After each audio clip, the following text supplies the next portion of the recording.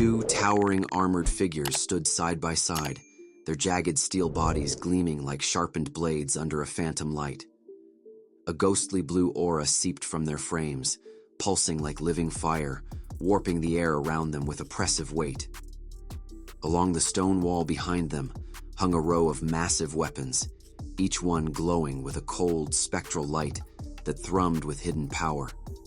Their jagged, crystalline edges shimmered like frozen thunder, every contour etched with an unnatural precision. The energy spilling from them was restless, crackling faintly, as though the weapons themselves were alive, hungry, waiting. Opposite them blazed Dekaravia's star-shaped form, a crimson beacon of malice. At its center, a single glaring eye burned with searing hatred, its fiery glow spilling outward in waves of red and orange until the air itself seemed aflame. The eye radiated a consuming hunger, pulling and devouring, siphoning the very mana from its surroundings to feed its core. With every breath of power it consumed, the crimson aura grew brighter, fiercer, no longer a mere sigil, but a living engine of destruction, alive with wrath and unquenchable fire. Vikir stood unmoving, his gaze locked on the creature, refusing to let his guard slip. In that stillness, he pieced it together. The demon had grown to such monstrous size by draining mana from the surrounding artifacts. His first instinct had been to cut through the entire rack in a single strike, but now he understood. Dekaravia had been hiding its true strength all along. A cold, bitter laugh reverberated through the chamber, rattling stone and steel alike. Dekaravia's voice dripped with malice as it proclaimed that the mana it had stolen now surged through every vein of its form, granting it power vast enough to tear open the door to the abyss itself. With that door, it vowed, humanity would be exterminated, every last soul cast into despair. But then, mid-proclamation, the demon faltered. Its single eye widened, fixing sharply on the lone figure standing nearby. "Who are you?" Dekaravia demanded. Vikir remained silent at first, the lenses of his glasses hiding his eyes as his fist tightened. Then, with deliberate calm, he lifted his head, crimson light burning in his gaze. "I am the human who woke you," he said. The words seemed to strike like a blade. Dekaravia recoiled, stammering as if the word human itself were poison. Looming closer, its massive frame towered over Vikir as it snarled in disbelief. "Impossible! You carry demonic energy. I thought a demon had awakened me." In answer, Vikir shifted, his stance sharpening. Crimson light erupted around him, a blazing aura that ignited the Beelzebub sword in his grip. The blade pulsed with infernal glow, alive with ancient hunger. Dekaravia's eye narrowed, confusion laced with fear. It focused on the weapon, its tone cracking in disbelief. How does a human wield the power of an ancient demon constellation? Vikir's eyes burned with rage as he raised his fist, crimson mana surging and twisting around the Beelzebub sword. His focus was absolute. The demon would be annihilated here and now.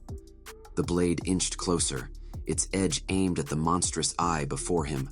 But just as steel neared its target, the eye flared with sudden brilliance. The chamber filled with the sound of the demon's booming laughter, its single gaze shifting away from Vikir, brimming with strange delight. A radiant gleam pulsed within it, carrying the weight of proclamation. The pact with the demon race was fulfilled, and a new covenant with humanity was about to begin. The words crashed over Vikir like a storm. His strike halted, suspended in the air. For the first time, his expression broke. Eyes widening, shock and confusion etched across his face as his resolve faltered mid-attack. Curiosity tempered Vikir's rage, and for a fleeting moment, he lowered his blade, his expression calm as he demanded to know what the demon meant. Dekaravia's massive eye narrowed, its gaze raking over him with suspicion. The creature asked if Vikir had awakened it without understanding what it was. Vikir's steady eyes betrayed no doubt as he affirmed that he knew it was a demon. Dekaravia lingered on him, then began to explain. It was not simply a demon, but a being who had fallen into slumber for 1,000 years. Its nature, whether angelic or demonic, was determined by the hand that roused it from its sleep. Whoever awakened it dictated its disposition. Vikir listened in silence, the demon's words sinking into his thoughts, their weight gnawing at him. Disposition, bound by the one who awakened it. Yet he pushed the notion aside, unwilling to let its meaning root itself in him. His grip tightened as crimson light flared once more along Beelzebub's edge, and he raised the sword with lethal intent. He warned Decaravia to listen closely. Confusion flickered through the demon's burning eye. It questioned why the human stood against it, why Beelzebub's blade was turned upon its form. Vikir answered not with words but with fury. He moved like thunder, the air splitting as he unleashed a storm of slashes, each strike hammering directly against the demon's glaring eye. The chamber trembled with every blow. Decaravia reeled back, forced to dodge the relentless assault, its single eye narrowing with panic. Sweat beaded across its massive form as it shrieked, demanding to know why the human sought its destruction. Vikir's gaze sharpened into something merciless, his crimson aura burning like wildfire. He raised his sword once again, every line of his body radiating resolve. His purpose was unshakable. Every demon would fall beneath his blade. Decaravia's single eye widened in fear beneath Vikir's relentless assault. His regeneration lagged behind the wounds being carved into him, and in that moment the realization struck. At this pace, death was inevitable. Tears welled at the corner of his massive eye as desperation overcame him. He pleaded for Vikir to stop, insisting he was no longer aligned with demons, that he could no longer be trusted by them either. Hovering back to gain distance, Decaravia's tears spilled freely as he demanded that Vikir check for himself. His mana carried no demonic scent. Vikir halted mid-swing. His body trembled faintly, confusion stirring within him. When he focused, he found the demon's claim true. The aura of corruption had vanished. Decaravia, battered and bleeding from deep cuts across his star-shaped form, panted with visible frustration. Spite laced his words as he declared himself useless to the demon race. Vikir said nothing, though his guard never lowered. Desperation pushed Decaravia further. He explained that for the next 1,000 years, he would serve humanity instead, insisting that his knowledge and abilities would prove valuable. With tears in his eye, he promised he could identify anomalies hidden in the vaults of artists, that his understanding of history was vast, and above all, that he could craft shields unlike any other. At that word, Vikir's thoughts sharpened. He remembered the stories of the fall, the shield that absorbed the mana of 9 demons, that withstood every strike from mankind's combined forces. The Weeping Wall, a defense that had turned the tide once before. If such a power could be wielded for humans, it might be invaluable, especially if another fall loomed on the horizon. Yet granting such strength to an enemy would be an enormous loss for the demon race. The question gnawed at him. Was destroying Decaravia truly necessary? Vikir snapped back to the present. Beelzebub's blade hovered before Decaravia's eye, crimson mana coiling from its edge in suffocating waves. His voice cut through the air, cold and commanding, as he declared that he would listen. But Decaravia would reveal everything he knew of the 10 elite corpses. His warning was merciless. Betrayal would earn obliteration so complete that the demon's very form would be unrecognizable. Decaravia's eye quivered, tears streaming again, as a squeaky, frightened voice promised cooperation. All he begged was that Vikir stop saying such terrifying things about killing him. The demon suddenly asked Vikir for a moment.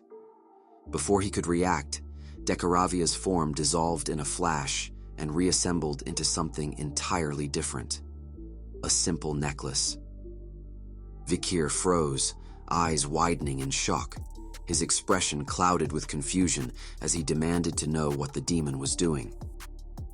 Decaravia calmly explained that he could not simply float about in plain sight, so he had fashioned himself to resemble an artifact, choosing the form of a necklace. His eye, now a jewel embedded in the pendant, shifted toward the towering golden doors sealing the vault. He noted that the exit appeared closed and questioned how they were meant to leave. On the other side of those doors, chaos stirred. Professor Morg pounded desperately against the sealed entrance, his fists striking without rest as he bellowed for it to open. His voice cracked with urgency, eyes burning with fear as he shouted that his student was still inside.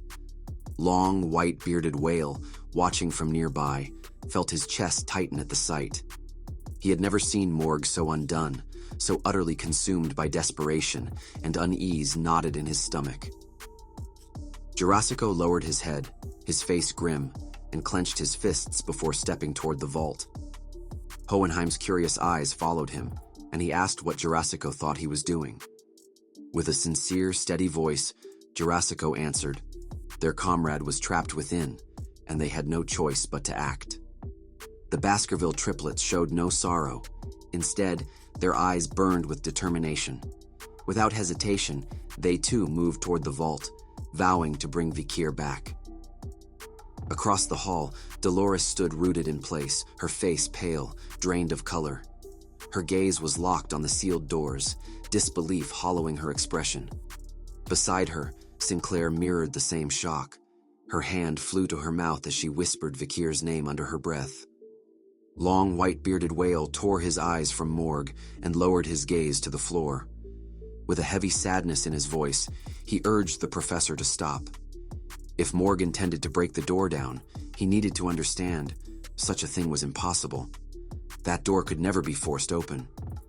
Exhaustion finally overtook Professor Morg, and he collapsed to his knees. The truth struck him with cruel finality. The vault doors were unbreakable. His teeth clenched as despair flooded through him, shame gnawing at his chest.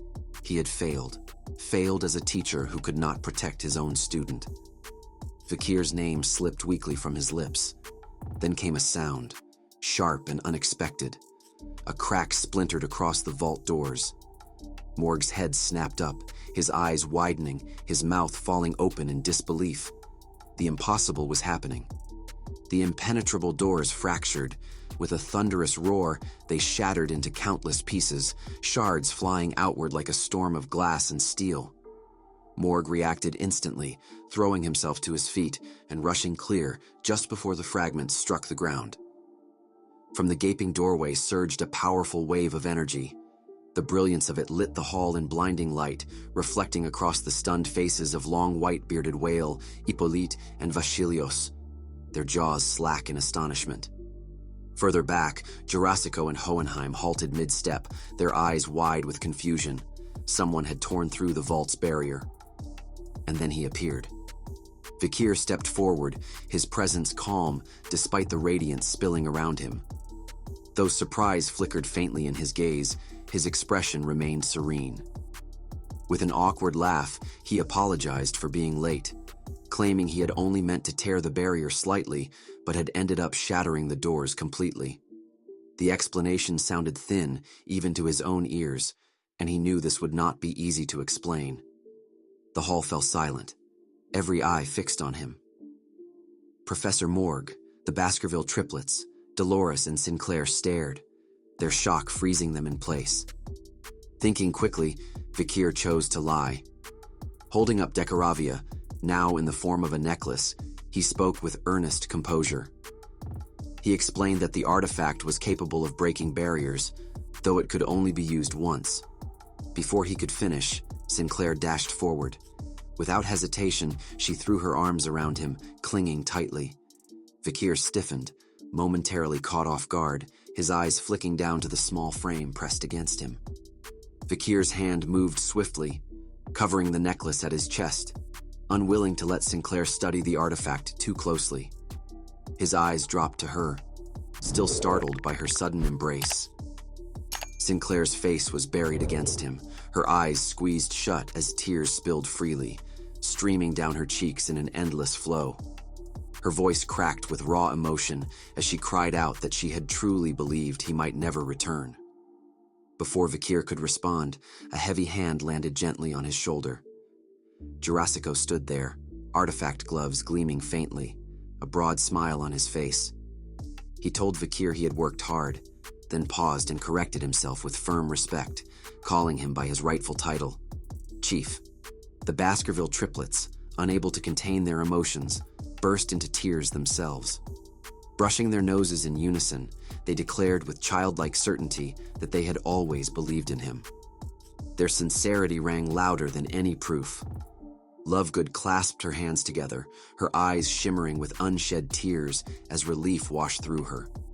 Behind her, Hohenheim adjusted his glasses, the proud curve of his smile betraying his usually measured composure. Dolores wiped at her cheeks, her expression softening as the weight in her chest finally lifted. Vikir had made it out alive. Through it all, Vikir could not help but feel a lingering confusion.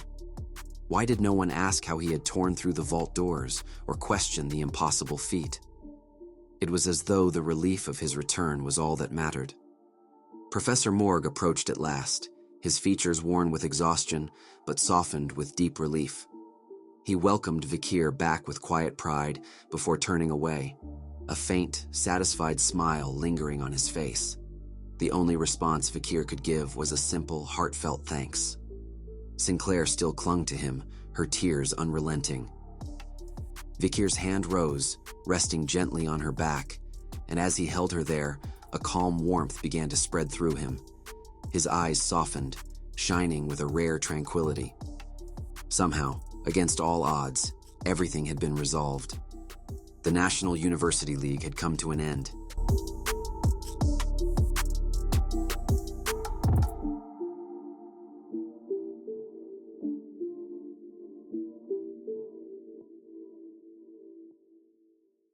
The impenetrable door, which opened only once a year, was now destroyed.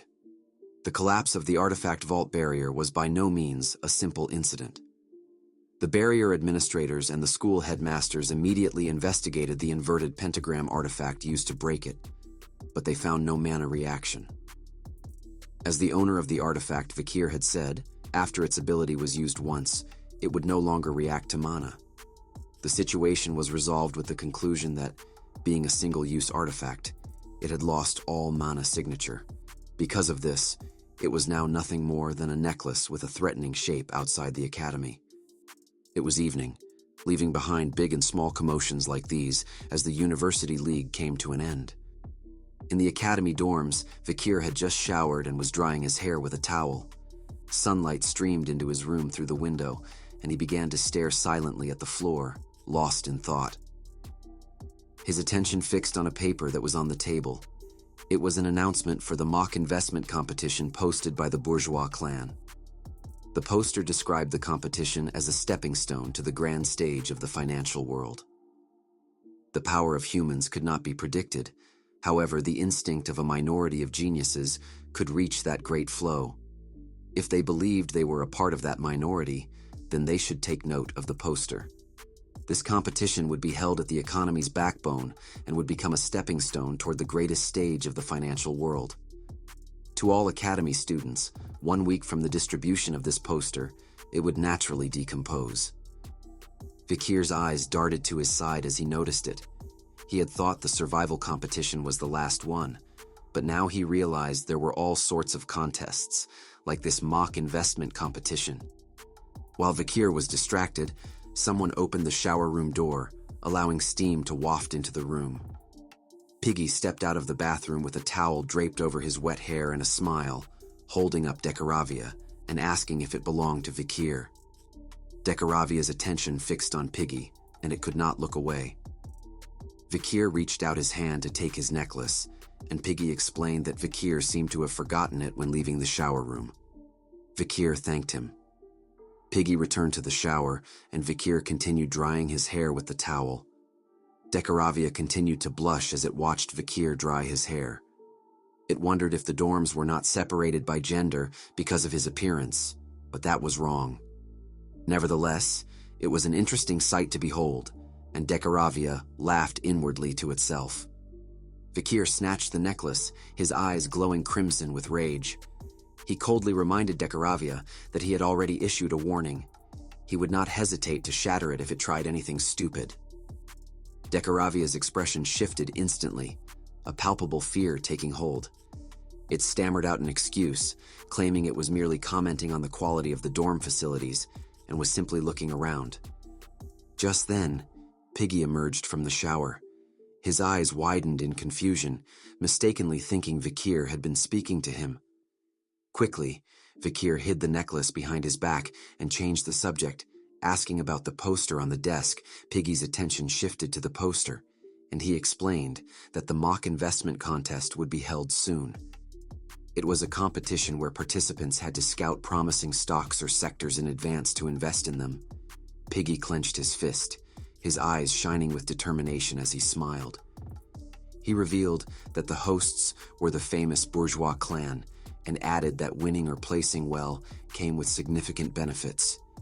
He let out a sigh, his smile returning as he admitted his poor combat record left him no choice but to excel in a competition like this, to earn extra points and make up his credits. Vikir listened in silence, his eyes initially filled with confusion before turning serious. He told Piggy that while his talent for combat was lacking, he definitely possessed excellent talent in other areas. Piggy responded with an embarrassed smile and began to scratch his head. While Vikir hid Decaravia behind his back, the little spider latched onto his hand and began to assess the pendant. Decaravia, slightly confused by the creature, wondered what it was. Vikir began to ponder, remembering that Piggy was especially skilled at gathering, analyzing, and managing information. An image of Cindy Wendy, with her fists clenched and eyes shining like stars, came to Vikir's mind. He thought she would probably make a fuss to recruit him on the spot. Meanwhile, the little spider tried to eat Decaravia, causing a confused and furious Decaravia to demand it back off and stop munching on him. An image of Sinclair came to Piggy's mind. Clenching his fist tightly with a look full of determination, he swore that this time, without fail, he had to beat her. Vikir felt a little confused upon hearing Sinclair's name. Piggy explained that he had always lost to her in previous tournaments. Having heard she was exceptionally good at economics and investing, he was determined not to lose to her in this competition. As they were talking, time passed until the clock struck 6 p.m. Noticing the time, Piggy moved at lightning speed. He exclaimed that he was late for an appointment with a professor, hurriedly put on his shirt, and headed out of the room.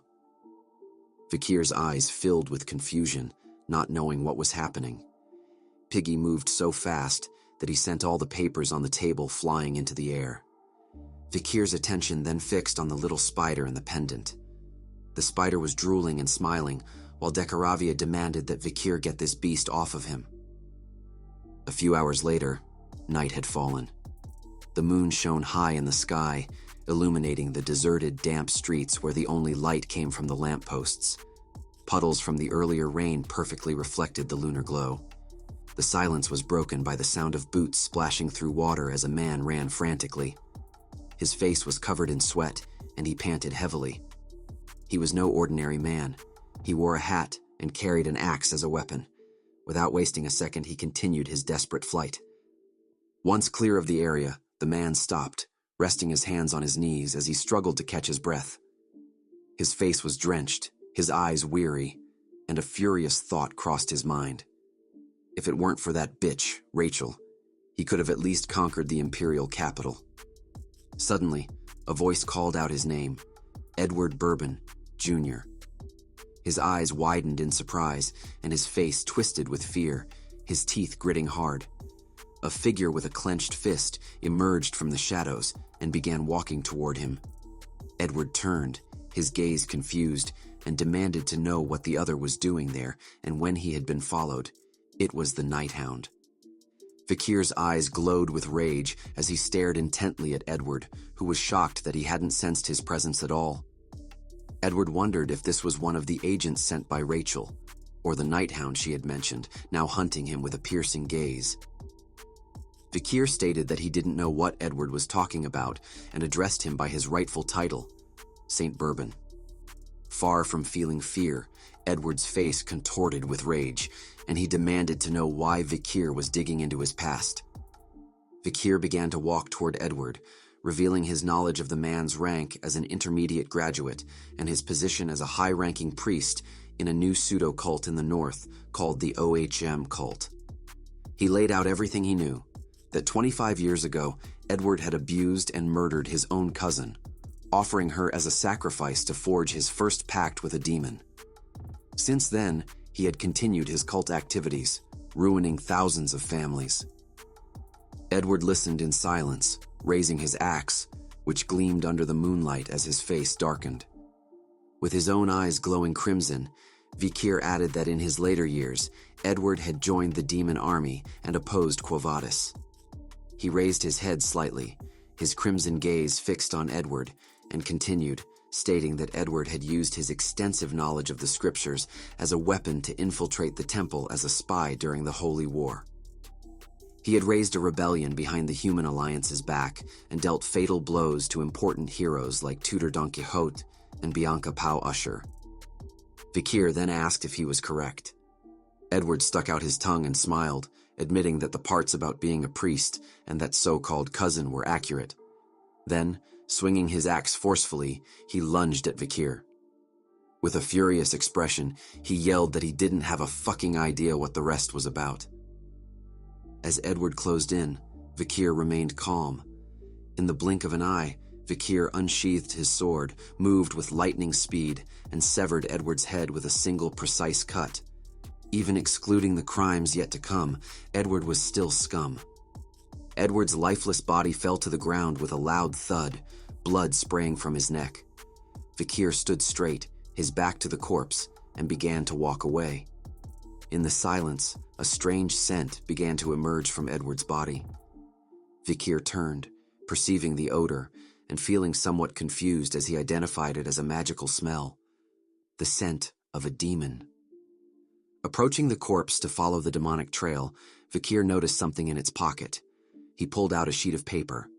On it, written in bold, was the word exemption.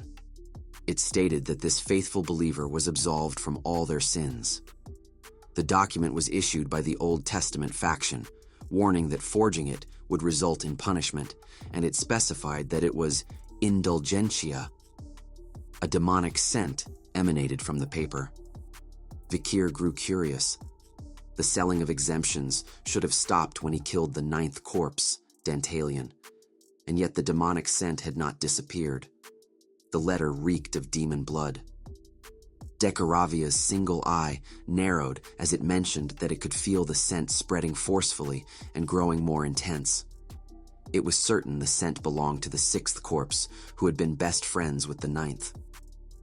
Vikir began to ponder, realizing he would have to thoroughly investigate the Quo Vadis family again. His eyes then shifted from the demonic letter to Edward's lifeless corpse. What Edward had said earlier, the mention of Rachel, bothered him. Edward's head lay next to the corpse, surrounded by a pool of blood. Vikir reflected on the fact that Rachel had been hunting the criminals of the imperial capital and wishing to meet the Nighthound. He had thought she was just a psychopath, but now it seemed she was a psychopath with a plan. It was night, and several hours later, a figure in high heels appeared on the roof of a building under the moonlit sky. Rachel unsheathed her whip.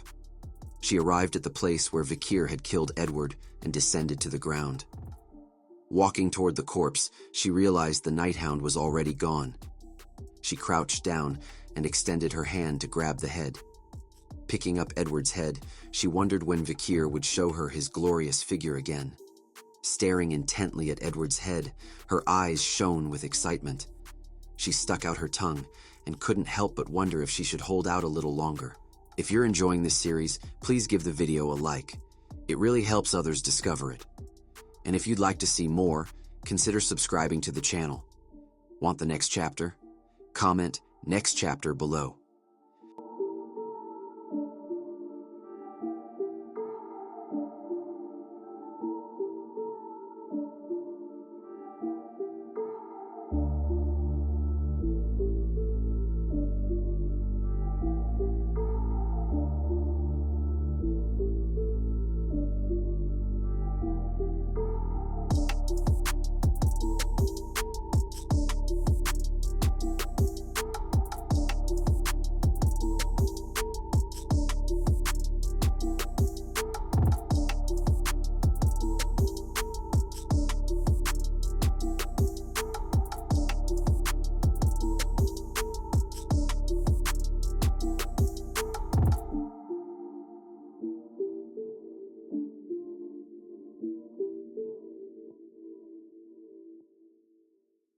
sun rose over the imperial capital, its streets already bustling with people. The market was alive with activity. Some patrons shopped for clothes while others chatted with friends. At one particular stall, a vendor sold masks, offering a grateful smile as a mysterious, hooded figure finally approached her summer stock. Dressed in a brown cloak, the man examined the merchandise. The vendor, still smiling, suggested he make a purchase. The hooded man bought a mask, turned his back to the vendor, and walked away with a friendly expression. The vendor thanked him and waved goodbye. Once at a distance, the man pocketed the mask and whispered to himself that he had known it all along. He was none other than Vikir. He moved through the area with his arms crossed, a smile he could not suppress on his face. He felt a sense of vindication, for things were unfolding just as he had anticipated. The weekend streets were packed, and moving around in disguise was indeed a wise decision. His eyes darted around, then widened with curiosity as they fixed on something peculiar. His gaze locked onto a pristine chapel that glimmered in the dying rays of sunlight. A crowd filtered out from its entrance, filling the yard. This was the place, the Quavadas Temple, the second branch of the Old Testament faction. A priest placed a sign on the street and announced a special offer for that day only, proclaiming that people could repent and receive forgiveness for their sins at half the price. The priest commanded everyone's attention, a collective surprise hanging in the air. Vikir moved closer to the temple for a better look. There, a pompous-looking man strolled with his girlfriend. The man had been deeply troubled, his guilt a persistent claw at his heart, but now he felt undeniably refreshed. His girlfriend, with a serene and remorseless smile, grew curious, asking if this change was due to the recent incident. They shared a laugh that echoed with the sound of wealth. Vikir overheard their conversation and halted, his eyes widening in surprise as he fixed his gaze on the man. The story unfolded between them. The man had struck a child with his carriage while driving drunk. The woman recalled that the child had not survived. The man held out his hand, his eyes gleaming as he admitted the death was simply bad luck. It had bothered him so intensely that he could not sleep, but now, having repented during the discount sale, his conscience was clear. A creepy smile spread across his face as he added that he had purchased a very expensive exemption, freeing him from any obligation to compensate the victim's family. He declared it a great thing. The woman's face mirrored his creepy smile as she simpered that no one would care about that anymore. He was a kind, saintly man now that he had his exemption. A wave of confusion emanated from Vikir's demonic necklace, Decoravia. It conveyed its uncertainty, asking Vikir if those were truly humans. It observed that, aside from their appearance, they seemed no different from demons, and questioned what the world was becoming. Soon, a long line stretched across the chapel as people queued to wash away their sins with pouches of gold coins. A man stood at the entrance, reading from a list. Vikir approached and began observing him in silence, lost in thought. When it was his turn, Vikir's gaze fixed on the priest with seriousness. The priest handing out the exemptions looked like a kind young man. The filtering sunlight cast a warm glow on his face as he smiled a welcoming smile, indicating he had been waiting. He asked Vikir kindly what sins he had committed, and if there was a particular sin he wanted to have written off. Vikir fixed an intent stare upon the priest. He inquired if, just as one could repent for past sins, it was also possible to seek forgiveness in advance for future transgressions. The priest reached a hand toward Vikir, his expression cheerfully assuring him that all things were possible with the purchase of advance exemption letters. He asked what sin Vikir was planning to commit. The priest's unwavering smile seemed inhuman, a disquieting fixture capable of unsettling anyone. Vikir rested his hands on the table and leaned closer, his face nearing the priest's. He stated that his planned action was a grave sin, one of the cardinal ones, and could be viewed as extremely violent. The priest initially seemed confused, but then clapped his hands together, laughing that Vikir had come to the right place. He warned that such a sin sounded rather expensive, and asked if that would be acceptable. If so, he directed Vikir to the VIP booth, an exclusive room where he would be served tea while awaiting a premium subscription to heaven. He pressed further, asking just how large a crime Vikir was predicting and if he was prepared to pay a substantial exemption fee. Vikir, playing along despite his disbelief, declared that he intended to kill one of his neighbor's pigs. A strange silence descended between them. After a moment, the priest asked if Vikir truly considered that an extreme crime. Vikir retorted that pigs were living creatures and that taking a life was a cardinal sin. This response infuriated the priest. Every trace of his former friendliness vanished, replaced by a grimace and gritted teeth. He told Vikir not to waste his time, demanding to know if the smile made him seem unbusy. He ranted about having just processed exemptions for a man who hit someone with a carriage and another who committed arson. He had seen great and heinous crimes, but this was the first time someone had come all that way to repent for a pig. His eyes flicked to the long, winding line of people waiting. Fury made a vein bulge on his forehead. He decided to grant the exemption form, angrily stamping the paper and crumpling it into a ball that he hurled at Vikir, who didn't react. He ordered Vikir to hand over the gold and get out, warning him not to return. Vikir, his face emotionless but his mind aware of the church's deep secrets, grabbed the exemption paper. He graciously thanked the priest and turned to leave. As the line continued to move, he uncrumpled the exemption certificate. The exemption certificate declared its holder, a faithful believer, absolved of all sins. It was issued according to the Old Testament, with a stern warning that forgery would be punished. Vikir felt no surprise, for this was exactly what he had expected. A faint demonic smell emanated from the paper, a scent that also hung in the air around the church itself. Decaravia whispered, identifying it as the scent of the sixth corpse. Though its source might not be physically within the church, his involvement was undeniable. Decaravia was sure he was somewhere in the capital. Just then, a hooded woman in white walked past. Vikir noticed her immediately. His attention locked onto her, his eyes widening in surprise. Before she could feel his gaze, he moved with swift precision, hiding behind a pillar. The woman paid no mind and continued on her way. Vikir's eyes filled with confusion. According to his knowledge, she was supposed to be at the academy right now. He wondered why she was here. Decaravia, growing curious, peeked around the corner to see this woman. She had blonde hair, and her eyes were filled with worry. It was Dolores. But her choice of a white cloak drew unnecessary attention. She joined the long queue in front of the temple, fumbling and fidgeting with her cloak in an attempt to be discreet. She took a deep breath to calm her nerves, closed her eyes, and let out a sigh of relief. The sunlight bounced off her shiny blonde hair. She wondered if she should walk with more confidence and survey her surroundings.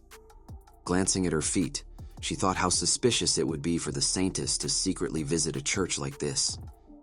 She clenched her fists tightly, certain that her disguise was perfect and no one would recognize her. The other women in the queue couldn't help but feel a bit confused as they noticed her odd behavior. Dolores looked around, wondering why all those people were there. It turned out the Old Testament faction's church was handing out exemptions. She furrowed her eyebrows sadly. After Quilty of the Indulgentia family, no, after Dantalion died with the log, the Old Testament faction's Indulgentia exemptions had been exposed to the world. It was troubling to think these acts were now popular with the public. Currently, the internal affairs of the Quo Vadis were in chaos. She imagined the chapel's emblem shining beautifully behind a curtain of cosmic light, a priestess wrapped in angelic wings from above and below. All attention was focused on the conflict between the Old and New Testament factions, a conflict plaguing the world like an outbreak of viruses.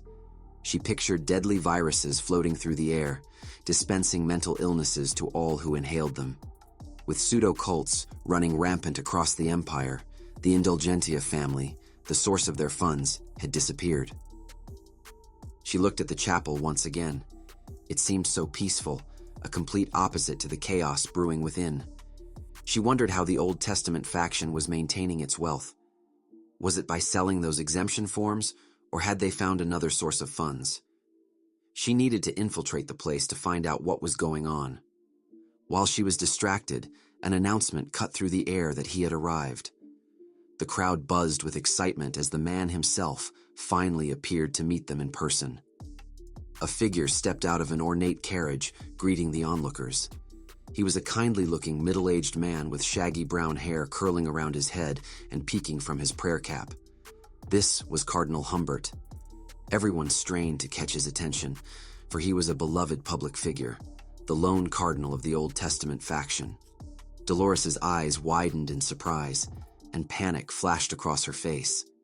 She quickly shuffled away, trying to melt back from the crowd, but the cardinal had already noticed her presence.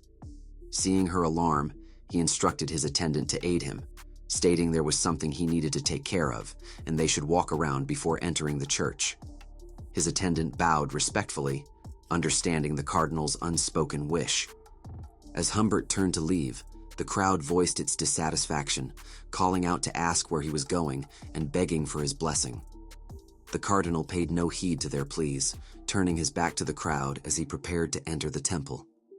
Dolores, meanwhile, was running for her life, sprinting from pillar to pillar and wondering why her own father, Humbert, was there. She clenched the hem of her cloak. Ever since she had discovered her father's connections to Quilty and the exemption list, a friction had grown between them. She followed the ideals of the New Testament faction, while her father was the cardinal of the Old. It was natural for them to be on opposite ends, and that was why they could not get along. In her panic, she bumped into a mysterious dark figure wearing a brown cloak. She apologized again, explaining that she had been walking without looking ahead. As the sunlight illuminated the scene, the man simply stared at her in silence. Not long after, 2 guards carrying axes discovered them. One pointed at them, shouting that there were suspicious people there and ordering their arrest. Dolores, still on the ground, turned around, her eyes widening in surprise as she noticed the danger. The man grabbed Dolores's hand, leaving her confused and unsure of what was happening. Without wasting a single second, he pulled her to her feet and began to flee without looking back. The guards started chasing them, yelling for them to stop. As the sun lit up the interior of the temple, the pair ran up a set of stairs, the guards close behind and refusing to give up until they were caught. The guards managed to corner them, gritting their teeth with furious expressions, and ordered them not to move. Not long after, Cardinal Humbert came up the stairs, his gaze serious. He ordered them to take off their hoods and reveal their identities. The hooded man remarked with a smile that the welcome greeting at the Old Testament faction's temple was quite peculiar. They removed their hoods, revealing 1 old man and 1 young man. Seeing this, Humbert's eyes widened in surprise, leaving him somewhat confused. The tall, brown-haired man began to stare at Humbert in silence. The old man, however, started to smile and told Cardinal Humbert that it had been a long time since they had seen each other. While they were talking, hidden in the stone window frame above them, were the hooded man, now wearing a dog mask, and Dolores. It was none other than Vikir. Dolores began to watch the scene below intently, and she couldn't help but blush. The old man continued to smile. Cardinal Humbert's eyes narrowed with seriousness. Vikir's expression was covered by the dog mask, and Dolores felt a confusing mix of emotions, happy to see the Nighthound. The clear blue sky stood in stark contrast to the ancient church where Vikir and Dolores lay hidden. A voice rose from below, demanding to know who stood there, prompting Dolores to glance at Vikir with open curiosity as she wondered about the man behind the mask. He lifted a finger to his lips in a silent request for quiet. Instead of irritation, warmth crept into Dolores's cheeks as recognition dawned. The voice belonged to the Nighthound. Vikir deliberately averted his gaze and fixed his attention on the figures gathered below. From their concealed vantage point, he and Dolores watched a tense exchange unfold as 2 strangers faced Cardinal Humbert. At last, a tall man with brown hair broke the silence with a calm, deliberate greeting, which was answered by a genial smile from the older cleric. The speaker was revealed to be Cardinal Martin Luther of the New Testament faction. Cardinal Humbert's posture stiffened in recognition, his expression shifting at once into one of practiced civility. He offered a shallow apology for the earlier discourtesy, claiming his attention had been occupied by the pursuit of vermin lurking within the temple grounds. Martin Luther's eyes gleamed with keen intelligence. A knowing smile curved his lips as he suggested, with deliberate politeness, that Humbert might be referring to him and his companion. A strained smile was Humbert's only response as he denied the implication. Adopting an air of studied nonchalance, he redirected the conversation, inquiring what business had brought a New Testament cardinal to an Old Testament sanctuary. Martin answered with a light chuckle, openly admitting that he was merely snooping around. His subordinate cast a sharp look around them and attempted to reprimand him, prompting Humbert to lift a hand in confusion. Unperturbed, Martin continued, remarking that New Testament churches these days were plagued only by flies, while Old Testament sanctuaries remained filled with true believers. Out of curiosity, he claimed, he had come to observe and learn. Raising his hands in a placating gesture, he reminded Humbert that the Pope always emphasized harmony between the factions. Humbert closed his eyes briefly before offering a thin, insincere smile. He replied that there was no particular reason for the congregation's size beyond the church's favorable location and the dense surrounding population. Martin Luther accepted the explanation with courteous interest. A heavy silence soon settled between the two cardinals, lingering for several minutes as their calm expressions masked the deep tension running beneath the exchange. The tall, brown-haired cardinal maintained his steady gaze throughout. At last, the stalemate broke when Humbert offered a formal bow, citing an urgent meeting as reason for his departure. Martin mirrored the gesture, expressing polite regret for having detained such an important figure. Humbert turned sharply to his guards and issued a clipped order for the guests to be escorted from the premises. The guards acknowledged in unison. Throughout it all, the tall man's expression remained an impassive mask, while Martin Luther's gentle smile never faltered. The subtle tightening of Humbert's fist did not go unnoticed. Martin's gaze followed the movement, and a faint, knowing smile touched his lips as he remarked that this very ground was crawling with demons, eager to swallow them whole. As Humbert turned his back and prepared to leave, Martin's voice rang out behind him, steady and unshaken. He spoke of choosing resilience over fear, of holding fast to conviction, and of how truth inevitably endured. Even if family, wealth, honor, and life itself were stripped away, truth would remain, sustaining the faith and rendering any empire everlasting. This final pronouncement shattered Humbert's carefully maintained composure. The mask of diplomatic calm fell away, revealing a visage contorted by pure, unadulterated rage, his eyes blazing as he gritted his teeth in silent fury. Meanwhile, atop a nearby rooftop, Vikir and Dolores found respite, the temple and its tensions now a safe distance behind them. With the sun bleeding into the horizon, Vikir turned his back to her and flatly stated that any pursuit would end at the temple grounds. Gazing at the sunset, Dolores offered her sincere thanks. A blush warmed her cheeks as she lowered her hood, her voice a blend of confusion and curiosity when she asked how he had seen through her disguise. Still facing away, Vikir replied that he had recognized her immediately. Dolores brought a hand to her chest, her eyes widening with a surge of surprise and budding affection. When he finally turned to face her, his tone remained calm as he pointed out how conspicuously transparent her disguise had been, admitting he was genuinely surprised the others had not recognized her outright. At once, the lingering emotion of the reunion with the Night Hound evaporated. Dolores closed her eyes and let out an awkward chuckle, suddenly aware of how ridiculous her attempt at concealment truly was. A moment later, a soft smile curved her lips. She raised a fist to her mouth to stifle a quiet laugh, her cheeks flushing a deep crimson. Vikir watched the reaction with mild curiosity and asked what she found so amusing. Dolores hastily assured him she meant no disrespect and that it was never her intention to mock him. Still, she could not help noticing that the Night Hound seemed to have learned how to make jokes, and that something about his aura had changed, if only slightly. Dolores's expression gradually turned distant as her thoughts drifted inward. The memory of the Nighthound's firm grasp resurfaced, blending seamlessly with images of Vikir, their collision on the academy stairs, the hurried moment of hiding from Quilt. The similarities were too pronounced to dismiss, giving rise to a strong, unsettling suspicion that the two were one and the same. Her reverie shattered when Vikir spoke her name, his voice drawing her sharply back to the present. Her eyes flew to his, wide and bright with surprise. Vikir stepped closer, the space between them subtly tightening as his tone shifted into sober inquiry. He demanded the reason for her clandestine presence, why the saint of the New Testament would risk infiltrating an Old Testament sanctuary.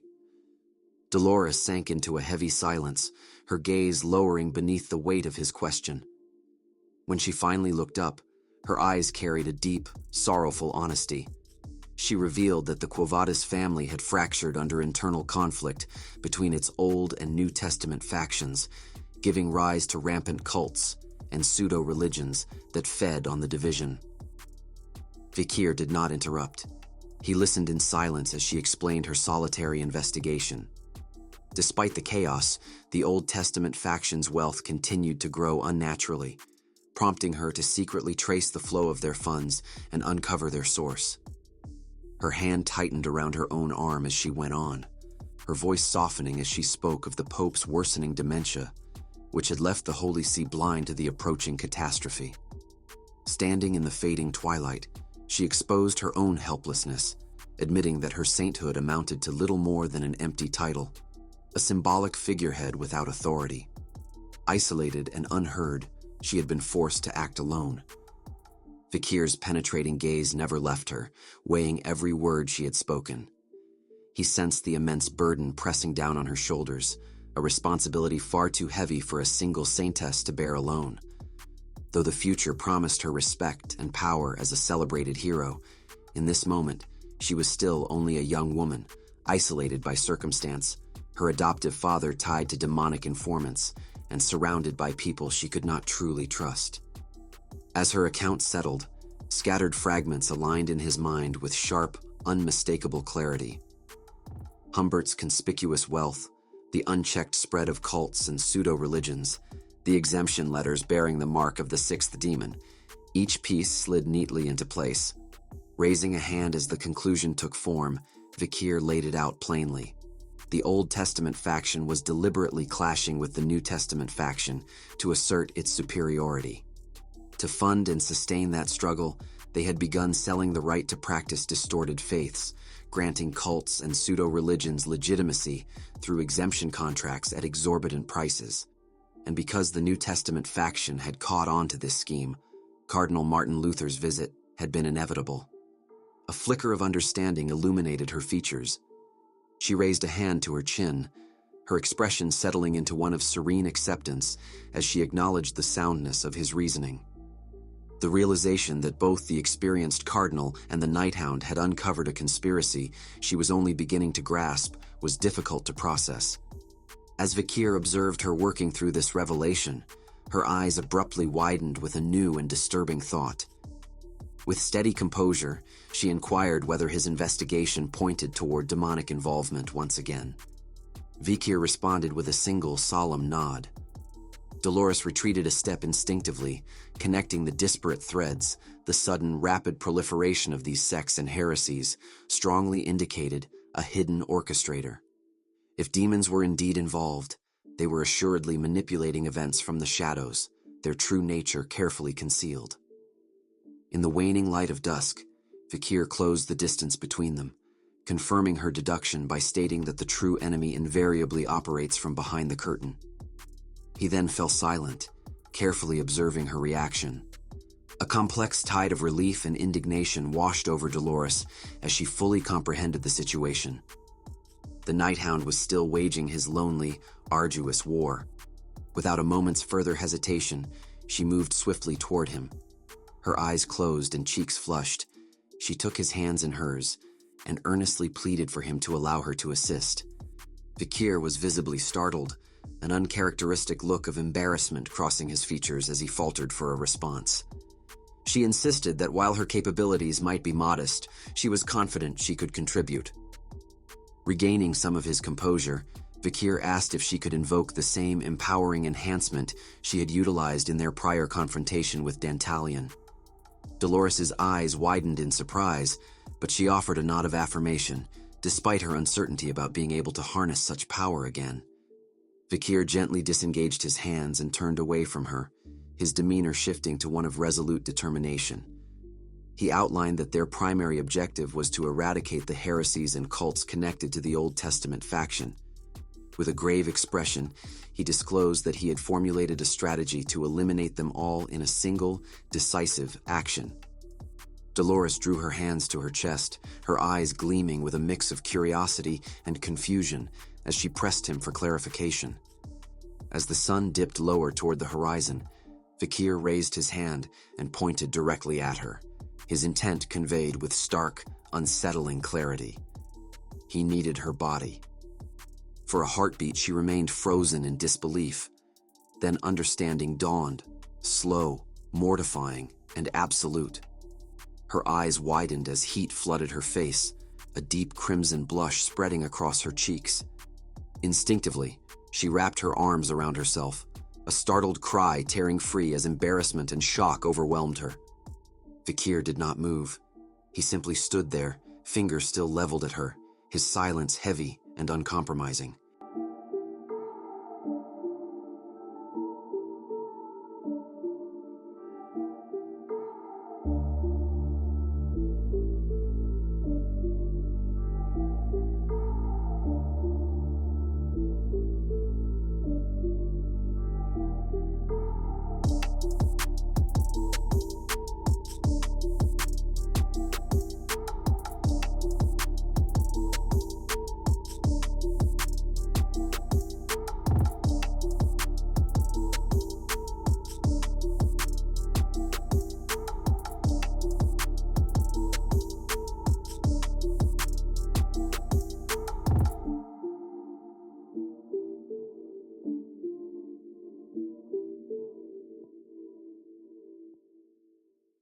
Under the cover of night, near the mountainous outskirts of the imperial capital, the Quo Vadis Church of the New Testament faction stood in silence. A carriage arrived, and several men gathered in its shadow. A bald man in white robes spread his arms in greeting, a genial smile tugging at his lips as he observed that it had been far too long, and that their leader looked remarkably young. An elderly man wearing a hat, both hands resting atop a cane, answered with a dry chuckle, remarking that the balding cleric possessed an overwhelming presence, as though he carried a greater share of divine power than most. The bald man shot back without hesitation, noting instead that the long-haired man appeared to have lost weight, casually wondering if a new concubine might be the reason. The long-haired man responded by sticking out his tongue and smirking. He explained with unsettling ease that the woman in question had been young and married, but after long discussions of doctrine and whispered promises of spiritual liberation, she had come to him of her own will. This man was Charles, the leader of the Manson Church. The bald man burst into laughter, boasting that his own followers showered him with gold and grain so generously that he scarcely needed to lift a finger. This was Owen, the head of the Ohm Church. Leaning forward on his cane, the third man joined the laughter. Elmani, leader of the New World Church, declared confidently that in his domain, no one dared challenge the word of God. He produced a letter from his hat, reading it attentively. He mentioned that this invitation to a communion ceremony from the New Testament Quo Vadis made him wonder if it signaled their official recognition as a branch. A malicious gleam flickered in Owen's eyes as he slowly rubbed his hands together, his lips parting as an indecent image of Saintess Dolores surfaced in his mind. He was well aware that the sacred ceremony outwardly involved nothing more than white bread and white wine, yet its symbolism told a different story, one of consuming purity itself, of flesh and blood untouched. To Owen, the meaning was unmistakable. He interpreted it not merely as doctrine, but as an unmistakable overture, an invitation to cement a formal alliance. As they walked on, Charles observed with a calm, almost satisfied gaze that it was fortunate the New Testament faction had finally come to its senses and sought their cooperation. Elmani nodded in agreement, remarking that those people had always cloaked themselves in nobility, but at last they seemed to understand a simple truth. They could never hope to overcome the Old Testament faction without access to its wealth. At that very moment, a violent explosion tore through the air behind them. All three halted, eyes widening in unison as surprise and confusion stripped their expressions bare. They turned slowly toward the source of the blast, senses straining as they struggled to grasp what had just occurred. The scene before them was one of abrupt ruin. The ground lay scattered with the smoldering wreckage of a carriage. Beside it, a lone body sprawled in stillness. As the smoke thinned, a woman stepped out from the haze, moving toward the stunned men with measured strides and grim satisfaction etched into her bearing. It was Rachel. A formidable, tangible energy radiated from her as her gaze fixed on the church leaders. A sharp, excited smile curved her lips, while her whip writhed through the air like a living serpent.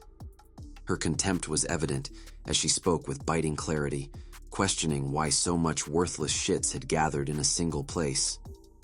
In the blink of an eye, guards materialized, forming a protective circle around Rachel with shields raised and swords drawn. From their vantage point on a nearby rooftop, Vikir and Dolores observed the confrontation. A flicker of surprise crossed Dolores's face.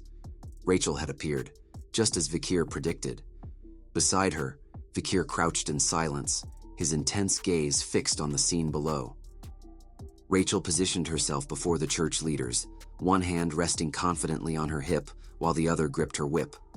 A tense silence fell over the group, broken when one of the leaders stepped forward, his voice a careful mix of curiosity and restrained authority, demanding to know what she was doing there. A serene, almost predatory smile spread across Rachel's face as she explained that she had come to investigate reports of the Nighthound, certain he would reveal himself. Then, with 2 fingers pressed lightly to her nose, she added that all she saw was smelly trash. Her words struck like fire.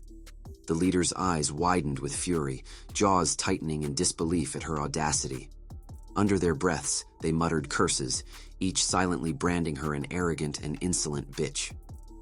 Beneath the cold glow of the moon, the 3 leaders ground their teeth in frustration. In perfect unison, Owen and Charles pointed at Rachel, shouting orders for their men to kill her. The guards surged forward, swords raised, their intent unmistakably lethal.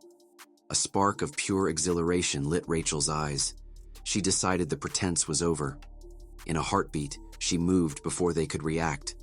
Her whip lashed through the air like a bolt of lightning, a blur of motion that tore through armor and flesh with terrifying precision. The guards were shredded before a single blow could land. Blood splattered across the horrified faces of the church leaders. Their fury dissolved into sheer terror as they watched the dismembered corpses hit the ground. Blood sprayed around Rachel like a torrential downpour as she tore through the soldiers with ruthless efficiency.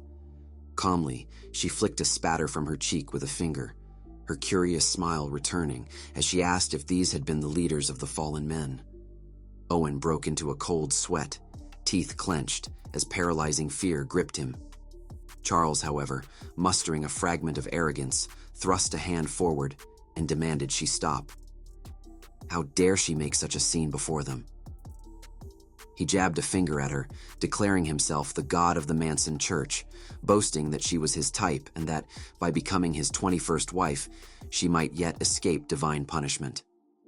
Before the words had even fully left his mouth, Rachel moved with the speed of lightning. Her whip cracked sharply through the night, and Charles's head was severed in a single, brutal motion, tumbling through the air. Owen remained frozen, mind unable to comprehend the horror unfolding before him. Rachel fixed him with a piercing stare, her words dripping with venom as she mocked the audacity of a man who could not even block a single attack calling himself a god. Elmani's eyes dropped to the ground, his face twisted in a mask of fury that barely concealed the terror beneath. Summoning a desperate show of defiance, he raised a trembling finger and insisted he was not afraid of her, that he would never surrender, and that he was the true God descended upon the world. Inside, however, fear gripped him so completely that his body shook uncontrollably, and in his panic, he wet his pants. In reply, Rachel casually flicked a bottle through the air. It struck Elmani square in the face, bursting on impact and splashing its contents over his skin. His hat flew off, exposing his bald head. A cold smile curved her lips as she lifted another bottle and shook it slowly, mockery made tangible. She remarked that if he were truly a god, then contact with holy water should have no effect whatsoever. Instead, the liquid sizzled violently on his flesh, eating into him like acid. Elmani clawed at his face as screams tore from his throat, his body convulsing in unbearable pain. Rachel calmly turned the bottle in her hand, revealing a label marked with a skull and crossbones. With feigned apology, she noted that she had thrown poison by mistake, then casually stowed the bottle away. Extending one hand at her side, she stepped forward, her bright smile unchanged as she declared that he was now the last piece of trash left. Owen broke into a desperate cold sweat, stumbling backward as he begged for his life. He hastily confessed that he was no god and no priest, nothing more than a cultist, a heretic clinging to lies. Rachel's excited smile never faltered as she looked down at him. With her looming overhead, Owen's composure finally shattered. His eyes brimmed with tears of raw terror, his pleas dissolving into desperate begging. She set her boot beside his head, making it clear that she had known helping his true nature from the very beginning. The realization crushed him. Owen ground his teeth in panic as a suffocating pressure radiated from Rachel, sealing his fate. She tilted her head slightly, her voice steeped in disdain, and asked what he intended to say now, after speaking so boldly only moments ago. His screams rose into frenzied shrieks, but Rachel had already grown bored of the performance. Without hesitation, she delivered his sentence. She dug her heel in. The ground became a grotesque tableau of blood and broken bodies, yet Rachel moved through it as though nothing were amiss. She surveyed the corpses with quiet interest, a thoughtful smile forming as understanding settled in. This, she realized, was how the Nighthound had used her, to erase enemies without ever revealing his own hand. He had orchestrated everything from the start. A soft chuckle escaped her lips. More than ever, she wanted to meet the Nighthound in person one day. Rachel's eyes gleamed with unrestrained excitement, a faint smile curving her lips as she brought her fingers to her mouth, barely suppressing her anticipation. She acknowledged inwardly that only one person could awaken such a sensation within her, the Nighthound. That infatuation shattered the moment a brilliant light flared from the forest's edge. Shouts rang out, voices calling that they had heard screams beyond the tree line and would capture her this time. Rachel snapped back to reality, fury surging in an instant. She ground her teeth, coiled her body, and with a single explosive leap, vanished without leaving so much as a trace. In her wake lay Owen, still alive, but savagely lashed, writhing in agony as ragged breaths tore from his chest. From a nearby rooftop, Vikir watched the broken cult leader in silence. He told Dolores he would handle the interrogation and instructed her to search for any documents containing their records. Dolores lingered, eyes fixed on him, as he descended into the carnage below. Vikir stopped before Owen and reached into his garments, drawing out the softly glowing pendant. His eyes hardened, light sharpening within them as he demanded the truth about the funding behind the heretics. When Owen's eyelids finally fluttered open, the first thing he saw was the pendant's hypnotic glow closing in on his shattered consciousness. Decaravia conveyed that silence was meaningless now that the so-called church leader stood before him. Its will pressed down relentlessly, commanding Owen to reveal everything he knew. Overwhelmed by the artifact's power, Owen's resistance collapsed. Words spilled from him in a panicked rush as he stammered about a ledger, shadowy financial backers, and a top-secret document concealed beneath the carriage. A sudden shout tore through the night from the direction of the temple, followed by sharp orders to capture them. Vikir straightened at once, turning toward the approaching threat, while Dolores slipped instinctively into a defensive stance, her eyes wide with alarm. A jolt of fear shot through her, mirrored by the disbelief that tightened Vikir's posture as he registered how quickly the guards had arrived. The heavy clang of a spear striking stone rang out, announcing the presence of a full contingent. Yet when the guards finally swept the area under cover of darkness, they found only a tableau of slaughter, bodies strewn across the ground, and no trace of either the Nighthound or Rachel. Meanwhile, a safe distance away, Dolores wiped a bead of sweat from her cheek, her breath coming in heavy pants. The relief of being far from the temple was palpable after their narrow escape. Shifting focus, Vikir asked if she had secured the ledger. She nodded, producing the book with a confident, albeit weary, smile. He took it, his eyes alight with a somber curiosity as he silently scanned its contents, his expression growing grim. Dolores reflected on the men slain at the temple, sorrow settling across her features. Even so, she reminded herself that they had been irredeemably evil, beyond forgiveness.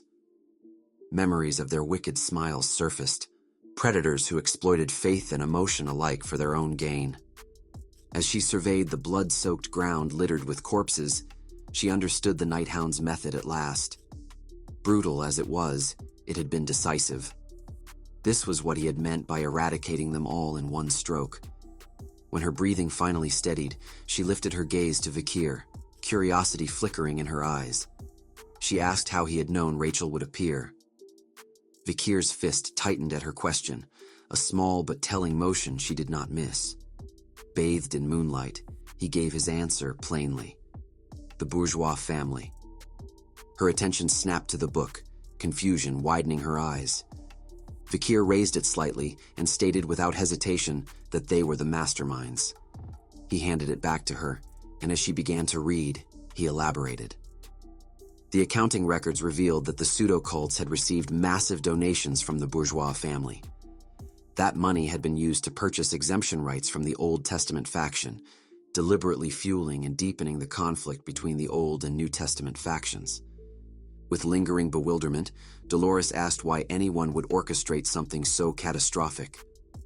Vikir lowered his gaze as he answered. Of all powers that threatened demons, divine authority was the most troublesome. What they were witnessing, he concluded with grim certainty, was likely a long-prepared, preemptive strike, one meant to undermine the very foundations of divine power before the prophesied age of destruction could begin.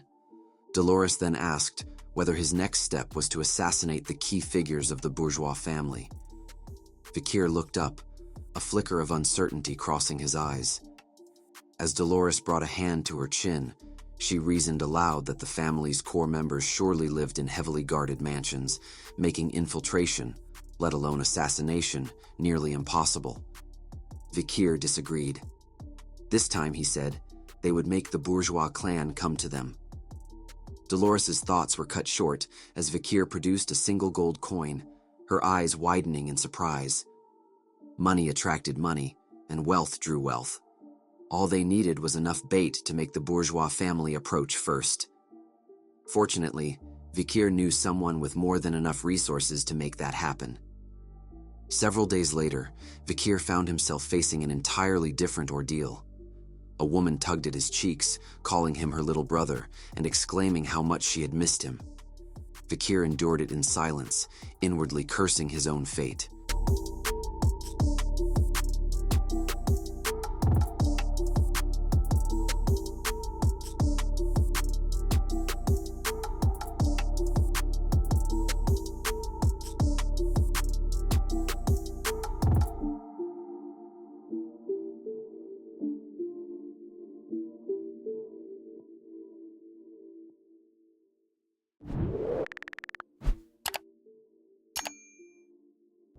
Inside the visitation room, a woman with long, dark hair enthusiastically pinched and tugged at Vikir's cheeks, her face alight with a broad smile as she declared how much she had missed her little brother.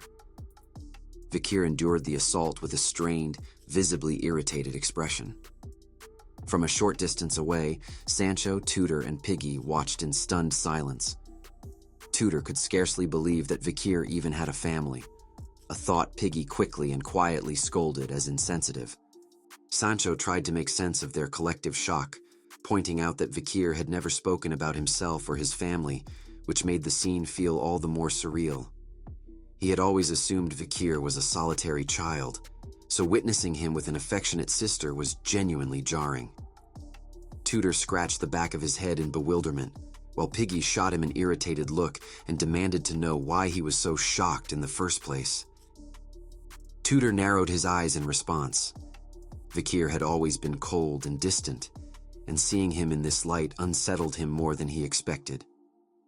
Unfazed by the onlookers, the woman leaned in far too close, gripping Vikir's face and forcing him to meet her gaze as she remarked how long it had been and suggested a greeting kiss. Vikir struggled to pry the mysterious woman off him. Off to the side, Tudor muttered that Vikir seemed unusually close to his sister.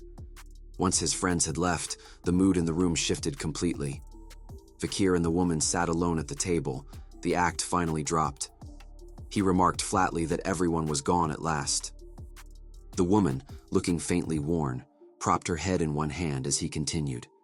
This time, the message had contained too many important details for intermediaries, so he had known she would come in person. Even so, the method she chose was needlessly troublesome for Cindy Wendy's, disguising herself as his sister just to enter the school and meet him. She immediately began to complain, insisting that no younger brother in the world would flick his older sister's forehead simply for showing affection during a visit. Besides, she argued, overreacting like that only made others less suspicious of them. With a huff, she leaned back, crossed her legs with practiced arrogance, and declared that his beautiful sister had gone out of her way to visit him, yet he hadn't shown even a shred of gratitude. Vikir lifted a hand and bluntly cut her off, telling her to spare him the small talk. He got straight to the point, asking how the trade with the forest natives had gone. Cindy Wendy's playful big sister act vanished at once. With her eyes closed, she clicked her tongue, lamenting how unbearably boring he was. Still, she answered his question. Things were proceeding smoothly. 3 large-scale deals had already been finalized. Vikir gave a brief nod, acknowledging the news as favorable. Then his expression hardened. The crimson eye grew sharp, an inner light flaring as he pushed for more important information. He asked whether there had been any word on the whereabouts of the Balak tribe.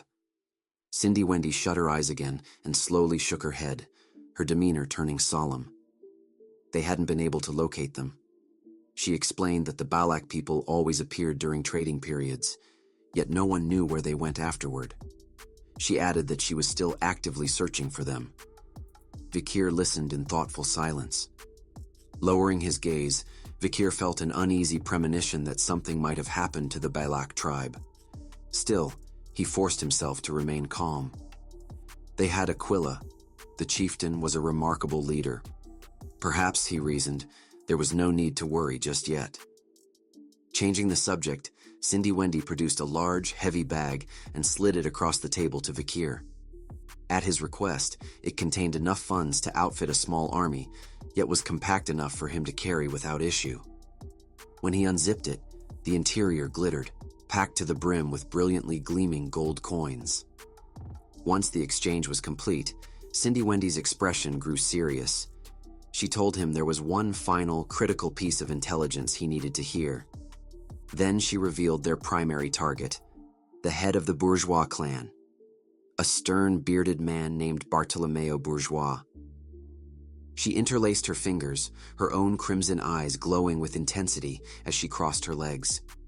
With deliberate emphasis, she delivered the truth that mattered most. Bartolomeo Bourgeois was the demon.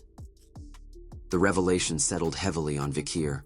He clasped his hands together, quietly processing the weight of it. If they were truly moving against the Quo Vadis family, one of the Empire's 7 great families, then he had expected the demon to be either deeply tied to the Patriarch, given the immense flow of wealth involved, or the Patriarch himself. Cindy Wendy continued, reminding Vikir that the Bourgeois family was the wealthiest clan in the Empire. She warned that even the considerable fortune she had just handed over wouldn't be enough to earn so much as a glance from them. If he required it, she offered to secure far more funds. Vikir declined with calm assurance, saying the amount was sufficient, as seed money. The term drew a puzzled look from her. She asked what he meant by that. Vikir explained that the bourgeois family could not be swayed by sheer wealth alone. What interested them wasn't how much money one possessed, but how it had been made. Only a method worth examining could capture their attention. A sly grin curved across his face as he revealed his plan. He intended to use the seed money to enter the mock investment tournament, an event hosted by the bourgeois family themselves. Producing a flyer for the competition, he stated with quiet confidence that he would leverage his unique knowledge to win. Cindy Wendy stared at him in open disbelief, arcs of blue energy crackling faintly around her. She burst out that his plan wasn't merely dangerous, it was blatant fraud and completely insane. The scene shifted to the interior of a grand building, deep into the night. Inside a dimly lit office, Professor Morg entered cautiously and asked whether he had been summoned on urgent business. Waiting for him was Winston Smith, the powerfully built principal of Colosseo Academy. Long blonde hair framed the man's stern features, and in his grasp rested a massive, ornately crafted sword. Professor Morg recognized it at once, the legendary Sword of Winter. Seeing the principal still armed, he quickly surmised that Winston had only just returned. Morg couldn't help but reflect on the principal's reputation. A peerless sword warrior said to rival the patriarchs of the iron-blooded sword family, the azure spearman family, the mystic archer family, and even the renewed mage family, a living legend. He had not expected Winston's sabbatical to end so abruptly. Winston gestured toward a chair and remarked dryly that his rest had been cut short. Once Morg had taken his seat, the principal wasted no time. He asked for a report on the disturbances Professor Sandy had allegedly caused during his absence. Morg's expression tightened into one of deep frustration. He replied that her offenses were too numerous to recount in full. He spoke of her utter lack of professionalism, her habit of drinking during class hours, and even repeated incidents of physically assaulting students. The list, he emphasized, was endless. Leaning forward, frustration etched deep into his features, Professor Morg spoke bluntly. To him, Sandy was less an educator and more a criminal, one who belonged behind bars in the infamous Lubelbach prison. Principal Smith lifted a calming hand, urging Morg to rein in his harshness, though the smile he offered was noticeably tight. He went on to explain that Sandy was the last surviving descendant of Marquis Saad's bloodline, a family whose infamy predated even the Empire's unification. The former Marquis Saad himself had been the family's pillar, and he was now imprisoned in Lubelbach. Smith added, with quiet insistence, that he believed everyone possessed some measure of goodness, and that this, too, must be true of Professor Sandy. Morg's irritation only deepened. He warned that with final examinations and parent-teacher conferences approaching, even a repeat of her midterm chaos would push the academy into complete disarray. The principal's decision was final. Sandy was to be stripped of all practical duties, and her presence on campus was to be kept to an absolute minimum. A cold fury stirred within Morg as the reality of the situation settled in. There would be no disciplinary hearing, certainly no dismissal. Rising stiffly from his chair, he acknowledged the order with clipped formality and assured the principal it would be carried out. Declaring the discussion concluded, he turned and left the office. Principal Smith remained behind, alone in the pale moonlight, left to contemplate the weight of an increasingly precarious situation. The Bourgeois Mock Investment Club convened in its meeting room amid an air of barely contained anticipation. Piggy burst through the door, breathless with excitement, clutching a thick stack of documents.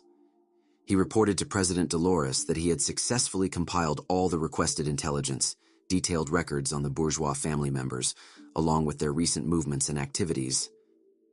At the same time, Sinclair stood before a chalkboard, crowded with meticulous diagrams and flowcharts. With quiet pride, she announced that she had completed a full analysis of the upcoming mock investment tournament, its schedule, evaluation system, and overall structure. From the head of the table, Dolores commended them both, a resolute glint shining in her eyes.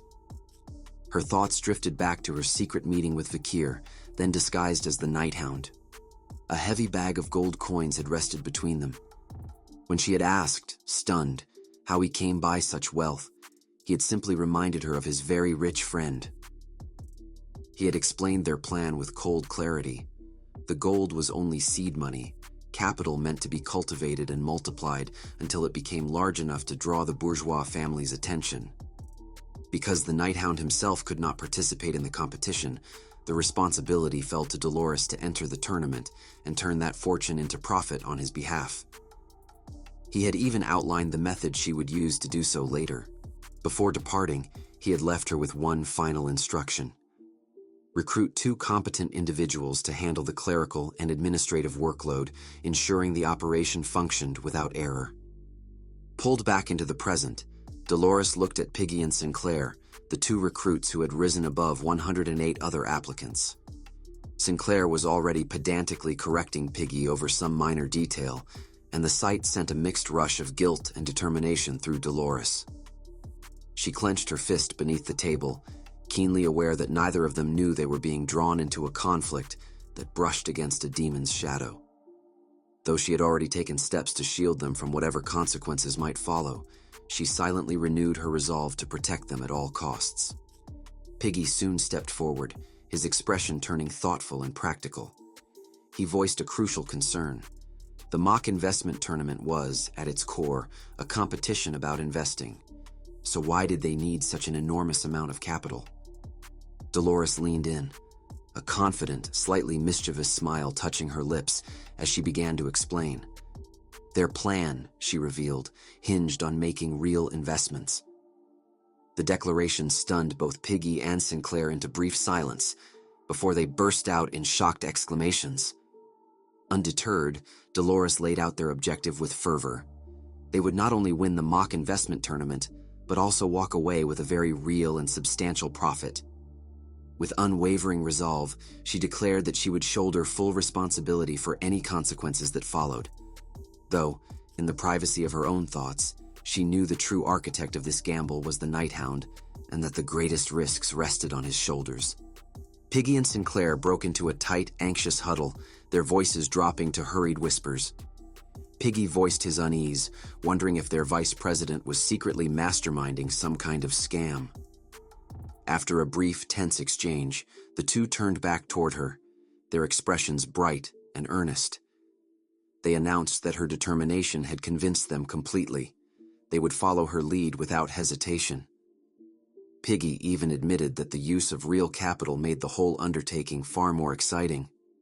Their trust struck Dolores deeply, stirring a quiet warmth in her chest and reinforcing her own resolve. It was then that Sinclair hesitantly proposed recruiting their friend, Vikir, into the operation. Piggy immediately backed the suggestion, insisting that Vikir would be a tremendous asset to the team. The sound of his name caught Dolores entirely off guard. A thin bead of sweat slid down her temple as she visibly faltered for a moment. Piggy, oblivious to her reaction, went on to explain that Vikir had recently developed a keen interest in economics, often seen reading the newspaper each morning. After a brief moment of composed reflection, Dolores turned slightly aside and instructed Piggy to invite Vikir on her behalf the next time he saw him. Piggy hesitated, uncertainty flickering across his face, but Sinclair reacted with unrestrained enthusiasm, pumping her fists in celebration. Piggy couldn't help but notice something familiar in Dolores's expression, the same look she had worn when she had come searching for Vikir at their dormitory before. Almost as if prompted by the thought, Dolores turned and started down the sunlit corridor. She told them to finish organizing the remaining materials and head home, explaining that she had a prior engagement and would be leaving ahead of them. Sinclair watched her go, a trace of concern lingering in her eyes. Left alone in the corridor, Dolores's thoughts were consumed entirely by Vikir. She replayed all the moments she had wanted to speak with him, only to find herself unable to form the words. She remembered his request to name the scholarship after Perry, and the regret of never discussing it with him, especially knowing he had been there in Perry's final moments.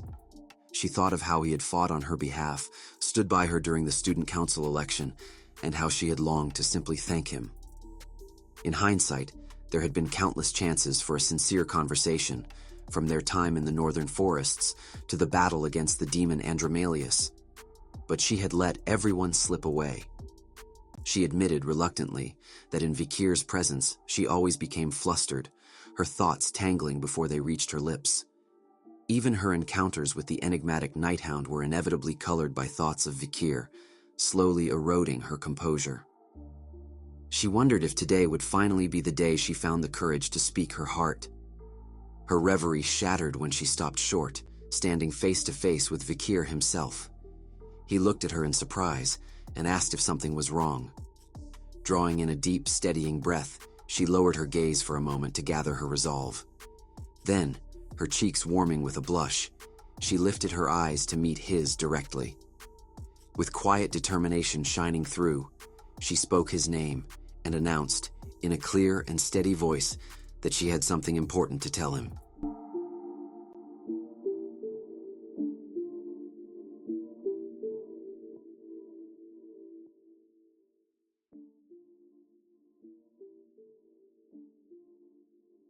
Vikir met Dolores's gaze, his red eyes widening a fraction in surprise. Her cheeks were flushed, yet her expression held firm resolve as she began to speak, telling him there was something she needed to confess. For a brief moment, they simply stood there, staring at one another, neither quite able to continue. Just as she drew breath to go on, Vikir abruptly raised a hand, asking her to wait. He glanced upward, noting a spider web clinging to the corridor ceiling, something that little Madam had clearly made. Before Dolores could even process his words, he closed the distance between them in a single step. He was suddenly very close. Too close. Dolores's heart lurched, pounding violently in her chest as her blush deepened. She stared up at him, confused and flustered, wondering why he had moved so near before she had even said anything. His hand lifted, and for a split second she thought he was reaching for her face, only for him to gently pat the top of her head instead. Startled and utterly bewildered, Dolores squeezed her eyes shut, having no idea what was happening. When he withdrew his hand, clutched between his fingers was the pendant, Decoravia, with a tiny spider clinging to it for dear life. Both were slick with sweat, having been caught hiding in Dolores's hair. The atmosphere shifted instantly, the soft tension snapping into something sharp and dangerous. Vikir glared down at the demonic pendant, fury boiling silently beneath his expression as his thoughts lashed out at them, demanding to know what they were doing there, cursing both Decoravia and baby Madam in equal measure. Decoravia trembled violently, shaking with palpable fear as it tried to squeak out an explanation. Apparently, the perverted spider had merely wanted to see the pretty people walking through the hallway. Baby Madam's many eyes widened in shock as she shook her head furiously in protest. Decoravia, still sweating, stammered that it had no idea why Baby Madam was suddenly pretending to be innocent. Vikir's expression darkened further. A cold, wordless promise passed through his gaze, one that made both Decoravia and Baby Madam avert their eyes under the weight of his death glare, fully aware that they would be dealt with later, alone, in his room. Not understanding what was happening, Dolores softly called his name. In one swift motion, Vikir slipped Decoravia and Baby Madam behind his back and turned to face her, his expression carefully neutral.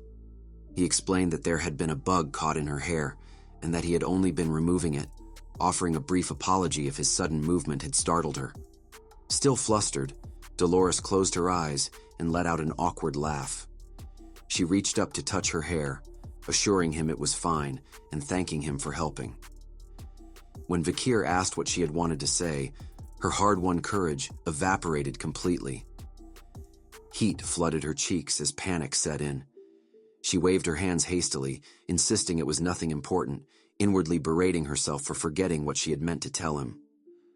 Desperate to recover, she hurriedly changed the subject, asking if he was interested in the mock investment tournament, the real reason she had stopped him. Vikir replied with calm detachment, confirming that she meant the upcoming competition. Still visibly unsettled, Dolores explained that she, Piggy, and Sinclair had formed a club to participate and extended a shy invitation for him to join. Vikir declined politely, citing his responsibilities with the newspaper and a lack of time for additional club activities. He dipped his head in farewell and said he should be going. Dolores forced a bright smile, waving as she told him she must have taken up too much of his time. She praised his work that day and said she hoped to see him again soon. Sunlight poured into the corridor as they passed one another, an awkward silence settling between them as they walked off in opposite directions. Just as they were about to part, Vikir called out to her. She stopped in surprise as he turned back slightly and offered a simple wish of good luck in the competition. The unexpected encouragement caught Dolores completely off guard. Her blush deepened to a vivid crimson as she stammered a quiet thank you, her hand rising to her hair in a gesture that was both flustered and unmistakably happy. 2 weeks later, the scene shifted to the grand courtyard of an opulent building. Dolores, Piggy, and Sinclair stood at its center, frozen in disbelief, their hands raised to their mouths. Towering stacks of gleaming gold coins surrounded them on all sides, the sheer magnitude of the wealth rendering them momentarily speechless. Piggy was the first to recover, his awe overflowing as he praised President Dolores. It was the first time in his life he had seen so much money gathered in one place. Sinclair, both hands clamped over her mouth, stared wide-eyed at the glittering piles, unable to comprehend how they had achieved such staggering results in so little time. Dolores herself was no less stunned. Inwardly, she knew she had merely followed the strategy the Nighthound had laid out for her, yet the scale of their success had far exceeded anything she had imagined. Her thoughts drifted back to 2 weeks earlier. Beneath a clouded night sky, moonlight poured through the shattered ceiling of an abandoned structure where Dolores stood facing the Nighthound. With measured precision, he had raised a hand and carefully outlined his plan for generating immense profit. He began by explaining the first step. From among the investors who had registered their names within the business world, she was to narrow the list down to 960 individuals who were particularly gullible. The second step was to divide them in half. 480 would be sent a forecast predicting that the Quo Vadis Church's investment rights would rise the following day, while the remaining 480 would be told the opposite, that the investment would fall. Naturally, half of the predictions would prove correct. From those whose forecasts came true, Dolores was to split the group in half again, repeating the process until only 30 individuals remained. The Nighthound instructed her to carry out this cycle for 5 consecutive days. Those who received incorrect forecasts would gradually lose interest and fall away, leaving behind only the investors whose faith in the predictions had been consistently rewarded. In the end, only 30 people would remain, individuals who believed completely in the Oracle Club's foresight. At that point, the Nighthound explained, Dolores and her team would no longer need to act. The remaining investors would come of their own accord, eagerly offering their money. Just as predicted, wealthy townsfolk soon flooded toward the Oracle Club. Piggy, Sinclair, and Dolores had stood stunned as investors shouted in excitement that the forecasts had been correct 5 times in a row. Some went so far as to beg the club to invest their life savings, claiming they had even sold their homes for the chance to take part in this rare opportunity. Finally, with both the seed money provided by the Nighthound and the influx of investments, he had given Dolores one last instruction: to place their capital with a head merchant named Cindy Wendy, a trader who conducted extensive business with the Western Jungle.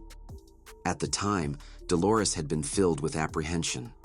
She had raised a hand, questioning whether the Nighthound truly expected her to invest such an enormous sum into a business she knew nothing about. She worried that the investors would protest and that if anything went wrong, they would lose an immense amount of money. Vikir, however, had met her doubts with unshakable confidence. His red eyes had glowed with certainty as he assured her that he could personally vouch for Cindy Wendy and her exceptional talent in commerce. He had spoken as though the outcome were already decided, convinced that Dolores would amass an extraordinary fortune. Back in the present, Dolores could only stand in stunned silence. She had never imagined their efforts would culminate in something so absurdly vast. While she remained lost in thought, Piggy and Sinclair reveled in the mountains of gold, Piggy gleefully diving into the coins as if swimming, while Sinclair lay atop a pile with her eyes closed, lazily waving a hand and murmuring that it felt like sleeping on a bed of money. Watching them, Dolores felt a quiet chill of awe. She found herself wondering just how deep and unfathomable the Nighthound's true capabilities really were. Later that same night, beneath the glow of a full moon, the academy lay silent as the students slept in their dormitories. Dolores, dressed in a simple nightgown, cautiously opened a window leading onto a high rooftop. She leaned out and softly whispered for the Nighthound. A figure stood silhouetted against the moonlight. Dolores looked up, her eyes widening in surprise as she recognized Vikir standing tall, the moon's pale rays cascading down his back. He remarked coolly that she was a little late. Dolores closed her eyes and offered an apologetic smile, explaining that she had been deliberately avoiding the head resident. They settled together on the edge of the rooftop, the night air cool around them. Turning her gaze toward the Nighthound, Dolores wondered aloud whether it had been easy for him to find her dormitory, given how similar all the buildings looked. For a moment, Vikir gave no response. Then, without looking at her, he replied that it had not been difficult to find. The casual answer stirred a flicker of suspicion in Dolores's mind. She questioned how he had known exactly which rooftop to wait on when her dorm bore no distinctive markings. A sudden realization surfaced, prompting her to wonder whether the Nighthound might be connected to the academy itself. Unnoticed, her hand drifted toward a small, ornate object concealed within her gown, the Mirror of Truth, an artifact capable of revealing the true face of anyone reflected within it. For a brief instant, she considered using it to uncover his identity. She dismissed the thought just as quickly. Choosing trust over doubt, Dolores resolved that he would reveal himself when he deemed the time right, and she honored that unspoken understanding. Standing beside her on the rooftop, the Nighthound moved straight to business, asking for a report on the outcome of their investment plan. Dolores discreetly put the mirror away and answered with barely contained excitement, confirming that the venture had been an overwhelming success. She admitted her amazement, realizing that his talents extended far beyond combat. His skill in investments operated on an entirely different level, one she had never anticipated. The Nighthound's cloak fluttered softly as a cool breeze swept across the academy grounds. Staring ahead, Vikir remarked that everything was now in place, and that only the final stage before the tournament's conclusion remained. Still seated, Dolores looked at him with visible confusion, wondering what he meant by a final stage. He explained that the next step was to win over someone from within the bourgeois family itself in order to pry open a household shrouded in secrets.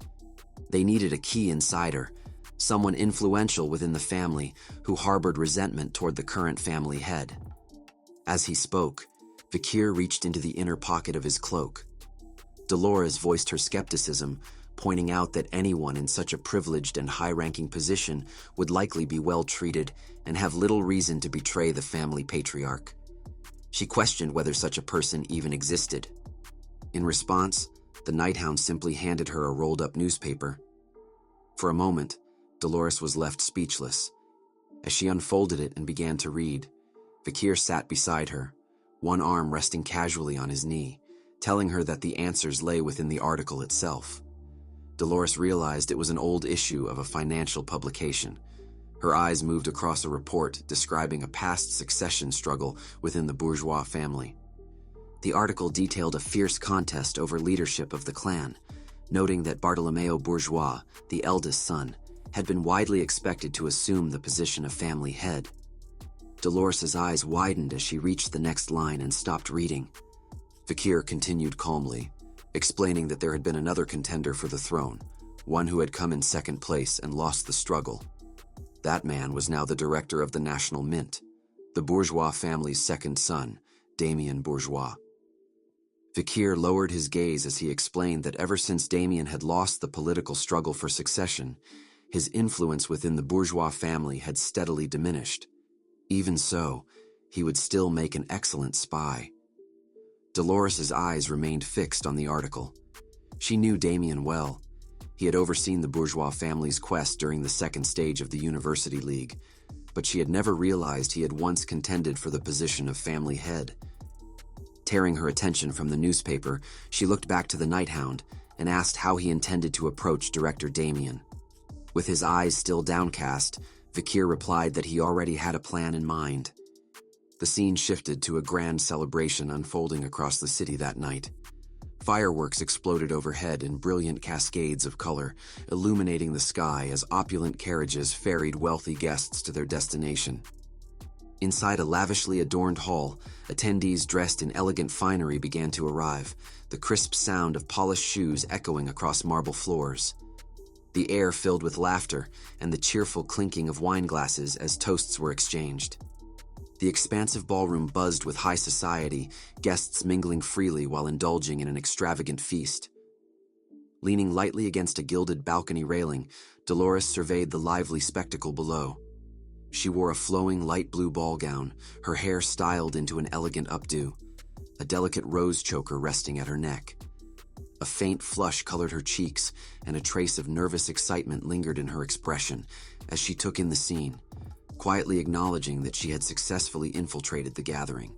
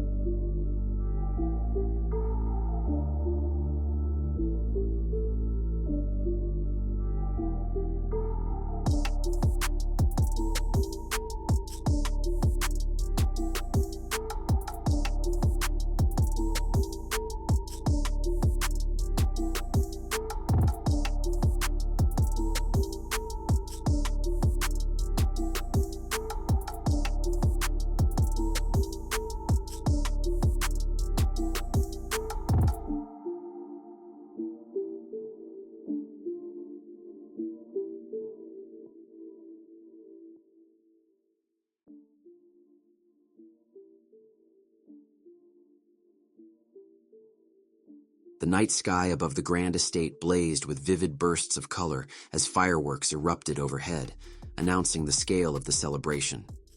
Inside the opulent ballroom, the hosts stood side by side on a balcony, wine glasses in hand, observing the steady flow of high-status guests entering below. Beneath them, elegantly dressed attendees gathered around the musicians or engaged in animated conversation, the hall alive with refinement and anticipation. A spoon tapped lightly against a wine glass, the clear chime cutting through the din and drawing every gaze toward the balcony overlooking the ballroom floor. The hosts greeted the assembled guests. Nearby, Piggy stood rigid with nerves, mumbling to himself as he realized that they were not only the organizers of the event, but also members of the Oracle Club.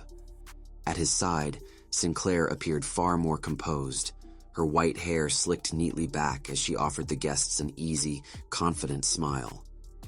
Visibly uncomfortable, Piggy stepped forward and nervously thanked everyone for attending. He then announced that the club's vice president, Dolores, would deliver the official welcoming address.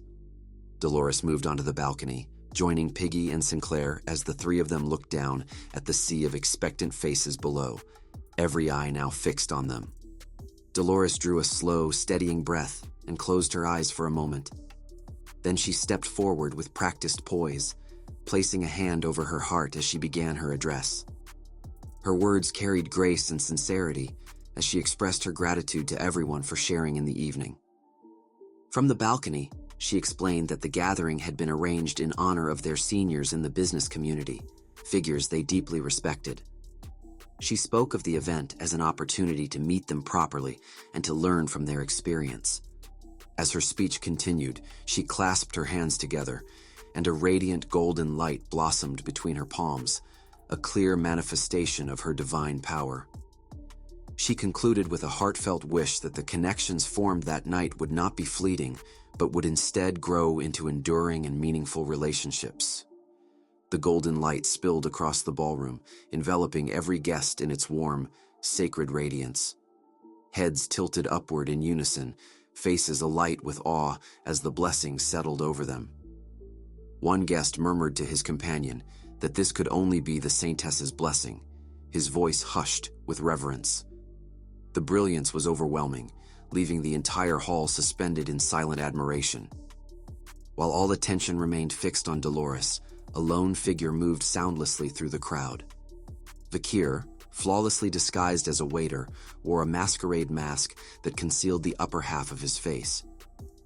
A tray of wine glasses rested steadily in his hands as he passed among the guests, his expression calm and unreadable while he surveyed the unfolding scene, one he and Dolores had orchestrated with meticulous care. Only a few nights earlier, beneath the moonlight on the rooftop, this very spectacle had been conceived. When the Nighthound revealed his plan, Dolores had reacted with barely contained shock at the mention of hosting a grand party, hastily covering her mouth to keep from waking the dormitory with her gasp. Vikir had confirmed it without hesitation, instructing her to hold a lavish banquet and extend invitations to the Empire's wealthiest elites, with Illegitimate positioned as a crucial guest. He assured her that word of the Oracle Club's astonishing success had already spread throughout the business world, and that their rapidly growing reputation would ensure the invitations were received with enthusiasm and respect. Despite his confidence, Dolores had worried over the cost, questioning how they could possibly finance an event of such scale. Realization had dawned on her as she looked at the Nighthound, and he affirmed her unspoken thought. Vikir explained that the funds they had amassed were already sufficient to host the banquet, even after returning both the principal and the promised dividends to every investor. With her financial concerns put to rest, a different unease crept over Dolores. She clutched her dressing gown tightly, her shoulders drawing in as doubt clouded her expression. Her gaze dropped to the floor as she quietly wondered whether she was truly capable of hosting a gathering for people of such power and influence. The Nighthound turned toward her, his visor concealing his eyes as he studied her in silence. After a moment, he broke the quiet with a calm reassurance, explaining that he fully intended to slip into the party himself. Dolores's eyes widened, surprise quickly giving way to relief. Vikir rose to his feet and added that his presence was necessary, as he needed an opportunity to make contact with Damien. Dolores looked up at him, absorbing his words in silence. When the realization finally settled that he would be there with her, her uncertainty dissolved. Confidence rushed back in its place. Her face brightened into a determined smile as she stood from the stone seat, clasping her hands together with renewed energy. She declared that if he would be there, then she would give the event her absolute best. Back at the banquet, Vikir moved smoothly through the crowd in his disguise as a waiter. From the edges of the ballroom, he observed Dolores with quiet approval. Despite her earlier doubts, she was performing flawlessly as the hostess. Shifting his focus, he scanned the room, noting that nearly every prominent figure from the Empire's financial world appeared to be in attendance. Only one question remained. Had Damien accepted the invitation? Pausing behind a pillar, Vikir let his gaze sweep carefully over the guests. At last, a faint, satisfied smile curved his lips. Seated within a private lounge area, leisurely sipping a glass of red wine, was his target at last, Damien Bourgeois, director of the Imperial Mint. Damien's gaze lingered on the surface of his wine, his thoughts so distant that the chatter around him dissolved into little more than background noise. A blonde-haired man nearby remarked that the rumors about the student investment club were true. Not only had they achieved remarkable results in the mock investment competition, but they had also invested real capital and amassed an impressive fortune in the process. Another man let out an amused chuckle, adding that the very fact they had rented the Obelia Banquet Hall, the largest and most extravagant venue available, spoke volumes on its own. The two exchanged knowing looks, convinced the students had learned the ultimate lesson, that money was everything. This experience, they believed, had taught them that with enough wealth, anything was possible. A third man, who had been listening in, raised a hand and interjected. He agreed that money was powerful, but argued it was not absolute. There were things in this world wealth could never resolve. As a casual example, he mentioned that no amount of money could bring the dead back to life. The seemingly offhand remark struck Damien like a blade. His expression darkened instantly, features twisting with a surge of raw pain and anger. His fingers tightened around the stem of his glass until his knuckles whitened. The words had touched something deeply personal. His hand began to tremble, sloshing wine over the rim as those around him stared, stunned by his sudden, violent reaction. Without saying a word, Damien pushed himself to his feet. One of the men called after him, asking where he was going. With his back turned to them, Damien forced his voice steady and offered a clipped excuse, claiming the wine had made him feel overheated and that he was stepping outside for some air. As he walked away, his companions were left staring after him in confusion, unable to fathom what they might have said to draw out such a dark, wounded expression. From across the hall, Vikir, still concealed beneath a waiter's uniform and mask, had witnessed the entire exchange. He recognized the opening at once. Damien retreated to a secluded balcony, where he stood alone beneath the full moon, one hand resting on the railing as he struggled to steady himself against the painful memories the conversation had unearthed. The quiet did not last long. Footsteps approached from behind, followed by a calm voice that broke the silence. The masked waiter emerged from the shadows. Vikir asked, in a measured tone, whether the director truly believed there were things in this world that money could not accomplish. Behind the visor, his crimson eyes glimmered faintly. Damien turned, regarding the stranger with a mix of irritation and curiosity, and questioned why a servant would ask such a philosophical question at such a moment.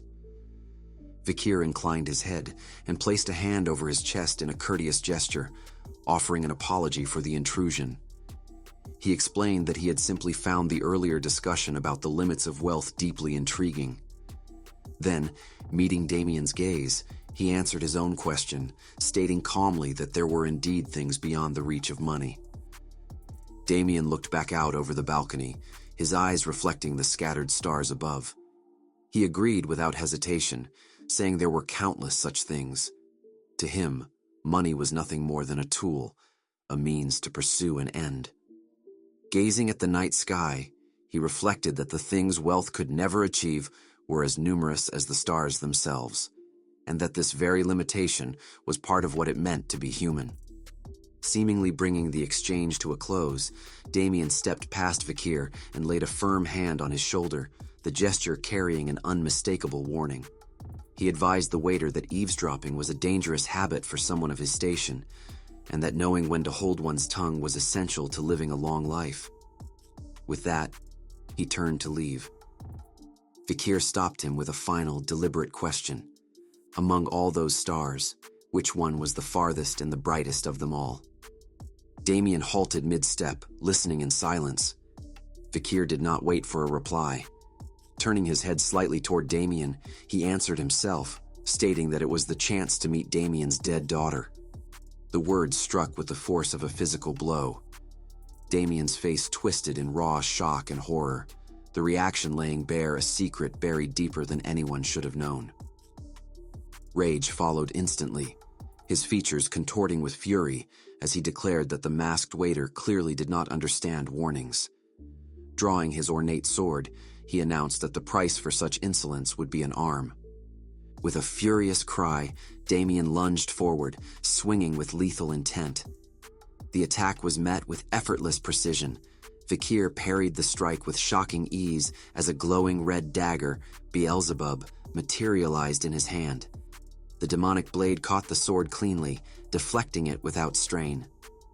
Holding the dagger steady, Vikir calmly repeated his question, asking whether Damien truly did not wish to meet his daughter. Driven past his breaking point, Damien snarled, realizing his opponent harbored no fear of death. He unleashed his power, and his sword transformed into a serrated, chainsaw-like weapon of pure golden energy, which he brought down with overwhelming force. The assault proved futile. With a single decisive swing of his crimson dagger, Vikir shattered the weapon entirely. The impact sent Damien staggering backward, sweat pouring down his face as shock and disbelief overwhelmed him. Defeated in an instant, he demanded to know the true identity of the impossibly strong waiter who stood before him. Beneath the full moon, red dagger glowing ominously in his grasp, Vikir stood tall and unshaken. He revealed himself at last, declaring that he was the Nighthound, and that he had come to make Damien a deal.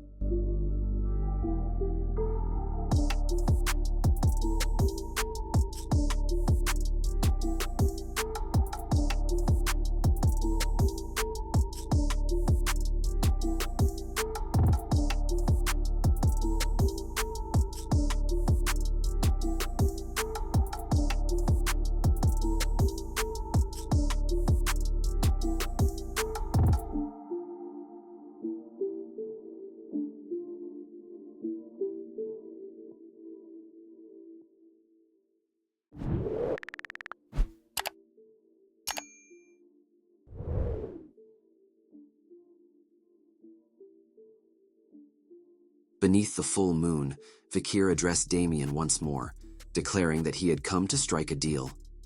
He leveled the demonic blade Beelzebub at him and revealed the heart of his proposal.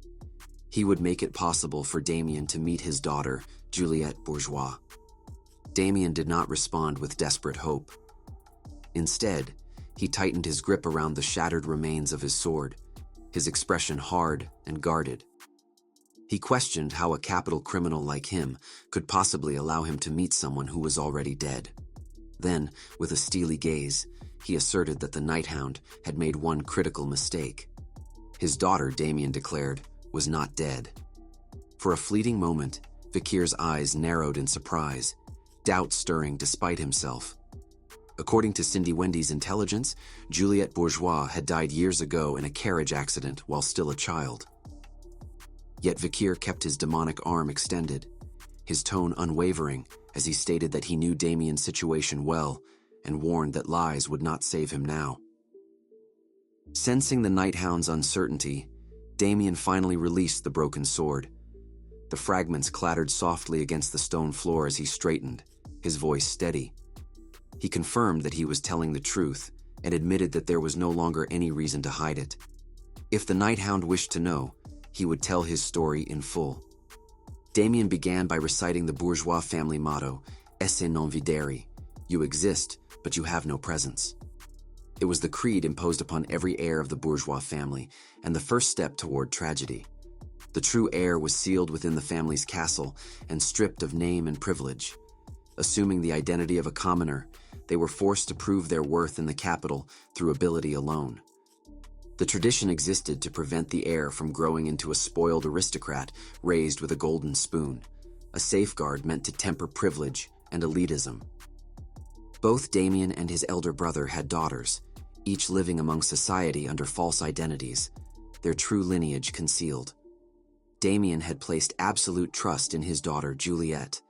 She possessed extraordinary talent and promise, and he believed that once she returned to the family after proving herself as the rightful heir, he would reclaim everything his brother had taken from him and rise as the most powerful figure within the bourgeois clan. That expectation was shattered. He recalled the day Juliette came to him, desperate and trembling. She begged her father for money to treat Romeo's illness. During her time volunteering, she had fallen in love with a lowly soldier, and to save his life, she had relinquished her right to inherit and returned to Damien. That man, in Damien's eyes, had nothing, no origins, no talent, no future. His only redeeming quality was that he judged no one, showing kindness and gentleness to all. Damien had been consumed by fury. He believed Romeo had ruined the daughter he had raised and cherished, the daughter meant to restore his honor and secure his future. Yet Juliet pleaded again, insisting that Romeo would die if he was not treated soon. As Juliet continued to beg, Damien's anger hardened into a frigid, merciless fury. He ordered his men to seize Romeo and drag him away. Juliet screamed and struggled to stop them, but she was powerless as they tore the frail, sick man from her grasp. Damien recalled that the ordeal reached its climax on a day soaked in relentless rain. Before a sobbing Juliet, he had commanded his men to beat Romeo until he hovered on the brink of death. He believed that only such brutality would shatter her delusions and force her to return to her senses. Standing over them in the freezing downpour, he coldly demanded she abandon her foolishness.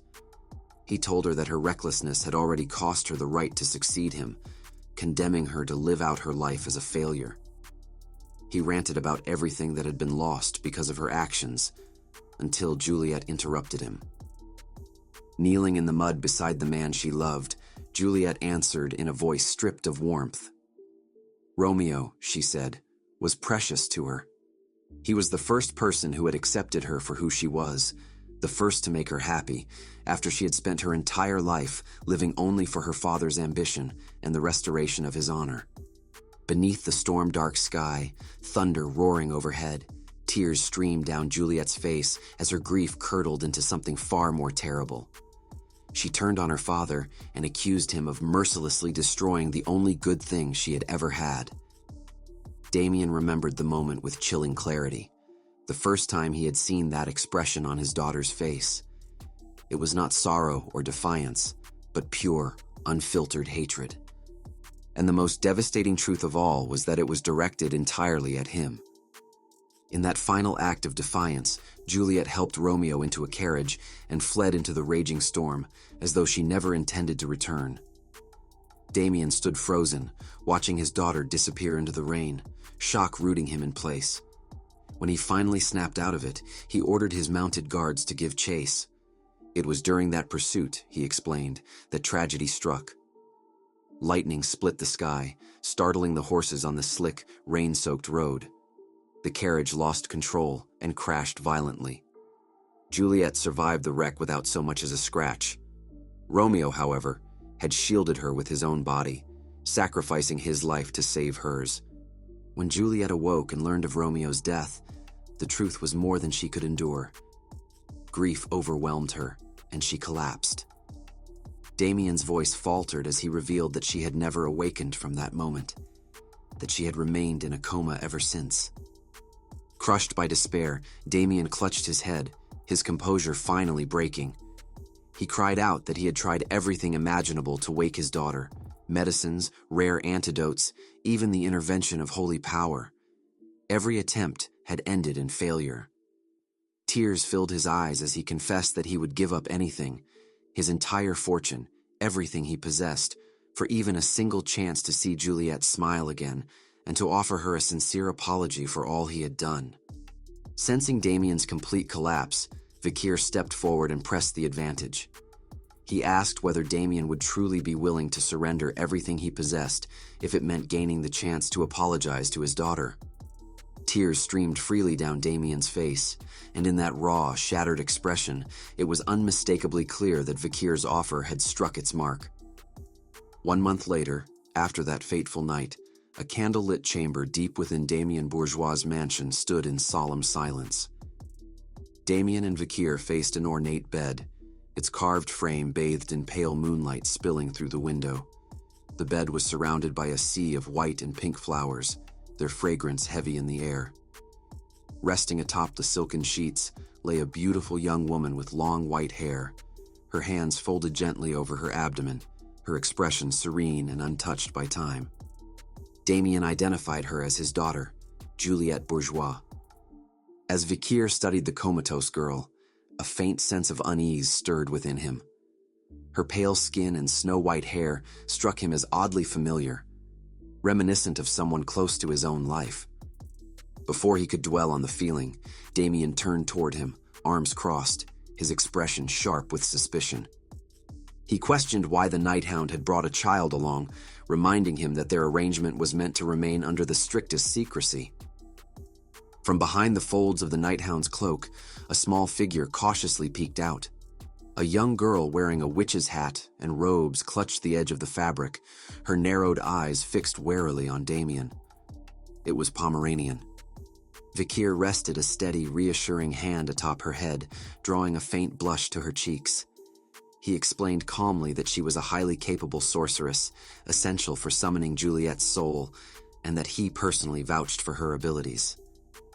Vikir crouched to Pomeranian's height and offered quiet encouragement, reminding her that her gift for sensing souls was exceptional.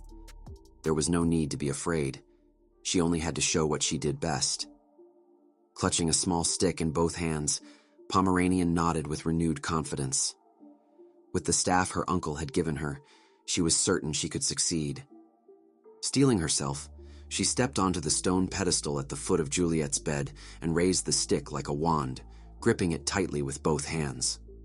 As she began the soul-summoning ritual, her focus sharpened.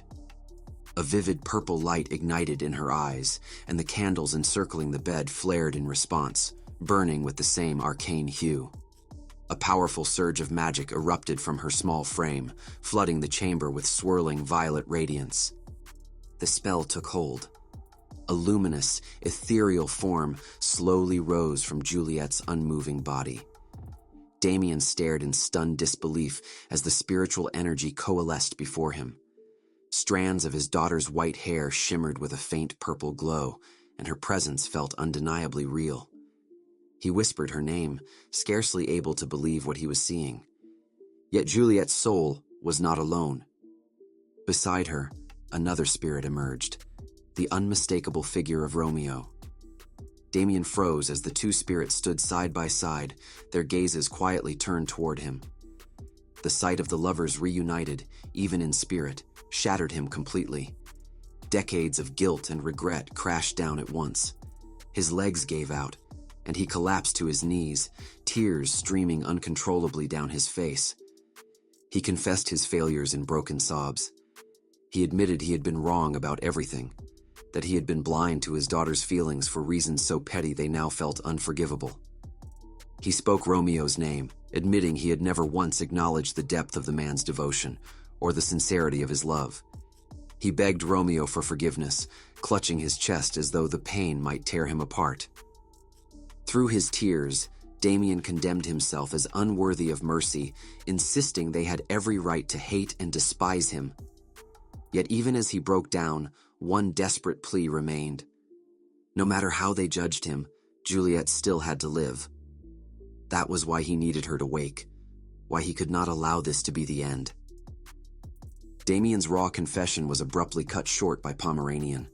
She lifted her hand and pointed toward the two spirits, her small voice delivering a truth that struck harder than any accusation. Juliet, she explained, was not trapped at all. She possessed the ability to return to her body whenever she wished.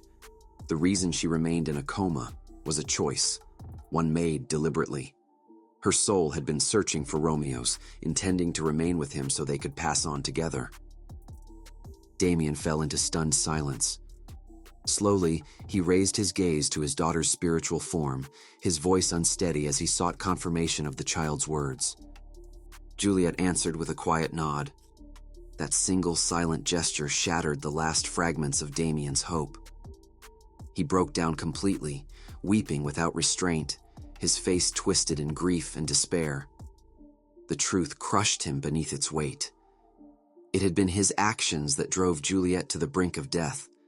His cruelty had led Romeo to sacrifice his life to protect her. And in the end, it was because of him that his daughter had chosen death itself, seeking reunion with the man she loved rather than returning to the world he had made unbearable. With agonizing clarity, Damien understood there was no undoing the past. No apology, no repentance, no amount of regret could turn back time or erase what had already been done. Yet as his sobs slowly subsided, a different resolve took hold. Regret alone was meaningless now. What mattered was what he could still do for his daughter in this final moment. Pomeranian's warning sharpened that realization. Time, she explained, was running out. Juliet's soul had merely stepped away from her body, but Romeo was truly dead. Before long, he would be drawn onward to the afterlife, as the natural order demanded. Damien looked at the two spirits standing together and finally understood what was required of him. This would be the last thing he could ever give his daughter. As if sensing his thoughts, Vikir's voice echoed through the chamber, calm and certain. He reminded them that the bond between souls was eternal, untouched by distance or time. In a calm, resonant voice, he addressed the souls of the bride and groom, asking whether Romeo and Juliet would accept their shared fate, entwine their souls, and love one another for all eternity. Within that luminous realm, the spirits of Romeo and Juliet reached for each other's hands. Their answer was immediate and unwavering. Together, they accepted, their forms shining brilliantly as joy and relief washed over them. Juliet turned to Romeo and confessed her love without hesitation, and he answered her with tears in his eyes and a serene, accepting smile, returning her feelings with equal devotion. The spiritual Damien raised his hand and declared them bound as husband and wife. As the ceremony concluded, Juliet's spirit turned away from Romeo and flew into the arms of her true, grieving father. Clinging to him one final time, she apologized through tears, then thanked him from the depths of her soul for making a choice that allowed her, at last, to be happy. Damien held her tightly, his body trembling as the weight of that fleeting, precious moment overwhelmed him. Before the watching eyes of the night hound, Pomeranian, and Romeo's spirit, he gave his daughter his final blessing.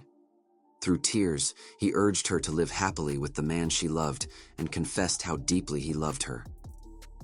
As his words reached her, Juliet's spirit began to glow with a soft, radiant gold. With a peaceful smile, she returned his words, telling him she loved him too, before her form dissolved gently into light. Damien was left kneeling alone in the hushed chamber, the echo of his daughter's final voice lingering in the silence. Upon the flower-strewn bed, the long ordeal came to its end. A calm, serene smile rested on Juliet's physical face, her soul finally at peace, reunited with her love as it departed from the world. If you're enjoying this series, please give the video a like. It really helps others discover it. And if you'd like to see more, consider subscribing to the channel. Want the next chapter? Comment "next chapter" below.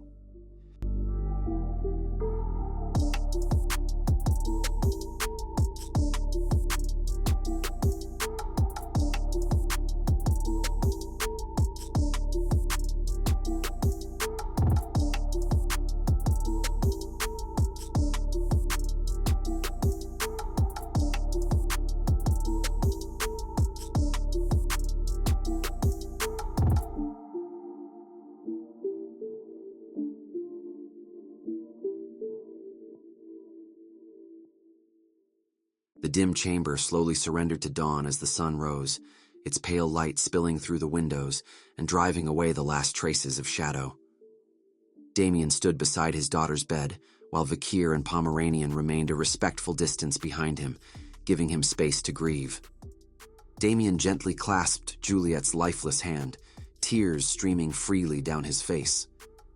For the first time, he felt he had truly atoned for his sins as a father. Nearby, Pomeranian watched with wide, uncomprehending eyes, gripping her wooden staff tightly. Unable to contain her curiosity, she quietly asked Vikir why Damien was crying. Vikir kept his gaze fixed on Damien. After a brief pause, he answered in a low voice that the tears were likely born from gratitude, sorrow, and love all at once. Pomeranian tilted her head, clearly confused. She asked why. If Damien loved his daughter and felt thankful, he was not smiling instead. Why did love make him cry? She repeated the question, her voice small but insistent. Vikir fell silent again, searching for an answer that could reach a child. At last, he extended a hand and gently patted her head, telling her that when she grew older, she would experience many things and eventually understand. Unsatisfied, Pomeranian puffed out her cheeks and muttered that it sounded difficult. After a moment, Damien straightened his back, still facing away from them as he steadied his breathing. In a hoarse, subdued voice, he offered them both a quiet word of thanks. Then he turned to face Vikir, saying that because of them, he had been able to do everything he could for his daughter as a father. Vikir dismissed the sentiment with calm finality, stating that no further words of gratitude were necessary. Instead, Vikir extended his hand, the crimson light behind his visor flaring ominously. He reminded Damien that a debt still remained. Without hesitation, Damien dropped to one knee, his head bowed in submission. He swore his oath with solemn resolve, pledging everything he possessed to the Nighthound. When he looked up again, he pressed a hand to his chest, his expression stripped of all hesitation, and told Vikir to name his price. Vikir's reply was cold and merciless. His red eye burned with lethal intent as he raised the demon blade Beelzebub and drew it slowly across his own neck in a silent gesture. He wanted the head of the bourgeois family's patriarch, Bartolomeo Bourgeois, the current head of the clan. Later that night, in a secluded gazebo overlooking a moonlit garden, a clandestine meeting was held. Damien Bourgeois stood beside the Nighthound and introduced the third figure present, Dolores, explaining that she was a trusted ally who would be assisting them. Damien greeted her with formal courtesy, addressing her as the Saintess of Quo Vadis and expressing what an honor it was to finally meet her. He remarked that he had seen her during the University League competition and again at the recent banquet, never imagining their next encounter would be under such grave circumstances. Accepting his hand, Dolores returned the greeting with a polite smile, stating that the honor was hers. Even so, she could not hide her disbelief that the Nighthound had succeeded in turning Director Damien into their insider, silently wondering what events had driven him to oppose the head of his own family. Without wasting a moment, the Nighthound cut to the heart of the matter, the crimson glow of his eye intensifying. He stated that the purpose of their gathering was clear: to devise a plan for the assassination of Bartolomeo Bourgeois, the patriarch of the bourgeois clan. Damien, his expression grim, informed them he had already laid the groundwork. He explained that he had used his trusted people within the family to spread rumors about the Oracle Club's incredible success, knowing it would catch his brother's attention. The plan had been a success, and as a result, he had managed to secure a dinner appointment with Bartolomeo himself. The revelation left Dolores visibly shaken. She had never expected to be seated with someone who had attended the bourgeois family patriarch's private gatherings. She had only ever heard rumors of those secret dinners. Beside her, Vikir remained silent, his fist clenched tightly at his side. Damien confirmed her suspicions. It was the infamous dinner in the vault, an exclusive, almost mythical affair reserved for only the most influential figures in the Empire. He went on to describe the vault itself in precise detail. It was a cubic structure, 50 meters in length, width, and height, its walls reinforced with mithril and orichalcum. The place was an iron fortress, completely severed from the outside world and saturated with powerful anti-teleportation magic. Within it lay mountains of gold and priceless treasures. Damien then raised a single finger, emphasizing the most critical detail: the linchpin of their plan. Bartolomeo possessed a peculiar habit. Whenever he held an important meeting or meal, he did so entirely alone within the vault, and always for exactly 1 hour. As Dolores processed this information, a bead of sweat slid down her cheek while the implications settled in. A full hour, utterly isolated from any outside interference, offered the perfect window, an uninterrupted, unseen opportunity. It was, without question, the best chance they would ever have. Still, Dolores quickly voiced a practical concern.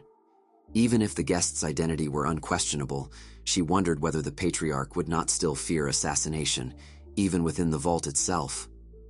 Damien folded his arms and admitted that, while the concern was perfectly logical, he had never once seen his brother show even the slightest fear of such a possibility.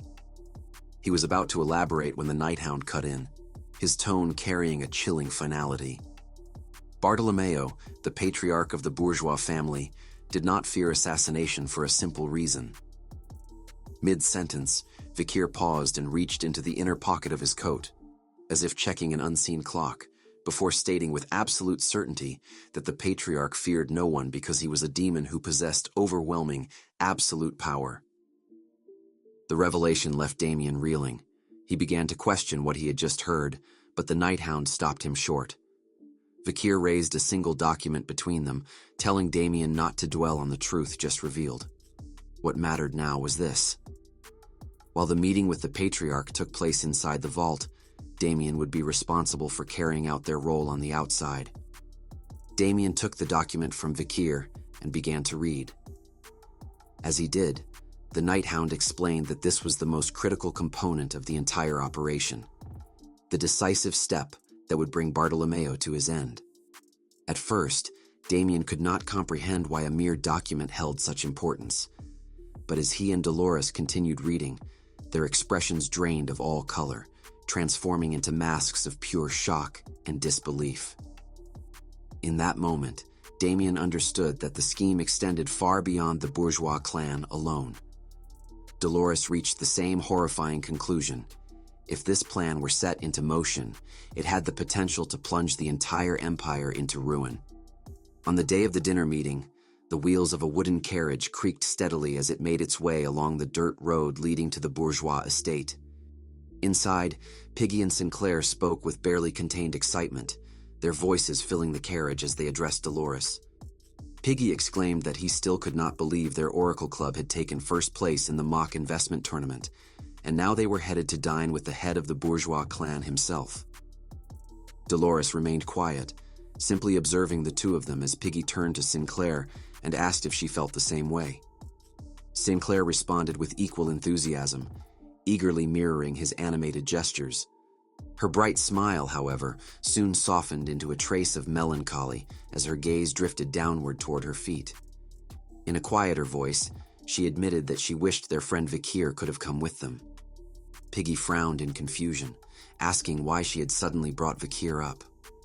Sinclair explained that Vikir had once promised to visit her family's estate, which only deepened Piggy's bewilderment as he asked what she meant by her house. Noticing his reaction, Sinclair closed her eyes and forced a light, dismissive smile, brushing it off as nothing. She remarked that Vikir simply seemed to have been very busy lately. Piggy nodded in agreement, finally understanding, and added that he too had found it hard to even share a meal with Vikir in recent times. Suddenly, as if struck by an important realization, Piggy's demeanor shifted entirely. He reached into his pocket, prompting Sinclair to watch him with open curiosity, while Dolores remained quiet, lost in her own thoughts. With visible excitement, Piggy unrolled a long scroll and proudly announced that he had prepared a thorough list of questions to ask the head of the bourgeois clan. Turning to Sinclair, he explained that the list covered the future flow of the empire's economy, financial statements, the criteria for discovering new businesses, and the merger and acquisition of small and medium merchant and mercenary guilds. He added, with equal seriousness, that he also wanted to ask about wealthy people eating chicken. Piggy and Sinclair continued chatting animatedly, completely unaware of the true reason for their visit. Dolores stayed silent, her eyes hidden beneath the curtain of her bangs. When she finally looked up at them, a wave of guilt washed over her. She thought of the danger she was leading her innocent friends into, and a silent apology formed in her heart, just as the carriage rolled to a stop before the towering gates of the bourgeois estate. The massive, ornate doors swung open, and the three students were ushered inside. They entered a lavish waiting room, their eyes widening at the overwhelming luxury that surrounded them. Sinclair and Piggy immediately drifted in opposite directions, eager to admire the decor, while Dolores remained standing near the entrance.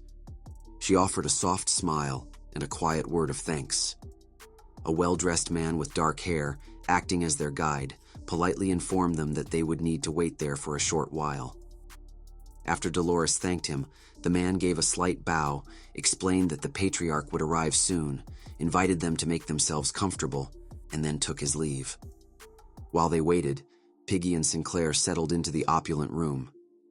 Piggy remarked that the reception area was absurdly luxurious, adding that the sofa felt 100 times softer than the bed back in their dormitory. Sinclair readily agreed, commenting on how plush and comfortable the cushions were, while Dolores quietly walked over to the tea cart. Piggy then turned to Sinclair with renewed enthusiasm and asked whether she had thought of any questions to ask the head of the bourgeois clan. Sinclair looked at him, momentarily at a loss for words. After a pause, she lowered her gaze to her feet, her expression tinged with sadness, and admitted that there was only one thing she was curious about, but she could not bring herself to say it out loud.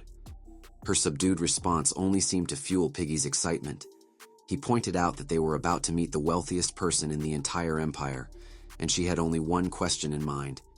He stressed that this was a once-in-a-lifetime opportunity and insisted that she should take full advantage of it, even joking that she ought to leech off the patriarch's knowledge as much as possible. As her friends continued their innocent chatter, Dolores looked down, her face tightening with guilt and strain. Moving carefully, she took out a small vial and discreetly poured its contents, a sleeping potion, into a nearby pitcher. She knew she had to ensure her friends would be fast asleep before the dinner began, if only to keep them safe from the danger that lay ahead. Her thoughts were abruptly interrupted when Piggy suddenly wondered aloud whether Bartolomeo would like the gifts they had prepared, suggesting they open the boxes to make sure everything was in order.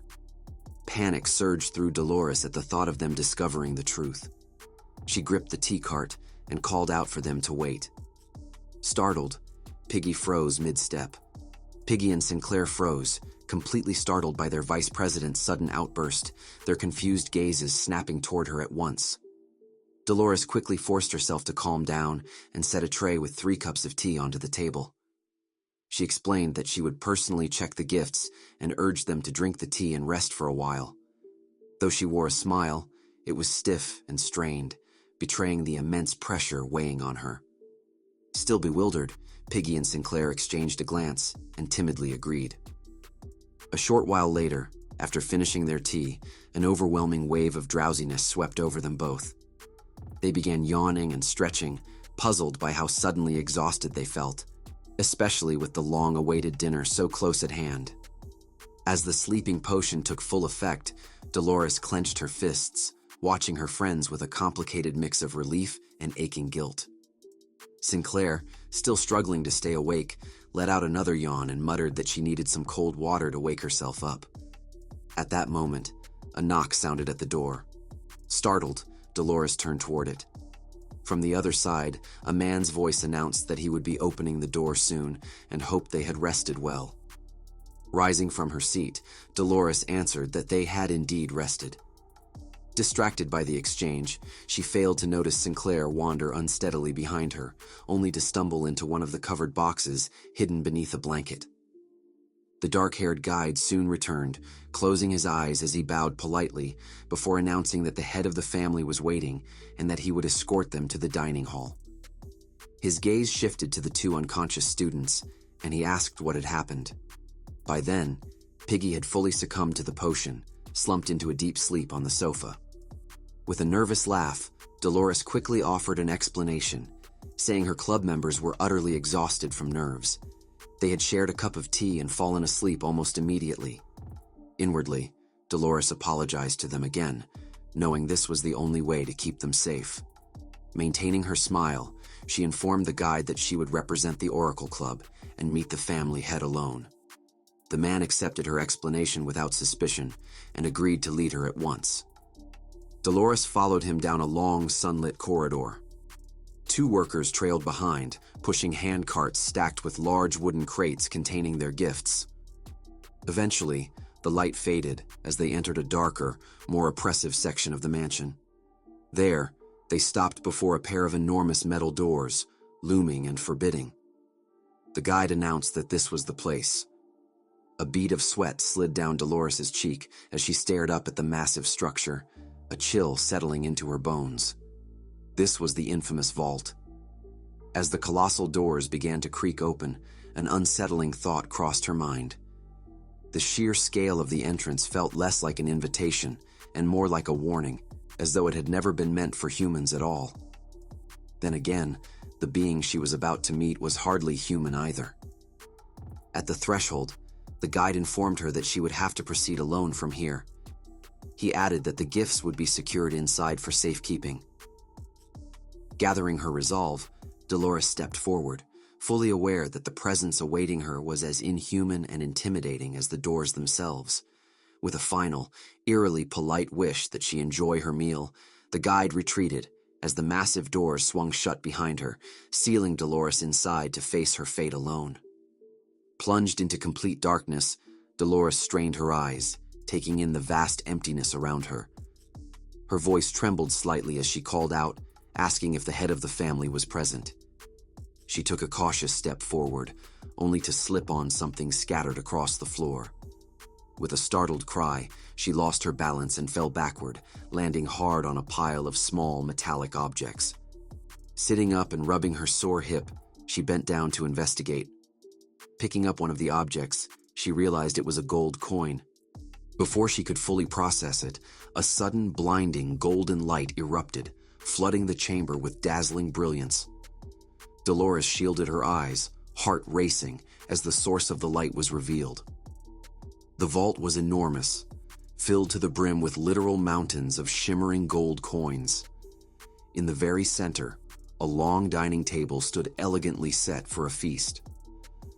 Dolores remained seated on the floor amidst the treasure, completely speechless at the sheer scale of the wealth surrounding her.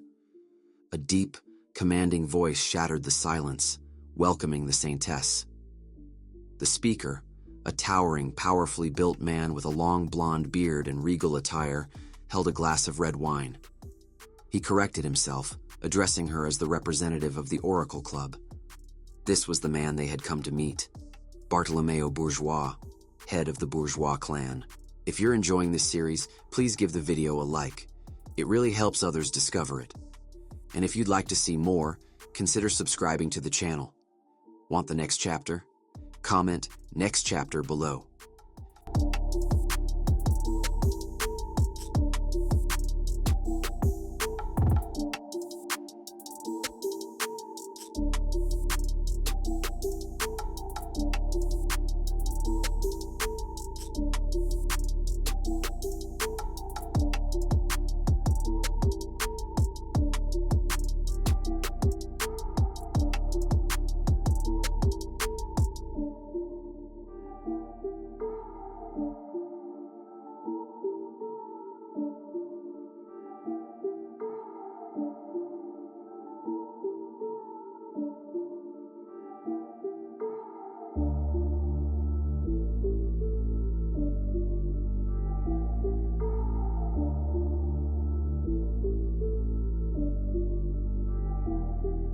Surrounded by the flickering glow of candlelight reflecting off endless mountains of gold and jewels, Dolores nervously took her seat at the grand dining table opposite the imposing figure. She clasped her hands together to still their trembling. She was sitting face to face with the head of the Bourgeois family, one of the 7 great clans, Bartolomeo Bourgeois, the wealthiest man in the capital, no, in the entire world. Dolores watched him closely as he closed his eyes and casually cut into his steak, utterly unbothered by the vast treasure surrounding them. Yet she knew the truth hidden beneath that calm exterior. Bartolomeo was a demon. Without pausing his leisurely movements, Bartolomeo began the conversation by praising her, remarking that her abilities were truly impressive. Dolores snapped out of her tense stupor and looked up at him in confusion, unsure of what he meant. He elaborated calmly, explaining that he had reviewed her investment history. Lifting a neatly cut piece of steak, he specifically mentioned her decision to invest an enormous sum into the Cindy Wendy Merchant Group, a trader operating out of the western jungle. He noted that most people would have hesitated to take such a risk. As he brought the meat to his lips, Bartolomeo glanced at her and observed that her boldness and discerning judgment were rare. He admitted, without reservation, that he was impressed. Bartolomeo went on to compliment her further, remarking that the very person he needed to learn from was sitting right in front of him. Caught off guard by the unexpected praise, Dolores lifted a hand toward her face and could only manage a soft, restrained expression of thanks. Almost immediately, the Nighthound's warning echoed in her mind. Bartolomeo watched her from across the lavishly set table, faint confusion crossing his features at her sudden, awkward reaction. He had been told she was composed and sharp, yet now she seemed strangely unsettled. The Nighthound had warned her that Bartolomeo was dangerously adept with words, that once the conversation began, it was easy to be carried along by its rhythm without realizing it. Lowering her gaze, Dolores recognized how close she had come to falling into that very trap. Without looking up, she steadied herself and dismissed his praise as an exaggeration. Bartolomeo paused, his expression unreadable. Then, as if the moment meant nothing, he casually introduced a remark that sent a chill through her. He mentioned that Cardinal Humbert had visited him earlier that day, adding that the cardinal seemed to be meeting quite frequently with influential figures from the Quo Vadis family. The name struck Dolores with crushing force. Her face went still, her eyes dimming as sorrow crept into her expression. She had known Humbert was consorting with heretics, but she had never imagined that the reach of his corruption extended this far, into the presence of a demon and the highest echelons of power. Bartolomeo set his knife and fork aside, having noticed the confusion lingering on Dolores's face, and questioned whether his earlier words had made her uncomfortable. He observed that, as the saintess, she was aligned with the New Testament faction of the church. Still unsettled, Dolores quietly confirmed that she was indeed affiliated with that faction. Leaning back, Bartolomeo rested both hands on the arms of his throne-like chair and spoke of his long-standing relationship with the priests of the Old Testament faction. He claimed that this connection was the very reason he had felt slighted by her distance, as though she had deliberately kept herself apart from him. Dolores remained motionless, unable to immediately find an answer. Extending a hand in what appeared to be a gesture of goodwill, he continued, his words carefully shaped to draw her in. He professed a desire to grow closer to the New Testament faction as well, lamenting that its followers viewed his ties to the Old Testament priests and the immense wealth surrounding him as something inhumane, wicked, even monstrous.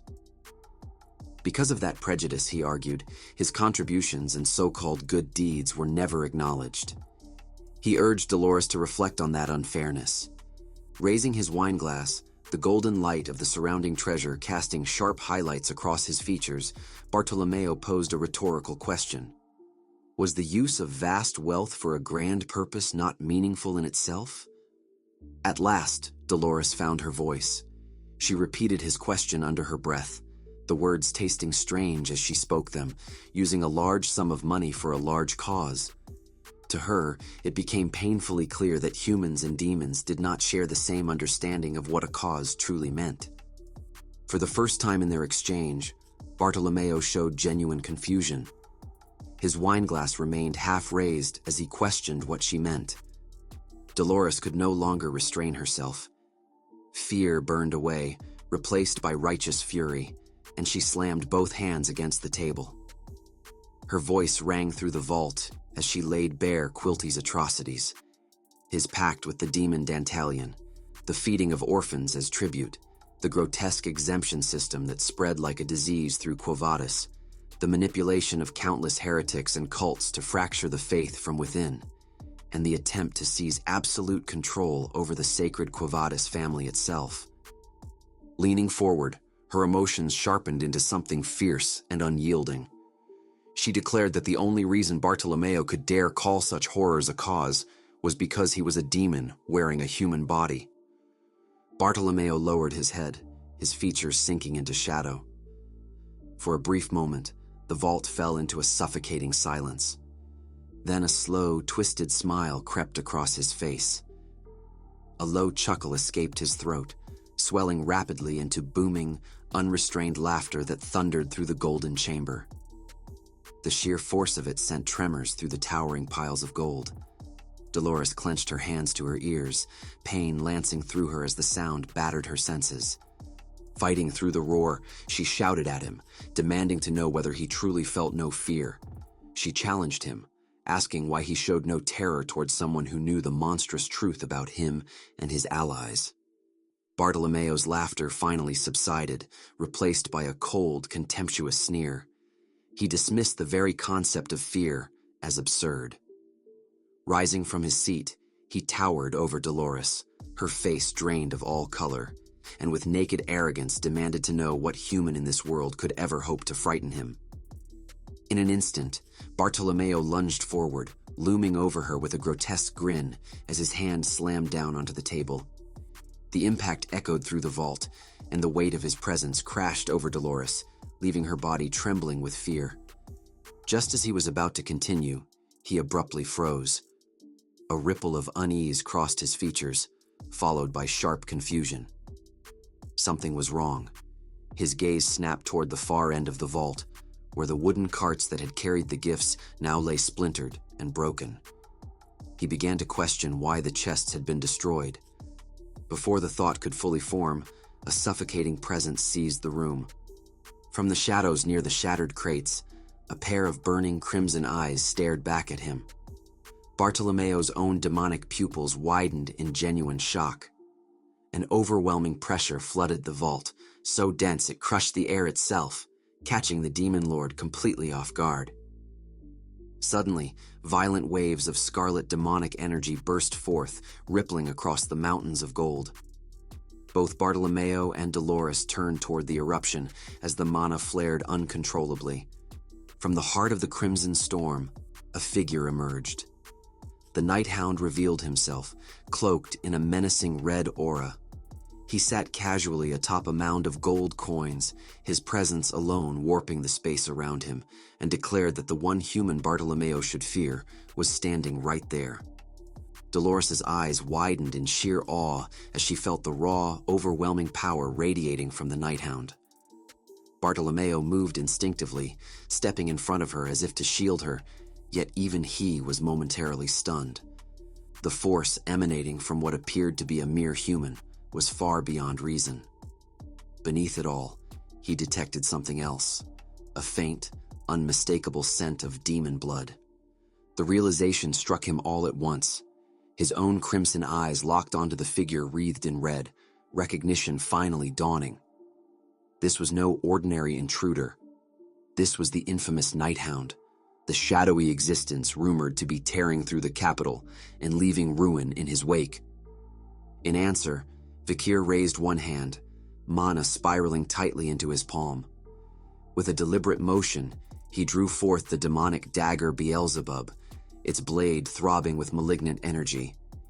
He announced that he had come to kill him, the head of the bourgeois family, or, as he put it, the Sixth Corps. Vikir launched himself from the crest of a towering mound of gold, his body cutting through the air like a crimson blade. Bartolomeo's eyes widened, reflecting the Night Hound's blood-red glare as the attack closed in. Mid-air, Vikir lifted his dagger high, mana surging violently around him, his killing intent unmistakable. Bartolomeo braced himself, watching the Night Hound descend. When their powers collided, the impact triggered a cataclysmic explosion. A tidal wave of gold coins erupted outward, screaming through the vault as smoke and debris swallowed the chamber whole. Reacting on instinct, Dolores shut her eyes and threw her hands upward, summoning a protective barrier of golden light around herself. The shield flared just as the shockwave reached her, absorbing the worst of the impact. As the smoke began to thin, Bartolomeo's smile remained unchanged. He stood completely unshaken by the initial assault, an amused chuckle rumbling from his chest. He remarked that the Night Hound, at the very least, knew how to wield a blade. When the haze finally cleared, Vikir's eyes widened in surprise. His strike had been stopped. Bartolomeo had blocked the demonic dagger with a weapon of his own. A sword formed in his grasp, its presence overwhelming. Golden mana radiated from Bartolomeo's body like an impenetrable shell as he boasted of his own considerable skill. The two clashed in a violent exchange. Vikir's crimson dagger flashed with blinding speed, each swing carrying lethal intent. Yet Bartolomeo parried every strike with effortless precision. The relentless defense forced Vikir to give ground, retreating a step as he reassessed the situation. As his gaze fixed on Bartolomeo's weapon, a chilling realization set in. He recognized the blade at once. It was a sword famed for its terrifying sharpness, capable of cleaving steel as if it were cloth, and for the curse bound to it, a corruption that turned any wielder into a tyrant, in exchange for power. It was a relic of the Baskerville family, meant to be sealed away on the deepest floor of their estate. The legendary sword, Balmung.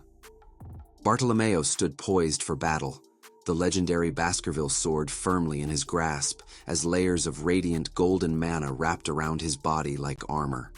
A menacing smile spread across his face while the tip of the blade ignited, flames licking along its edge. Vikir's mind raced.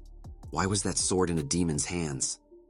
As if sensing the unspoken question, Bartolomeo lifted the blade until it was level with his face and casually revealed that, in his youth, he had once been considered a promising swordsman. The former patriarch of the Baskerville family, captivated by his talent, had taken him in as a disciple and personally bestowed the sword upon him. With a careless motion, Bartolomeo lowered the blade to his side, remarking that even he had never expected the patriarch to gift him such a weapon. Vikir remained silent, his hands tightening into fists. Bartolomeo declared that Vikir's luck had run out. In the next instant, he launched himself forward, blasting across the mounds of gold and kicking up clouds of dust. His sword rose high before crashing down in a brutal downward slash.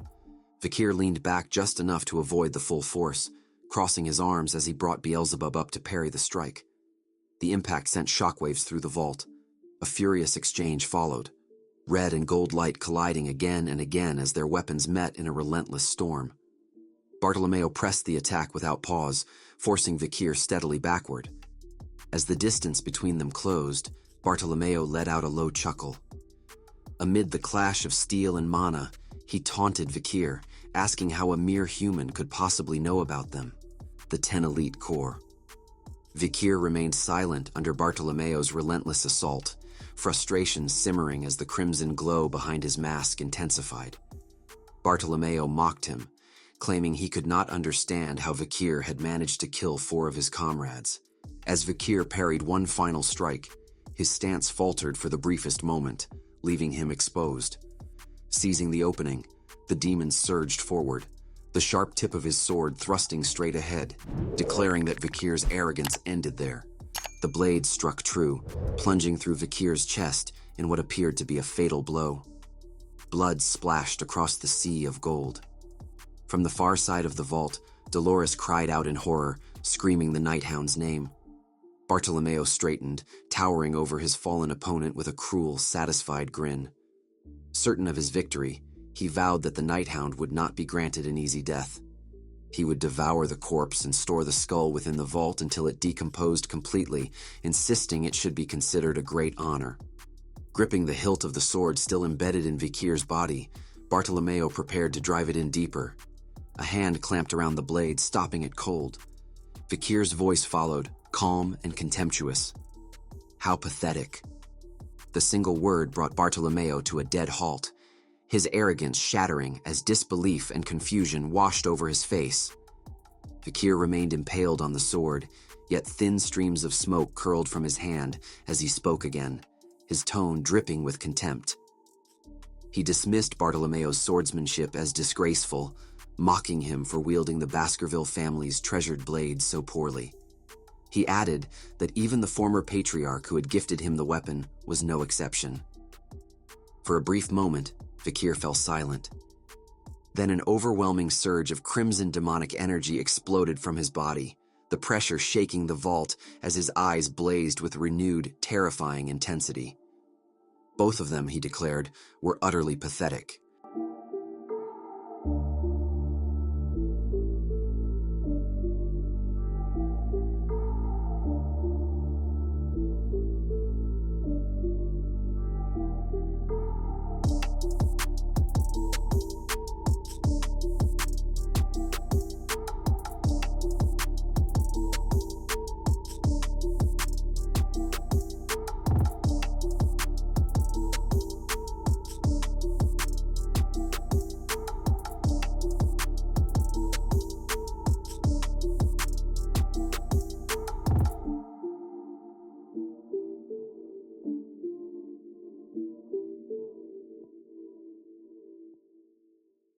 Bartolomeo and Vikir locked eyes, and the confidence that had once curved Bartolomeo's lips drained away. The legendary Baskerville sword was still embedded in Vikir's left shoulder, its blade stained dark with blood. Annoyance crept into Bartolomeo's voice as he dismissed the Nighthound's earlier bravado, claiming he could not even properly clash blades and was already struggling to keep up, nothing more than empty words. That arrogance faltered the instant Bartolomeo tried to withdraw his sword. It would not budge. His expression twisted in confusion as he realized the blade was being held fast. Vikir's bare, bloodied hand had closed around the edge, gripping it with unyielding strength. As Bartolomeo strained to wrench the weapon free, Vikir seized the opening. Beelzebub flared to life in his other hand, erupting in crimson light as he struck. He challenged Bartolomeo's claim with cold certainty, asking whether he still believed it was all talk while pouring his red mana into the dagger. Bartolomeo's eyes widened in disbelief. The power surrounding the Nighthound was no longer fleeting or unstable. It was dense, solid, and overwhelming. In that instant, he understood the truth. The boy before him was a true Swordmaster. Vikir did not hesitate. He unleashed the Baskerville 7th technique. 7 crimson, claw-like slashes tore through the air, converging on Bartolomeo in a brutal head-on assault. The technique struck true, detonating in a violent eruption of dust and debris. Across the vault, Dolores raised her arms to shield her face as the shockwave tore through the chamber. Vikir's 7th technique hurled Bartolomeo backward, sending him crashing into the towering mountains of gold. The resulting detonation ripped through the vault, shockwaves roaring outward as countless coins were flung into the air, clanging and scattering like a golden storm. From a safe distance, Dolores stood frozen, her mouth slightly open in awe. She watched in stunned silence, her gaze fixed on the figure of the Nighthound. He was far stronger than he had been during their battle against the demon Dantalion, stronger by an alarming margin. She could not fathom what had driven such a drastic surge in his power. Dust and debris churned around Vikir, the air vibrating with lingering mana, yet his eyes never left Bartolomeo's position. Then, from the far end of the vault, he caught a sudden flicker of movement. As the dust finally settled, the legendary sword of the Baskerville clan came into view. Bartolomeo still clutched its hilt in a death grip as gold coins rained down around him, clattering against the floor. He lay sprawled amid the treasure, grievously wounded, his left side nearly obliterated, his ribcage exposed. Blood pooled beneath him, staining the once pristine gold a dark, viscous red. Vikir's eyes flared crimson once more. In a cold, measured voice, he remarked that Bartolomeo had managed to pull back at the last instant and survive the 7th Baskerville technique. But from the look of things, continuing the fight would be difficult for him now. Bartolomeo remained slumped forward, his eyes hidden behind blood-soaked bangs. In a hoarse murmur, he admitted his realization. The Nighthound's rise was not a matter of luck. That alone explained how he had been able to kill his comrades. Even so, Bartolomeo forced out a mocking question, asking whether the Nighthound and Dolores believed they were safe. He reminded them that the vault could not be opened from the inside and would only unlock after a fixed period of time had passed. A defiant grin crept back onto his bloodied face as he warned them that once the doors opened, soldiers would immediately flood the vault, and he would report the Nighthound to the Imperial garrison. Before he could finish his words, Dolores cried out, her voice ringing with resolve. "Holy light!" Brilliant golden radiance erupted, engulfing Bartolomeo as he screamed in agony. Dolores raised the Mirror of Truth, an artifact said to expose the real face of any being reflected within it. Her voice rang out as she challenged Bartolomeo, asking who would ever believe his lies once the mirror revealed what he truly was. A demon, hiding behind a human mask. Bartolomeo screamed as the holy radiance scorched his flesh, shock flashing across his features at the sight of such a powerful sacred relic in her hands. The light from the mirror intensified, and his human visage began to warp and dissolve as though melting away. Skin sloughed off like wax, unveiling the grotesque, nightmarish demonic face beneath. With his disguise completely shattered, Bartolomeo abandoned all pretense. A massive, chilling grin spread across his newly revealed demonic features. In an amused yet threatening tone, he admitted that their preparations had been far more thorough than he had anticipated. At the same time, the wound Vikir had torn open with his technique began to writhe.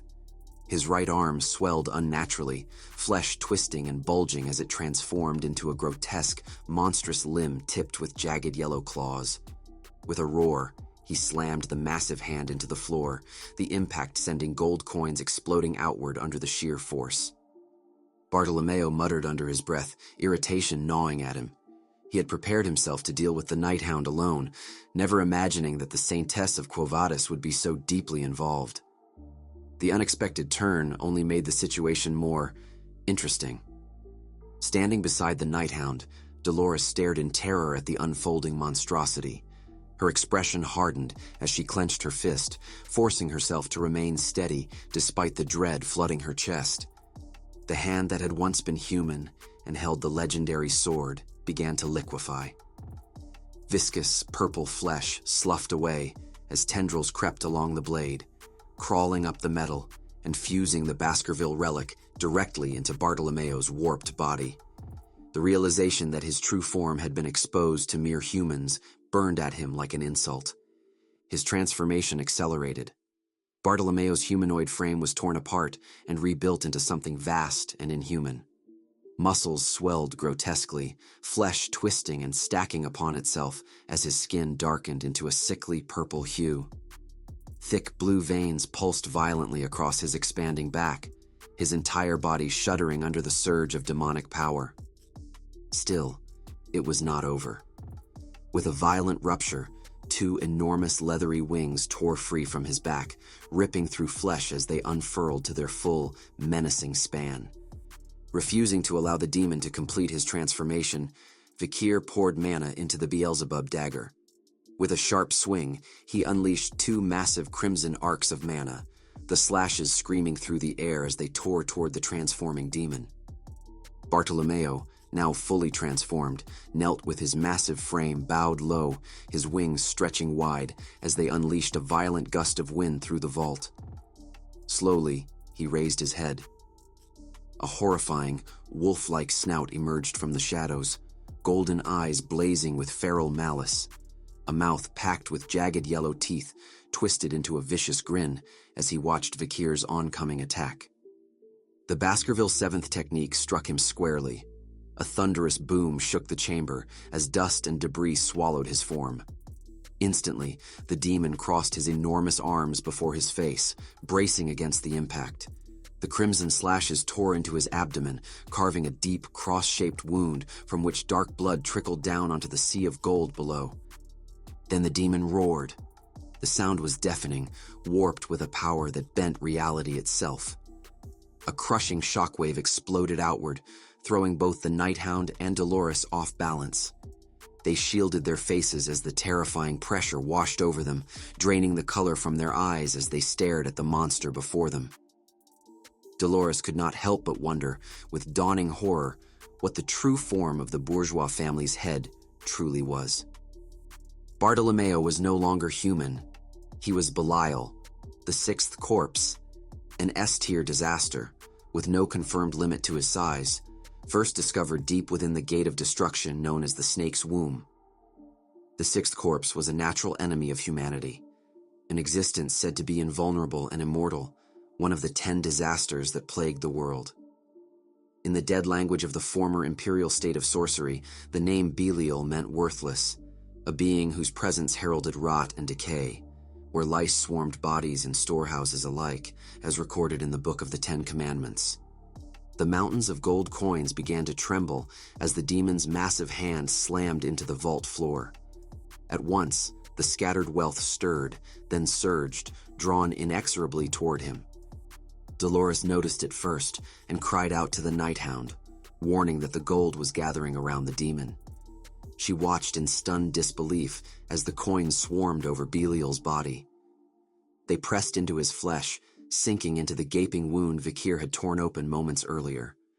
Before her eyes, The injury began to close, mended by layers of gleaming gold, as though the metal itself were his blood and bone. Belial exhaled a blast of scorching air from his snout and revealed the nature of his power.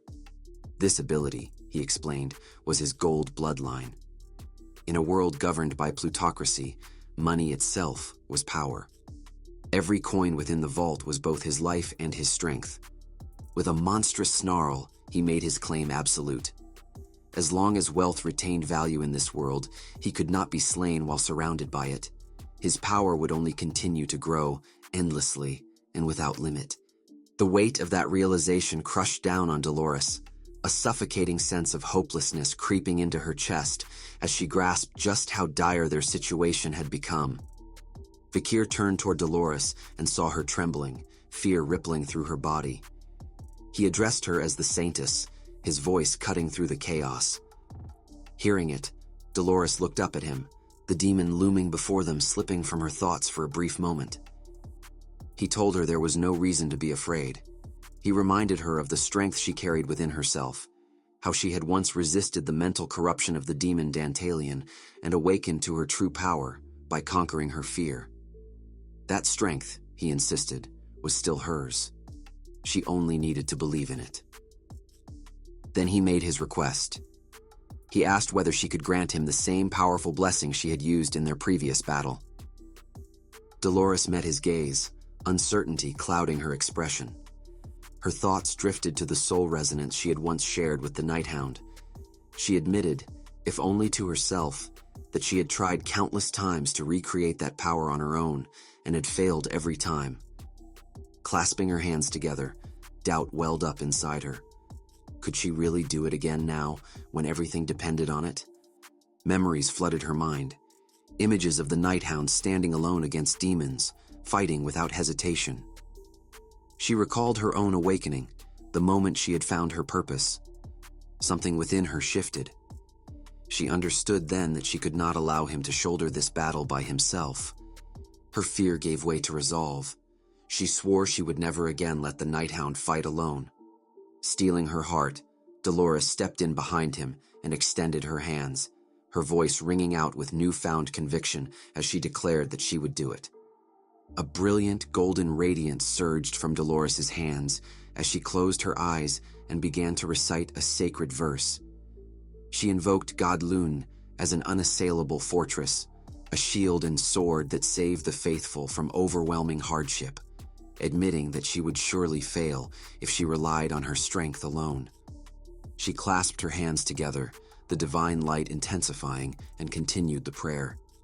She asked that someone strong might fight in her stead, that such power might answer her call.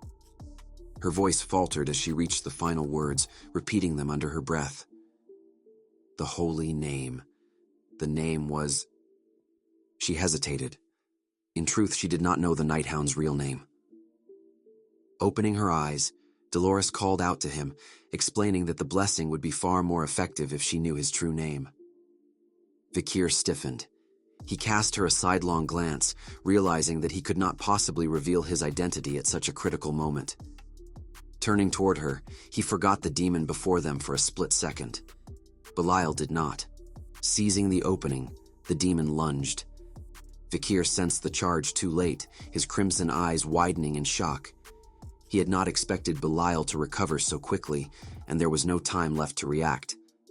A massive elbow slammed into him with devastating force, striking him squarely. The impact sent Vikir hurtling through the air. He crashed into a mountain of gold coins, then slammed hard against the vault wall. Blood burst from his mouth, staining his clothes. His left arm twisted at an unnatural angle, bones cracking audibly, while his right leg bent grotesquely beneath him. Dolores screamed his name. The demon did not spare him a second glance. Instead, Belial raised his grotesquely transformed arm, now fused with the Baskerville legendary sword and reshaped into a colossal blade. With a furious roar, he turned his killing intent toward the now defenseless Dolores. The massive blade came down in a lethal arc as Belial bellowed for the Saintess to die. Frozen in place, Dolores could only look up, her face drained of color and etched with pure terror as the killing blow descended upon her. If you're enjoying this series, please give the video a like. It really helps others discover it. And if you'd like to see more, consider subscribing to the channel. Want the next chapter? Comment "next chapter" below.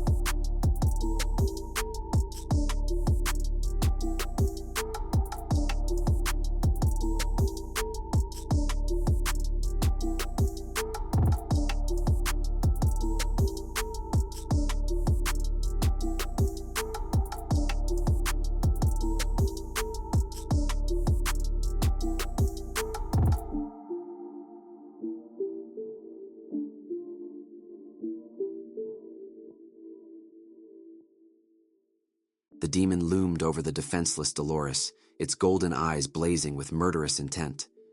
Its grotesque mouth gaped wide as it unleashed a thunderous roar, condemning the saintess to death. Dolores sat frozen in place, her body locked in terror, eyes wide as tears streamed down her cheeks. The color drained from her face as death closed in. Towering above her, Belial raised its massive, malformed blade arm and swung it downward to deliver the killing blow. Seated and unable to flee, Dolores could only accept that this was the end. Just before the blade could strike, a brilliant streak of crimson light erupted from the place where Vikir lay unconscious. The light tore through the air like a scarlet comet, surging forward before expanding outward. In an instant, it formed an enormous, intricately layered magic circle directly between Belial's descending blade and Dolores. The demon was completely shocked. The magic circle, with a large reptile-like eye at its center, blocked the attack with ease. The powerful blow stopped as if it had hit an invisible wall. A calm voice came from the circle, greeting Belial and saying it had been a long time. Belial froze, confused about who had stepped in. Then understanding hit him, and his expression changed. He knew who had created the barrier. Decaravia revealed itself, changing from a necklace back into its large, star-shaped form. Its single eye narrowed as it stared at Belial. It became clear that the power protecting Dolores was Decaravia's. The demon said Decaravia's name in disbelief, then flew into a rage. He accused Decaravia of forgetting their mission to open the gates of destruction. He shouted that Decaravia had betrayed demonkind by siding with humans. Decaravia stayed calm. It explained that it had never truly been on anyone's side. Now, it was bound by a contract with a human, and its role depended on that contract. For the next 1,000 years, it would act as a shield, first for the woman in front of it, and then, correcting itself, for all humans. The demon flew into a rage.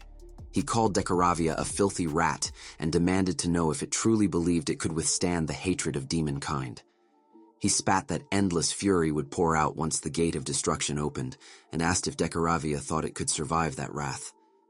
Decaravia remained unconcerned. It dismissed the threat, stating that such worries could be dealt with when the time came. It then calmly pointed out that the 10 elite corpses were growing weaker, and from its perspective, Belial was merely putting on a show of strength.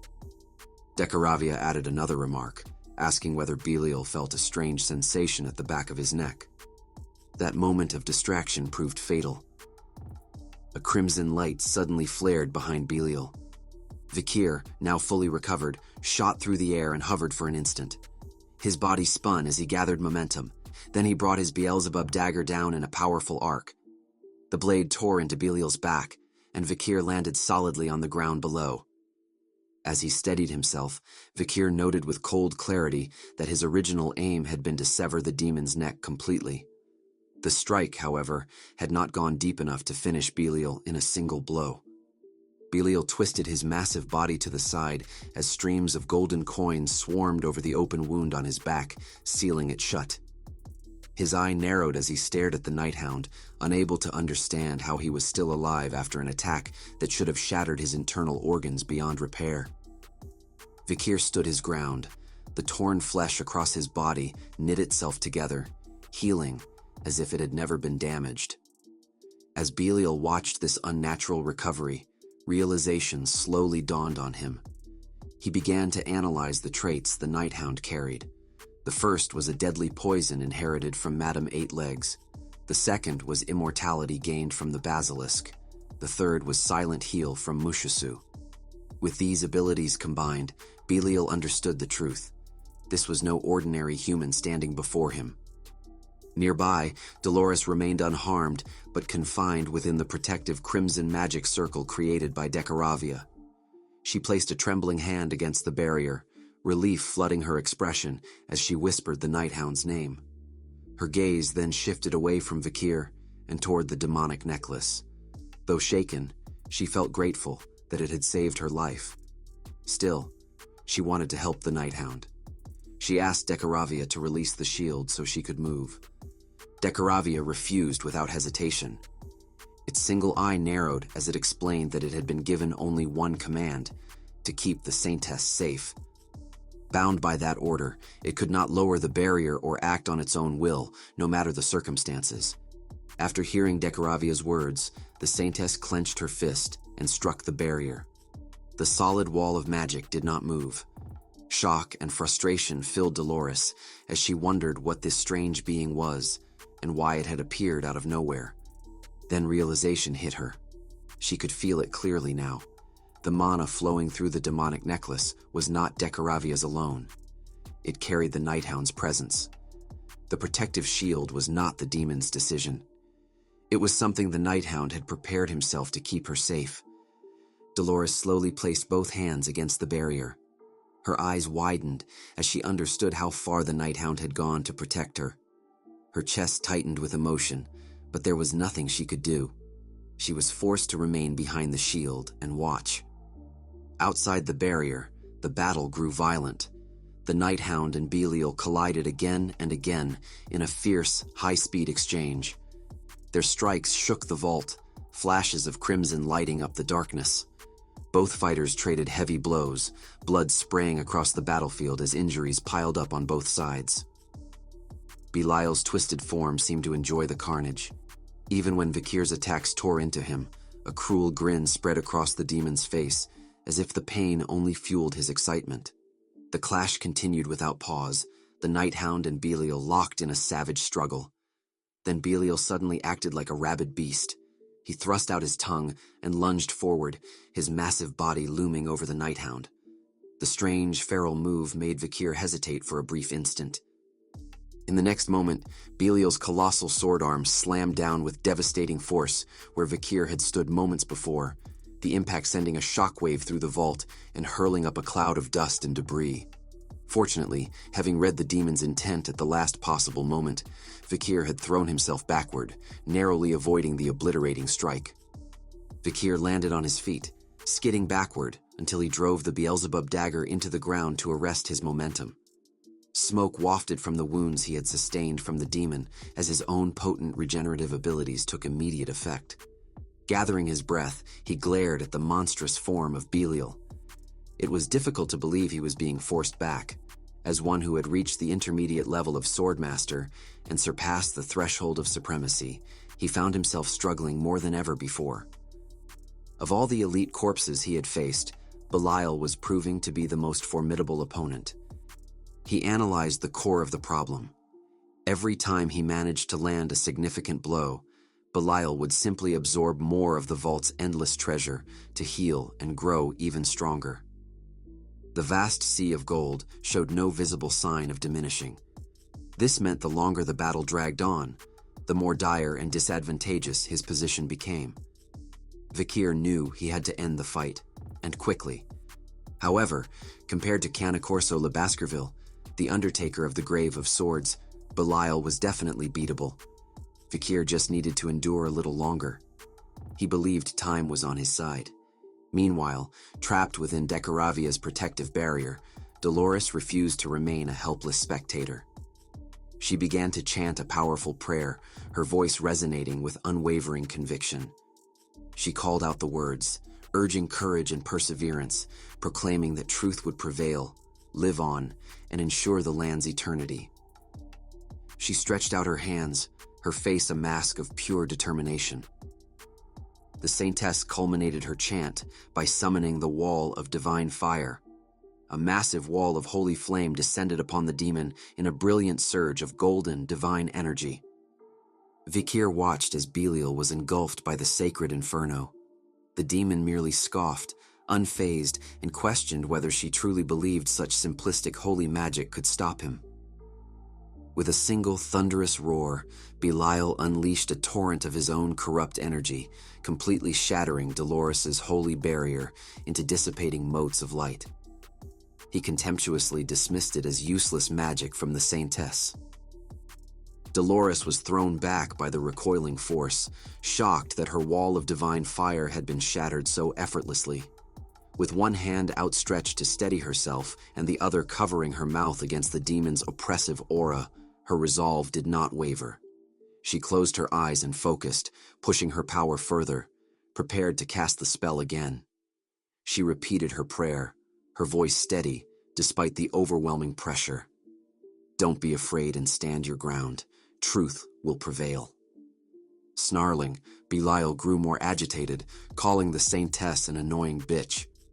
If she was so eager to die first, he declared, he would gladly grant her wish. Just as the demon reared back to strike Dolores, Vikir appeared behind him in a flash. The Beelzebub dagger ignited in his hand as he declared his opponent was him. For a split second, Belial's eyes widened in surprise. He had forgotten the Nighthound in his focus on the Saintess. The demon, however, showed no concern. A vicious smile spread across its face as its eyes began to glow with a brilliant golden light. Suddenly, serpentine tendrils of energy, gleaming like molten gold, erupted from the surrounding mountains of coins. They shot toward Vikir, wrapping around his body with immense force and trapping him completely. He struggled against the magical bindings, his muscles straining in a desperate effort to break free. With his enemy seemingly neutralized, Belial once again turned his full attention to Dolores. He raised a massive, grotesque arm and began to gloat. He mockingly asked if the Saintess was watching. This, he declared, was the wealth she so despised and believed was wicked. Dolores's eyes widened in shock, her mouth agape in awe, as more golden, coin-like tendrils sprouted from the sea of treasure. Belial pressed on, stating that even the Nighthound and her incredible divine magic were useless against it. Belial grew more serious, his confidence hardening as he declared that she would regret the day she had refused the corrupted wealth born from human greed. With that, he unleashed his ultimate attack. He thrust his hand forward, and a storm of sharp, golden projectiles erupted around it. Tendril-like streams of coins roared through the air, surging straight toward Dolores and Dekaravia's protective barrier. As the golden tendrils closed in, Dolores squeezed her eyes shut and crossed her arms over her face, bracing herself. Dekaravia's single eye widened, sweat forming as he watched the attack approach, uncertain whether the barrier could withstand it. The tendrils slammed into the shield. The coins turned red-hot as they struck, some slipping through. One tore across Dolores's right shoulder, ripping her uniform and grazing her skin. More sliced into her left arm and legs. Tears welled in her eyes as she prepared herself for death. Then she looked up. Her face spattered with blood, and she slowly opened one eye. Standing directly in front of her was the Nighthound. He had shielded her with his own body. Golden projectiles were embedded deep in him, piercing him in multiple places and leaving him terribly wounded. Dolores could only stare, frozen in shock and disbelief, her lips trembling as she tried to say his name. If you're enjoying this series, please give the video a like. It really helps others discover it. And if you'd like to see more, consider subscribing to the channel. Want the next chapter? Comment "next chapter" below. As Vikir stood firm, blood began to trickle down his legs like a fountain, pooling on the golden floor beneath him. His body was pierced by tendrils of solidified coins after having shielded Dolores from the demon's attack from below. Dolores's gaze could only drift upward, her lips barely parting to form the whisper of his name. A crushing tide of guilt crashed over her, the painful clarity that he had been wounded, terribly, and once more, all while shielding her. Decaravia, hovering silently above, remained quiet. Yet he refused to fall, even as his lifeblood seeped away. With a guttural growl, a violent surge of red demonic energy erupted from him. Vikir seized the golden tendrils that impaled him, and with a terrifying exertion of will, shattered them all at once, tearing his body free from their piercing hold.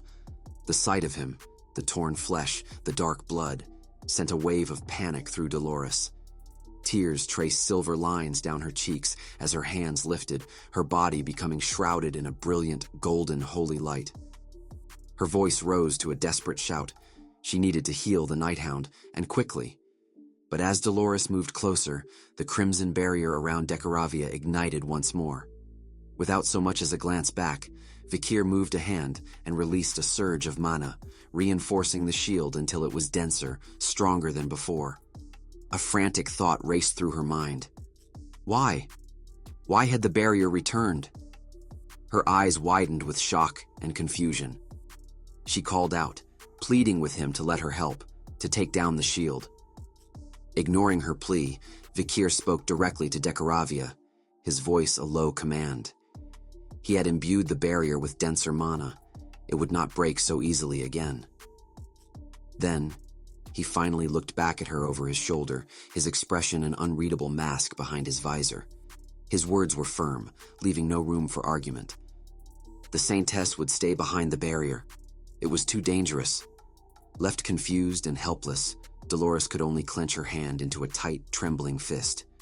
With that final command, he gathered what strength remained and leapt from the safety of the barrier, hurling himself back toward the maelstrom.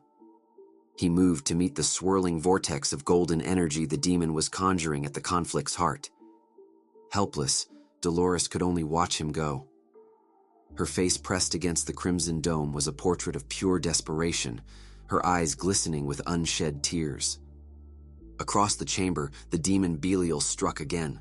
Countless sharp, golden tendrils materialized in the air, filling the space with their lethal, shimmering light. They hung suspended for a terrible moment, poised to fall, as Vikir braced himself for the coming onslaught. His eyes burned with twin hellish embers of red light. Fists tightening, the demon blade in his grip hummed with a terrible, contained power. When the storm of golden tendrils rained down, he did not retreat. He met it, head-on, his body becoming a vortex of motion. The blade became a crimson blur in his hands, a flurry of defensive strikes weaving a protective web of violent light. Every swing met its golden counterpart with a piercing metallic shriek.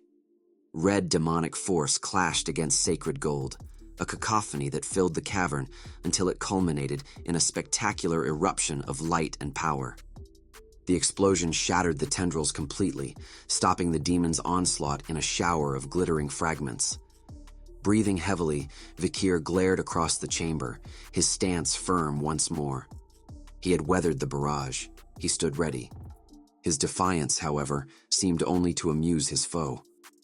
Unbothered, the demon Belial released a guttural roar of irritation. It raised its huge, grotesque arm, the Baskerville sword in its grip flaring with renewed malice. Then, with devastating, earth-shattering force, it brought the weapon crashing down in a single, obliterating strike. The impact was catastrophic. Vikir's guard shattered instantly, and the force of the blow slammed him into the ground with such power that he was sent skidding violently across the treasure hoard. He finally came to rest in a massive, newly formed crater, beaten and broken. His body had taken a tremendous amount of damage. Fresh, grievous wounds joined the old, and blood splattered across his pale face and torn armor. Gritting his teeth against a wave of agony, he stirred, his will alone refusing to accept defeat. Seeing its opponent still moving, Belial's anger surged. Enraged by the Nighthound's unnatural toughness, the demon channeled its absolute control over the cursed treasure. Driven by its wrath, Belial drew upon the Horde's very essence. From the shifting mounds, it summoned a colossal fist of solid, gleaming gold, raising it high above Vikir. The massive construct blotted out the cavern's eerie light. Then, with a sound like a mountain collapsing, it came hurtling down, aiming to obliterate the Nighthound completely. Looking up from the blood-slicked gold, Vikir's once glowing red eyes widened in a rare, genuine shock at the overwhelming force descending upon him. Trapped within Dekaravia's protective barrier, Dolores waged her own desperate and silent battle. Refusing to stand idle, she transformed her terror and guilt into frantic action. She threw herself against the unyielding crimson shield, pounding it again and again with her bare hands. A raw, throaty scream tore from her lips, a plea for release, born of pure desperation. Each blow landed with a dull, magical thud. With each impact, her skin tore. Knuckles split, palms shredded, forearms bruised and bled. Soon, a steady trickle of blood ran down her arms, yet she did not stop. Her sacrifice was for nothing. The shield did not so much as flicker. At her feet, a small, grim pool of her own blood began to form, a stark and silent contrast against the floor. From within its sanctum, Dekaravia watched. Its gaze, ancient and pitiless, seemed to linger on her injured hands as it communicated. The full weight of her powerlessness crashed down upon Dolores. Her last strength gave out, her legs buckled, and she collapsed to her knees.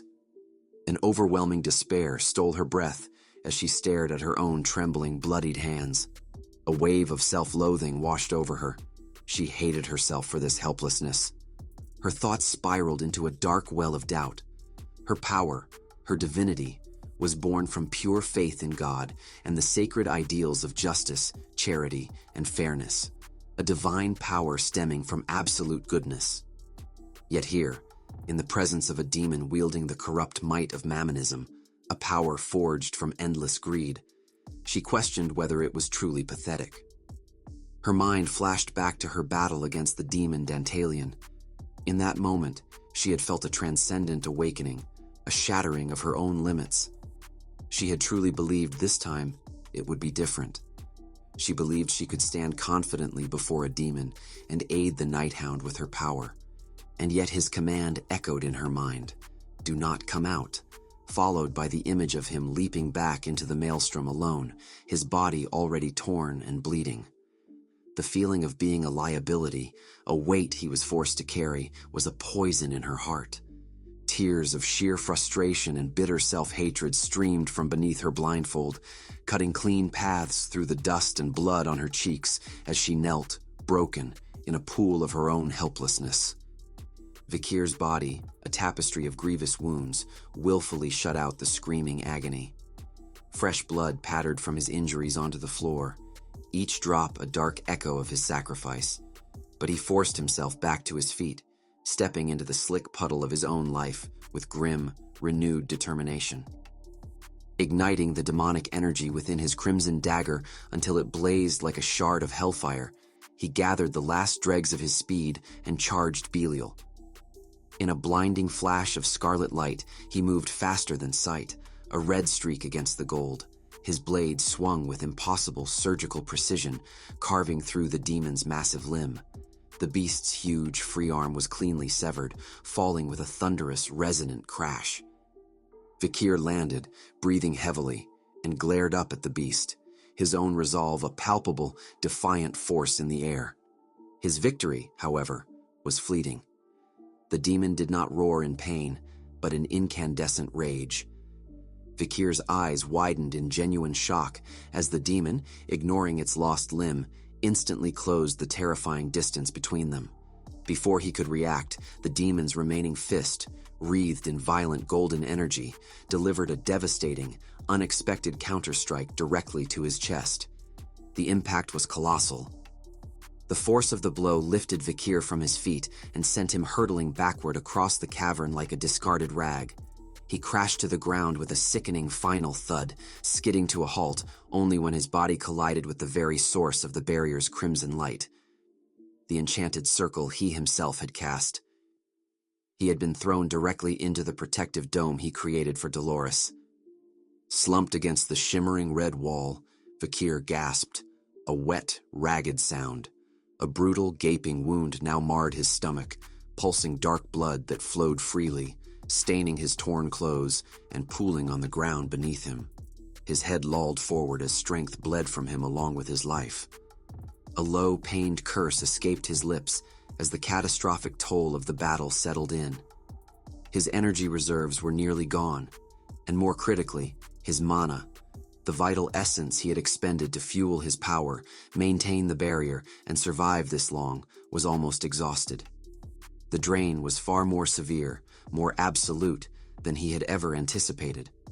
To make his dire situation utterly desperate, even the potent, rapid healing of the basilisk's regeneration was beginning to falter, its pace weakening under the strain.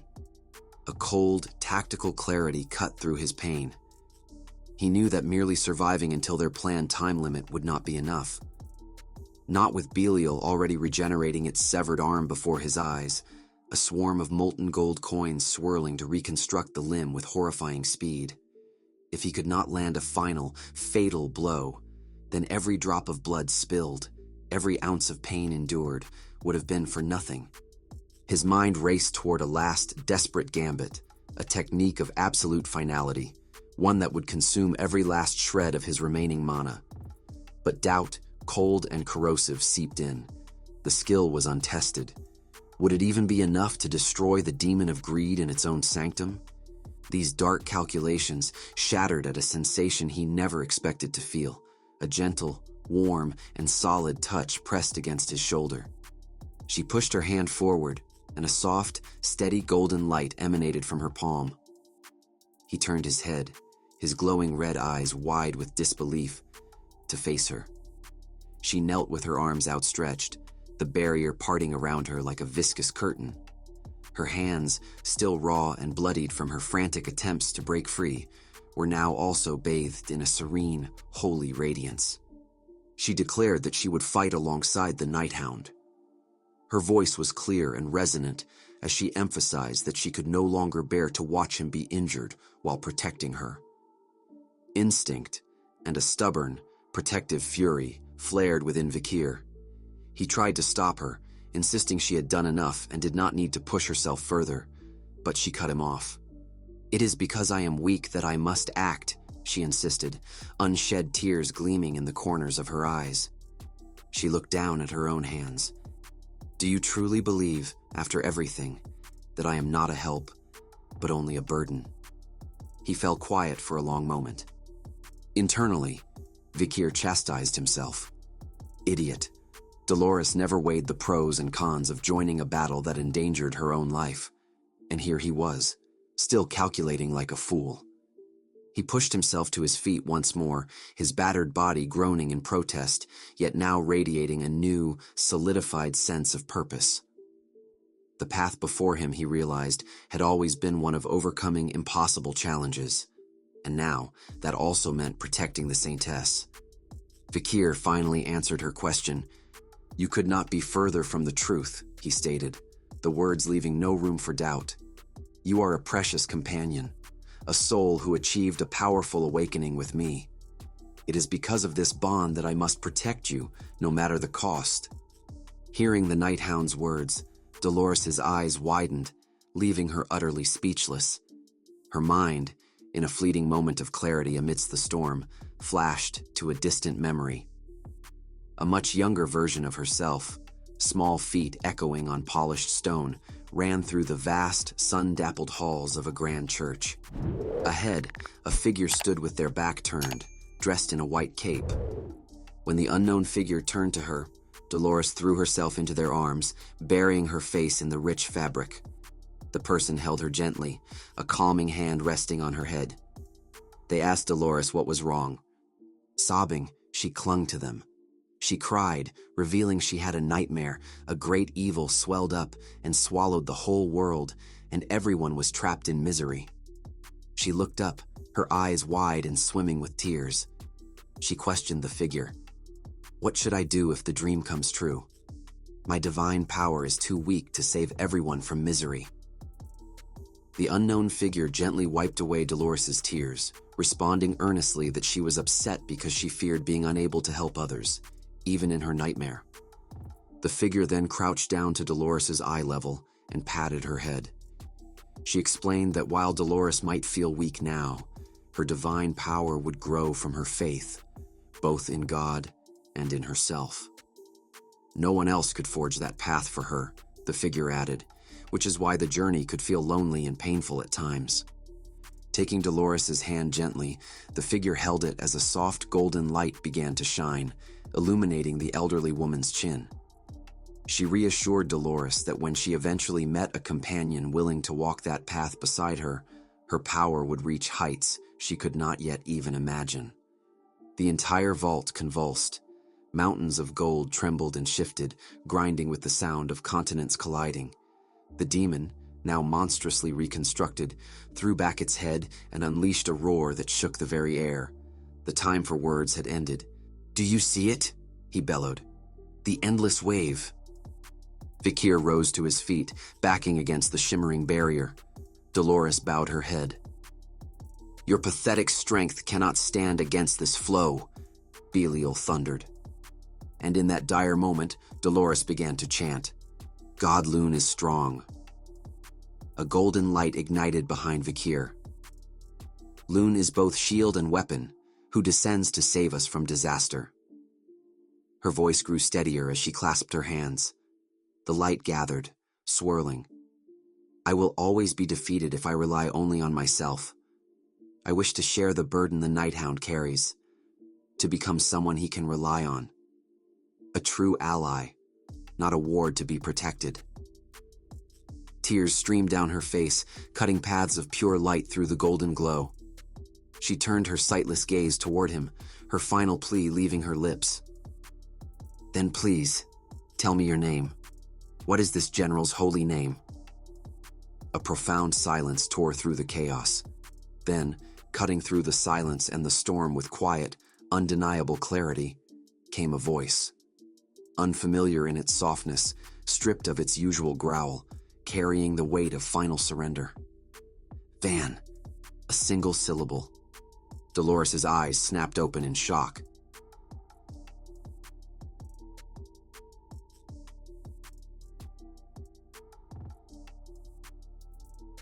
Names carried a mysterious power. Simply speaking, a true name could influence cause and effect, creating a strange energy that flowed between yin and yang. As the wave of golden coins swirled around them, Dolores and the Nighthound locked eyes. She could hardly believe that he had revealed his true name to her.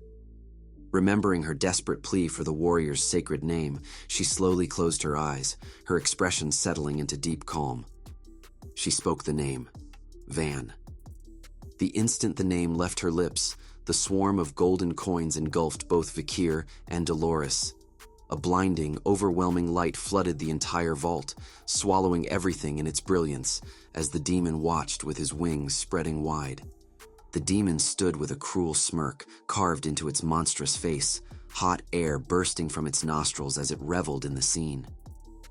It took pleasure in the irony, believing that being buried beneath a wave of gold was the kind of death humans secretly desired. Lifting its massive head, Belial let out a mocking laugh, already imagining how the world would be told that the Saintess had died after being taken hostage by the Nighthound.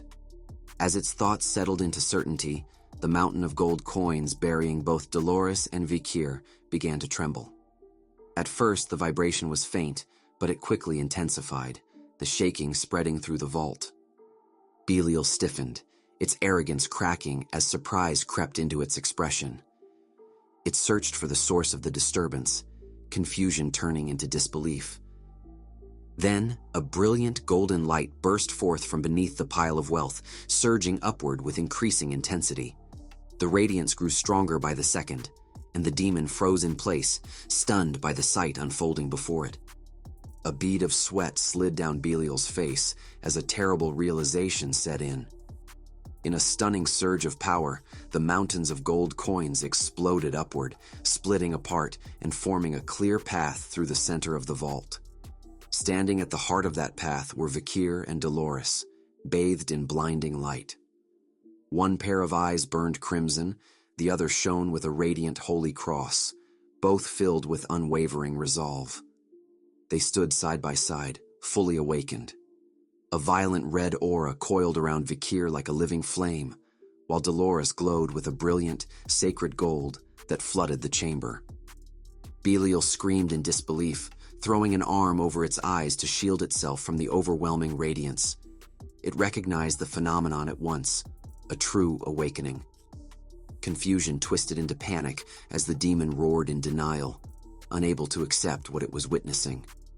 The golden light pouring from Dolores grew so intense that it crushed down on Belial's body, forcing the demon to one knee. With a furious snarl, it slammed a massive hand into the ground to keep from collapsing completely. As the golden light grew brighter, the demon spread its wings wide, wrapping them around its body like a shield. It realized with dread that this was the true light of an awakened saintess. The radiance was so intense that the demon could no longer focus, brighter even than the gold piled throughout the vault.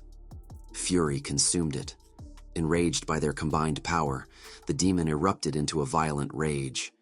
It believed that holy light could never surpass endless wealth and burning human greed. As long as greed existed, money would control the world and eventually rule it. With enough wealth, there was nothing humans could not achieve. To the demon, nothing in the world shone brighter than gold. Vikir, however, remained calm and resolute. He met the demon's raging gaze without fear and rejected that belief. There were things even a demon could not obtain, no matter how much money it possessed. As that thought settled in his mind, memories rose within him. Juliet and Romeo, their peaceful smiles after Juliet had made amends with her father, Damien, finally able to move on together into the afterlife. Another memory followed, the moment he revealed his true name to Dolores. Those memories burned brighter than any pile of gold. Unlike wealth, which eventually lost its shine, those moments held a light that could never fade. Behind the Nighthound, Dolores remained close, her hands clasped as she continued to support and strengthen Vikir. In his grip, Vikir's demonic dagger began to change. It stretched longer, its form crystallizing into a massive blade made of pure red energy. He leveled the weapon at Belial, certain that the demon would vanish before the holy light. The demon remained defiant. It lowered its head, the radiant light casting deep shadows across its twisted face. The demon believed the Nighthound was already at death's door. Raising one arm, it summoned the wealth behind it. The countless gold coins stirred and fused together, forming a gigantic, gaping mouth as writhing tendrils sprouted from it. In open defiance, the demon raged on, convinced that neither the Nighthound nor Dolores could truly threaten it. As the attack rushed toward them, Vikir turned his head to look at Dolores. Worry and doubt flickered across his face. Dolores noticed immediately. She smiled at him with calm confidence, reading his expression without needing words. She reassured him, first thinking of him as Sir Nighthound, then correcting herself and calling him by his true name, Sir Van. Accepting her trust, Vikir closed his eyes for a brief moment. A new sense of partnership settled in his chest. He promised her he would return. Then he leapt into the air, his body wrapped in pure red mana, and charged straight toward Belial's massive, dragon-like head formed from countless gold coins. Its enormous jaws opened wide in defiance as he flew toward it. Watching him rush into what seemed like an impossible battle, Dolores felt no fear. Instead, her face shone with excitement and unwavering faith. She clenched her fists tightly, ready to support him with everything she had. As he flew toward the enemy, Vikir felt the full force of Dolores' power flowing into him.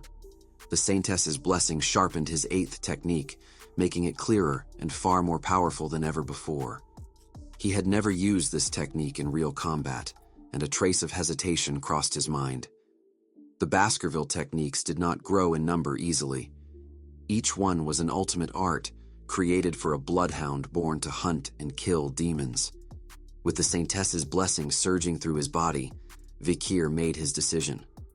He unleashed his clan's ultimate secret art, the Baskerville's 8th sword form. As he descended, his body transformed into a massive crystalline construct of pure red energy. The shape became clear. A gigantic, ferocious hound formed entirely of demonic power. Its enormous jaws opened wide as it lunged toward the golden dragon created by Belial. Belial could only stare upward in complete disbelief. Its own attack was utterly dwarfed by the sheer size and presence of the secret art. For the first time, the demon, who had ruled as a top predator through greed, felt true, mortal fear for its own life. Vikir's eyes burned with fury as his purpose became absolute, to kill demons. The two colossal energy beasts collided, one born of red demonic power, the other forged from golden greed. Their clash released a catastrophic explosion of red and pink light that erased everything in its path. When the dust finally settled, the once luxurious vault was reduced to total ruin. At the center of a massive crater lay Belial's broken body. Both arms and one leg had been severed, and blood soaked the shattered ground beneath it. Standing at the edge of the crater, victorious and unwavering, were Vikir and Dolores as they began to walk toward the fallen demon. Barely able to move, Belial coughed as it realized something was terribly wrong. Its wounds were not healing, and its strength was draining away at a frightening speed. This made no sense to it. Even if the attack had been fatal, its power should not have faded like this. There had to be another reason. Then the demon's skin began to peel away, revealing the human form beneath it. Bartolomeo Bourgeois was exposed. At the edge of the crater, Vikir stood tall with his hands clenched at his sides. Dolores stood slightly behind him, her expression calm and unreadable. A faint purple glow filled Bartolomeo's eyes as realization struck him. He had been forced back into his human body. Confusion overwhelmed him as he struggled to understand what was happening. Far away, outside the bourgeois mansion, the streets were covered with sacks of gold coins and scattered exemption letters. Men working for Cindy Wendy moved through the city, openly throwing the money into the streets. From a high balcony, Cindy Wendy and Damien looked out over the capital as the sun began to set. Their plan had reached its final stage. Damien held a news report in his hand. It announced that mysterious notes and gold coins had appeared all over the capital, causing widespread panic. With so much counterfeit money flooding the city, people could no longer trust the value of currency. As a result, the worth of money had collapsed. Cindy Wendy explained that the Nighthound had used the director of the money factories to produce massive amounts of fake bills and gold coins. He then entrusted their distribution to her. She admitted she did this because she owed the Nighthound an immense debt. She also wondered how someone as powerful as Damien had joined their cause. Damien kept his eyes on the report as he reflected on his choice. The Nighthound had done something for him that no amount of money or sacrifice could ever repay. Through him, Damien had achieved revenge against his own family, a grudge he had carried for years. That was why he was willing to abandon everything he once had. After hearing Damien's history with the Nighthound, Cindy Wendy closed her eyes and crossed her arms. She said she was in a similar situation and could understand how he felt. Damien set the news article aside and looked at her, noting that they had both chosen to work with a frightening man. However, he pointed out that the counterfeit money and gold coins were created with magic and would not last long. The chaos would fade within an hour, he reasoned. Still, even that short time mattered, because it could change the Nighthound's fate. Back in the ruined vault, Vikir stood silently before Bartolomeo. His demonic blade still glowed red, while Belial had fully returned to a weak human form. As Bartolomeo lay dying, he finally understood the truth. He had not been defeated by a sword, but by a brilliant economic plan that destroyed the very source of his power. Vikir watched him closely and knew the end was near. There was no gold left for Bartolomeo to absorb, and no sign of healing or rising power. With Dolores standing behind him, Vikir stepped forward. He raised his glowing red dagger and pointed it at Bartolomeo's neck, declaring that all of Belial's wealth was now worthless and that his end had come.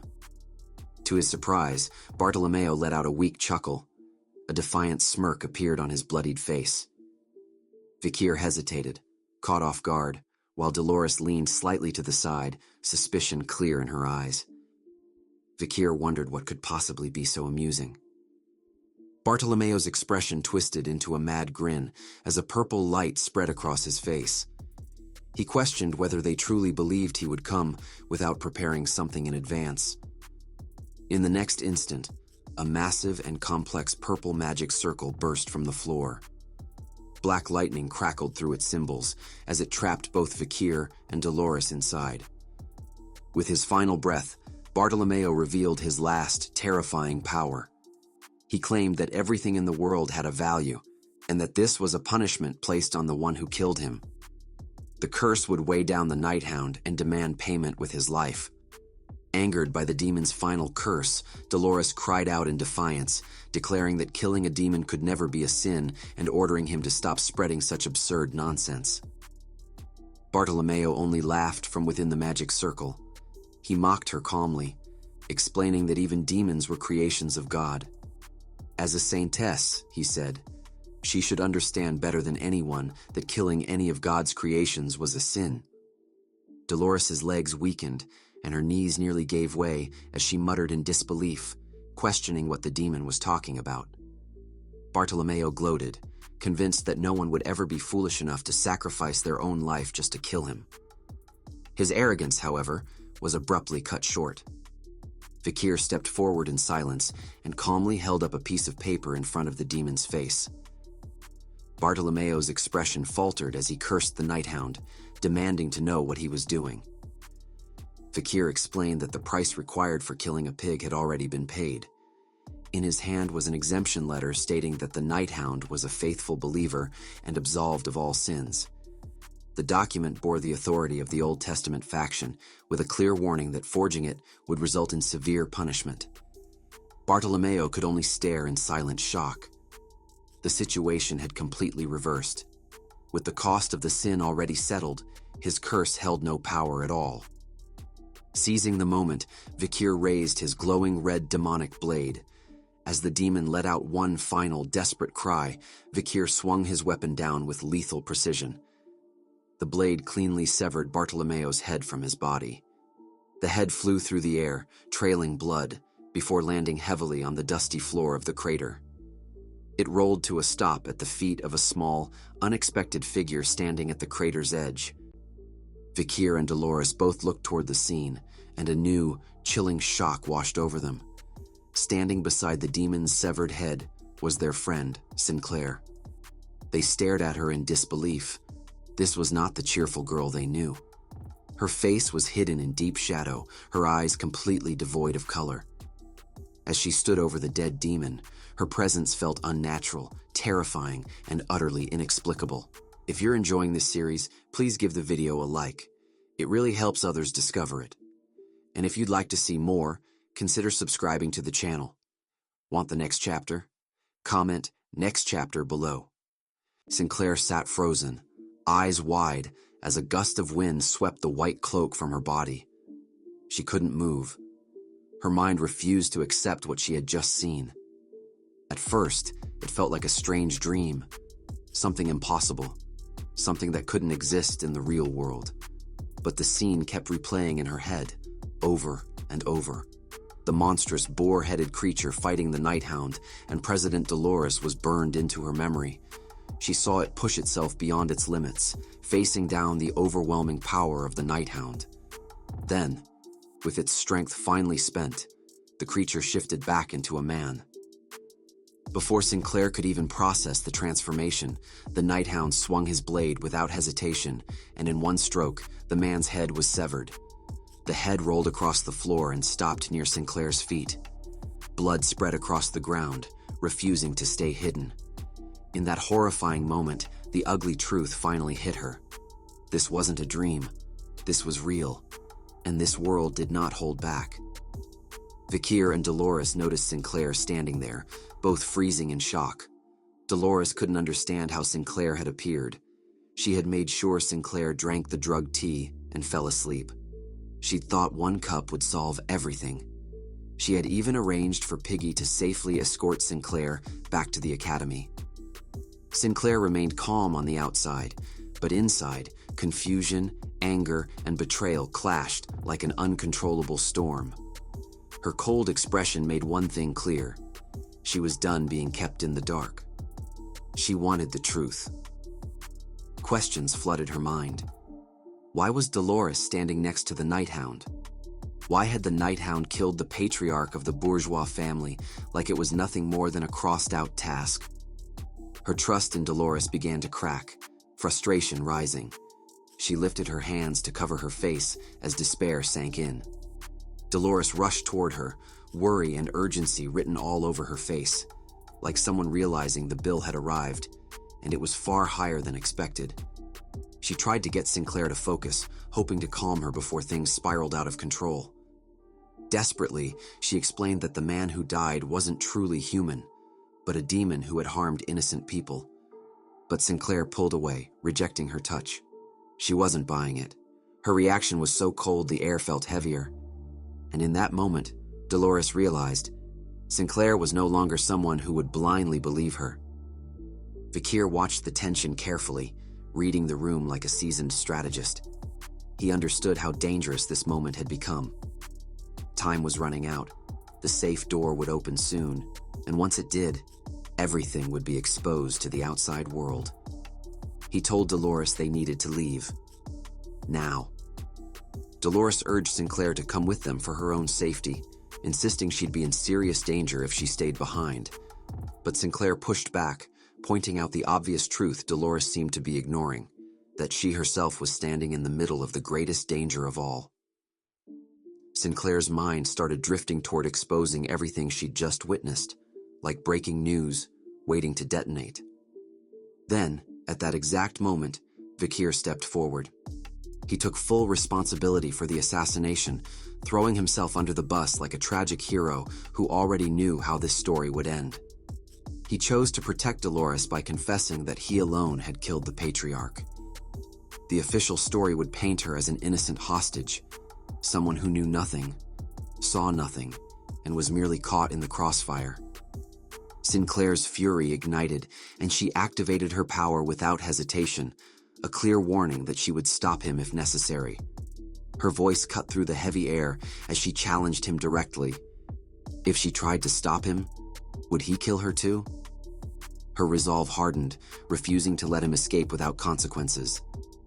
Vikir studied her carefully, his mind reaching back through the knowledge of his past life before regression. He remembered Sinclair, a genius, an elite who had graduated from the academy with flying colors. Then, mysteriously, she had vanished from history without a trace, like a viral post suddenly deleted from the internet. The memory planted a seed of uncertainty in his mind. But now, standing face to face with her, other memories surfaced, ones from their time at the academy. Her bright smile whenever she saw him, the way she was always direct, always pushing to get closer, refusing to let their age difference matter. Though she was a year younger, she insisted on speaking with him as an equal. And then there was that moment, when Vikir had been locked in the safe, and after he finally got out, Sinclair was the first person to run toward him. She had burst into tears, terrified that he would never come back. The memories tangled with his calculations. He began questioning whether allowing her to live would create future problems, whether she might interfere with his goals. For a brief, chilling moment, he considered the possibility of killing her, removing the threat before it could take root. Dolores noticed his clenched fist. She sensed the dangerous turn his thoughts had taken. The tension sharpened, and the atmosphere grew thick with silence and fear, pressing down on all of them like a held breath before a storm. The sudden entry of several men through the open door immediately shifted the atmosphere within the room. One of them, recognizing the infamous Nighthound, reacted with visible shock and confusion, demanding to know why he was present.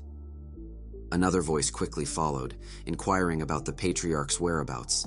The confusion only deepened with the arrival of Damien, whose shouted question about the unfolding events drew bewildered looks from the guards, who wondered aloud why he was there. Surveying the horrific scene before him, Damien's gaze fell upon the severed head of the Patriarch, making the grim reality of an assassination undeniable. In an instant, he seized command of the situation. Forcing down the lump in his throat, Damien raised a single finger, pointing accusingly at the Nighthound as he declared the event an assassination. He proclaimed that the Nighthound had murdered the Patriarch and taken the Saintess hostage. With urgency, he ordered the men to summon more guards, to rescue the Saintess, and to capture the assassin. Damien's quick thinking mirrored the conclusions Vikir had drawn moments earlier. His decisive orders immediately recast the narrative, establishing an official account of the night's events. Recognizing that remaining would only entangle him further in a rapidly deteriorating situation, Vikir prepared to flee. Before he could disappear, however, Sinclair blocked his path, a mana-infused magic circle rising around her as she refused to let him vanish so easily. Vikir cast one final glance back at her, silently conceding that she alone must reconcile her beliefs with the evidence she had witnessed. Before any further action could be taken, Vikir raised his Beelzebub swords, triggering a massive explosion that sent chaos and destruction rippling through the safe. Sinclair instinctively shielded herself, covering her face from the blast. In the ensuing confusion, Vikir vanished alongside Dolores, leaving only devastation and unanswered questions in their wake. Damien quickly regained his composure and barked orders for everyone to secure the exits, determined to prevent the Nighthound from escaping. Yet the assassin had already disappeared without leaving a single trace behind. As guards scrambled to check the exit door, Sinclair remained rooted in place, muttering to herself before her hand clenched into a fist. Damien approached her, carefully observing her condition. From what the head butler had relayed, all other students had already returned to the academy. The Nighthound had not disclosed which students were meant to visit the Patriarch, but Damien dismissed this as a matter beyond his concern. Positioning himself behind Sinclair, he informed her that the vault would soon be sealed and that guards were waiting outside to escort her back. Meanwhile, Sinclair quietly processed everything in her mind. Disregarding what Damien had said to her, she turned away and walked toward the vault's exit, her expression empty and unreadable. Damien turned his head slightly, wondering to himself whether Sinclair was traumatized. It was a distinct possibility, considering she had just witnessed the Patriarch's assassination. Left alone with Bartolomeo's lifeless remains, Damien leaned down and reflected on the weight of the moment. He remembered Bartolomeo as a powerful man who had once stood at the very top of the world, someone who looked down upon everyone else. Now, that same man lay dead on the ground, stripped of both his authority and his humanity. Damien began to question the nature of the person before him. What lay there was no longer human. The safe, reinforced with mithril and orichalcum and designed to withstand any power within this world, had been utterly destroyed. He recalled what the Nighthound had told him, that Bartolomeo was a demon possessing absolute power. He wondered now if Bartolomeo had truly wielded the power of a demon.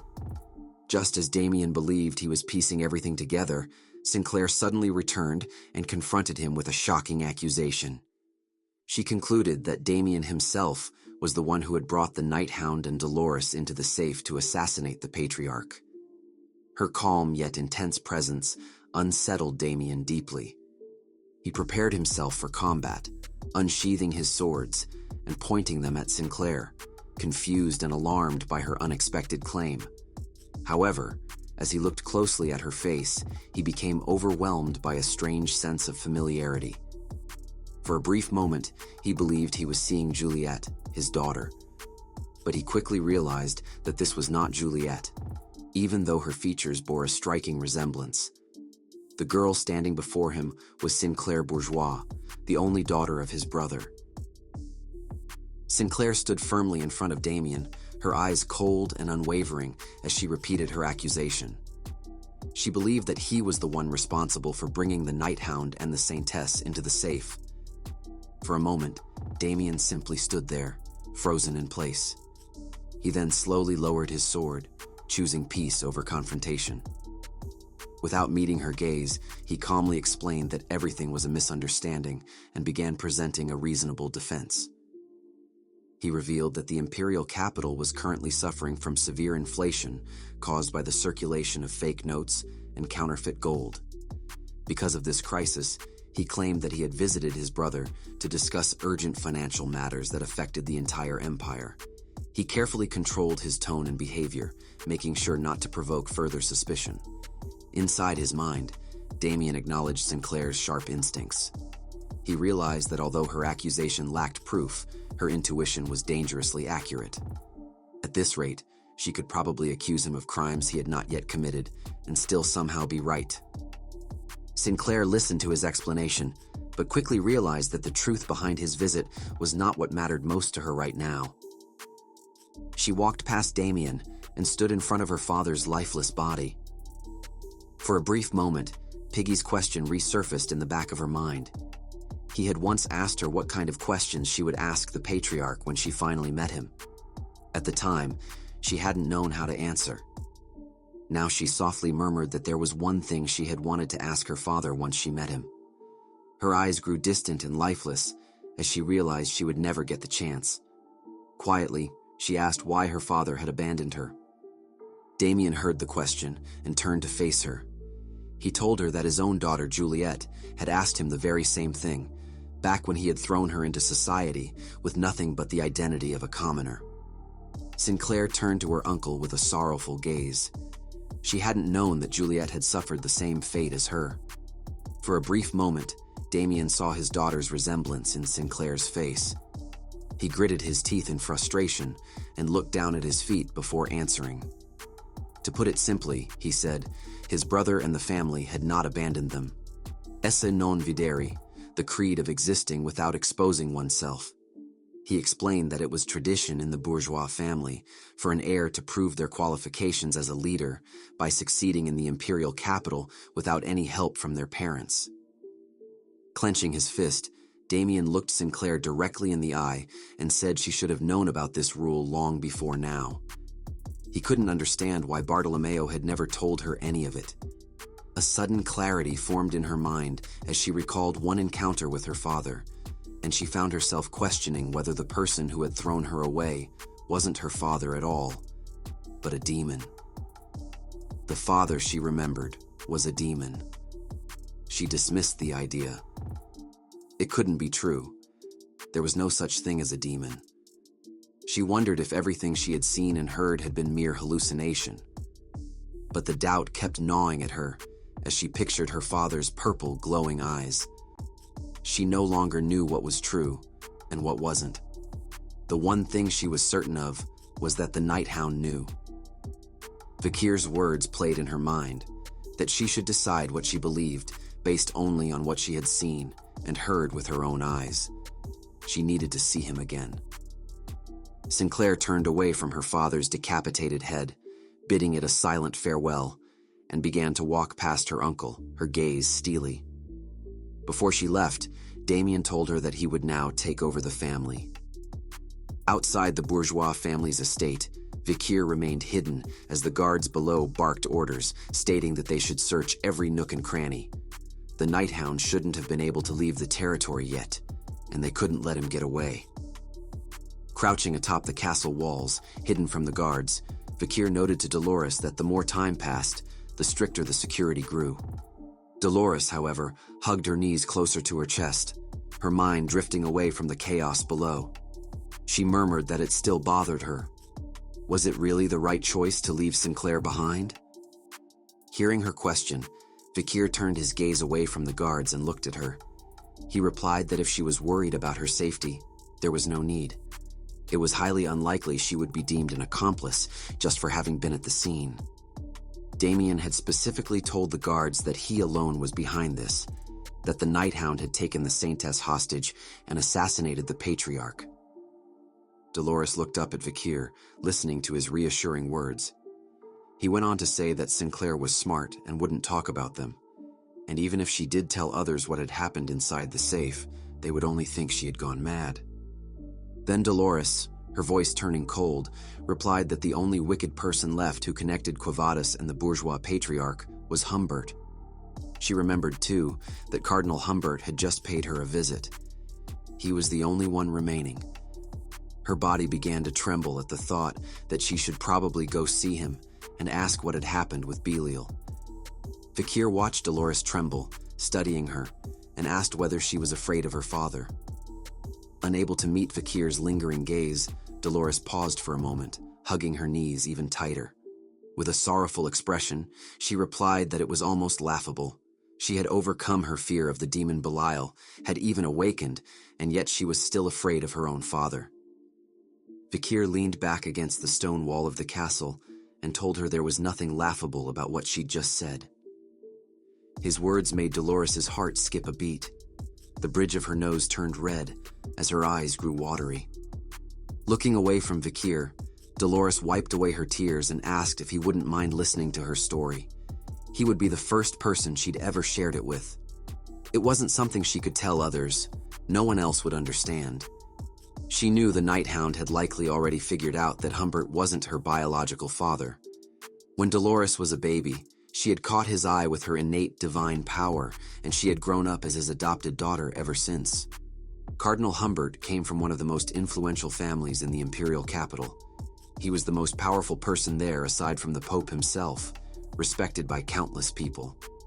In front of such a perfect man, Dolores had needed to be obedient at all times. A pretty puppet who never complained, never defied him. If she ever tried to escape his control, he would. The words died in her throat. Her tears began to flow again, but she said that everything was all right now because she had met the Nighthound. Under the crescent moon sky, Dolores smiled genuinely for the first time, because now, at last, she had the courage to escape his oppression. Vikir was left speechless, his eyes widening in surprise. Though they had grown up in different environments, her life was not so different from his own when he had been a bloodhound before his regression, a time when he had had no reason to live other than to follow orders. She, too, was living a chained existence. With firm resolution, Vikir vowed that he needed to see Humbert in order to put an end to their twisted relationship. Meanwhile, elsewhere in the capital, a broken carriage lay wrecked, its wheels flung aside, and the ground spilled with blood. The horse that had been pulling the carriage lay lifeless. A man was running, fleeing from the scene. With each step he took, blood spat from his mouth. It was none other than Cardinal Humbert.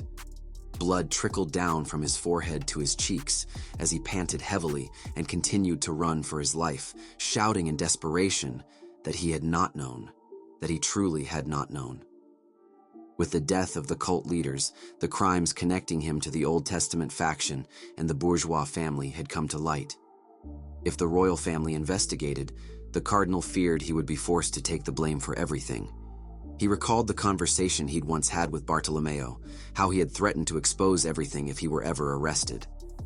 But Bartolomeo had only met the threat with a wide grin, and the cardinal had known then that it was useless.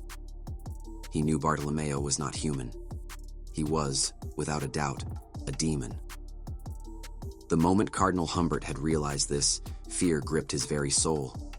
He had fallen from his chair, apologizing to the demon, pleading for his life to be spared. At that moment, Bartolomeo had clenched his fist, a dark aura swirling around it.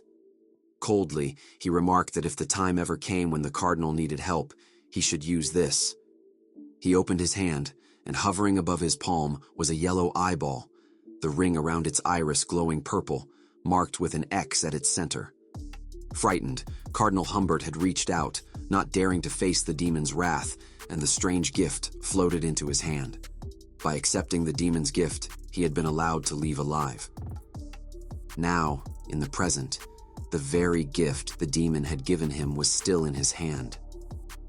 Curling his fingers around the unknown item, the cardinal continued to run for his life, hesitant to use it. He didn't know what it would do to him, and he couldn't trust a demon. In the midst of his dilemma, a serpent-like whip whizzed through the forest trees, infused with mana, and found its target. It struck Cardinal Humbert, tearing off the hand that held the demon's gift. It happened so fast that the cardinal froze. Time slowed for him as he watched his own hand sever from his body, blood spilling out like a waterfall.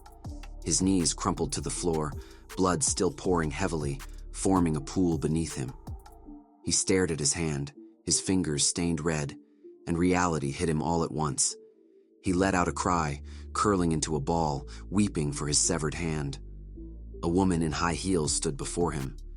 Mockingly, she said she had only meant to steal what was in his hand. Cutting it off had simply been easier. She held the cardinal's severed hand in her own. His face crumpled in horror and disbelief as he replied that the item was his and told her not to touch it. The woman before him was none other than Miss Rachel.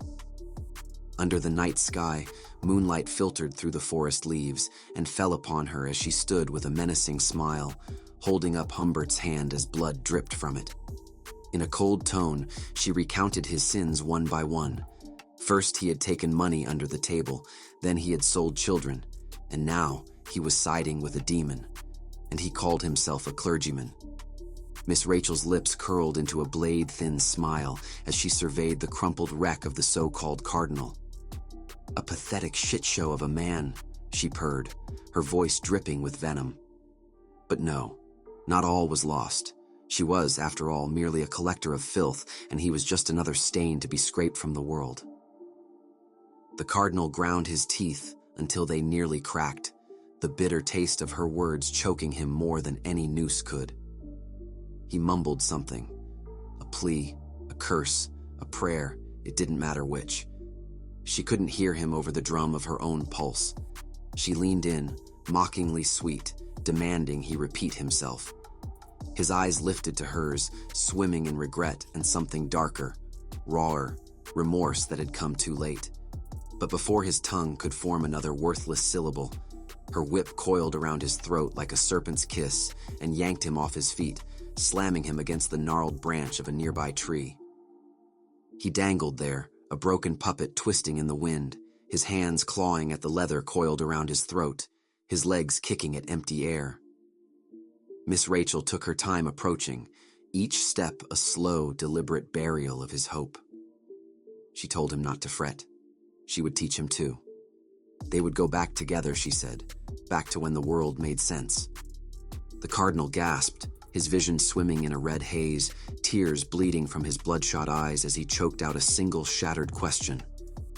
What old era was she talking about? Miss Rachel's visor glowed with a violet malignancy, twin pools of predatory light. Her tongue slithered out, wet and eager, as she drew the severed hand close to her lips, salivating like a beast over carrion. She leaned in, her breath cold against his ear, and told him, the Warring States period. Back when the strong didn't just win, they devoured. If you're enjoying this series, please give the video a like. It really helps others discover it. And if you'd like to see more, consider subscribing to the channel. Want the next chapter? Comment next chapter below.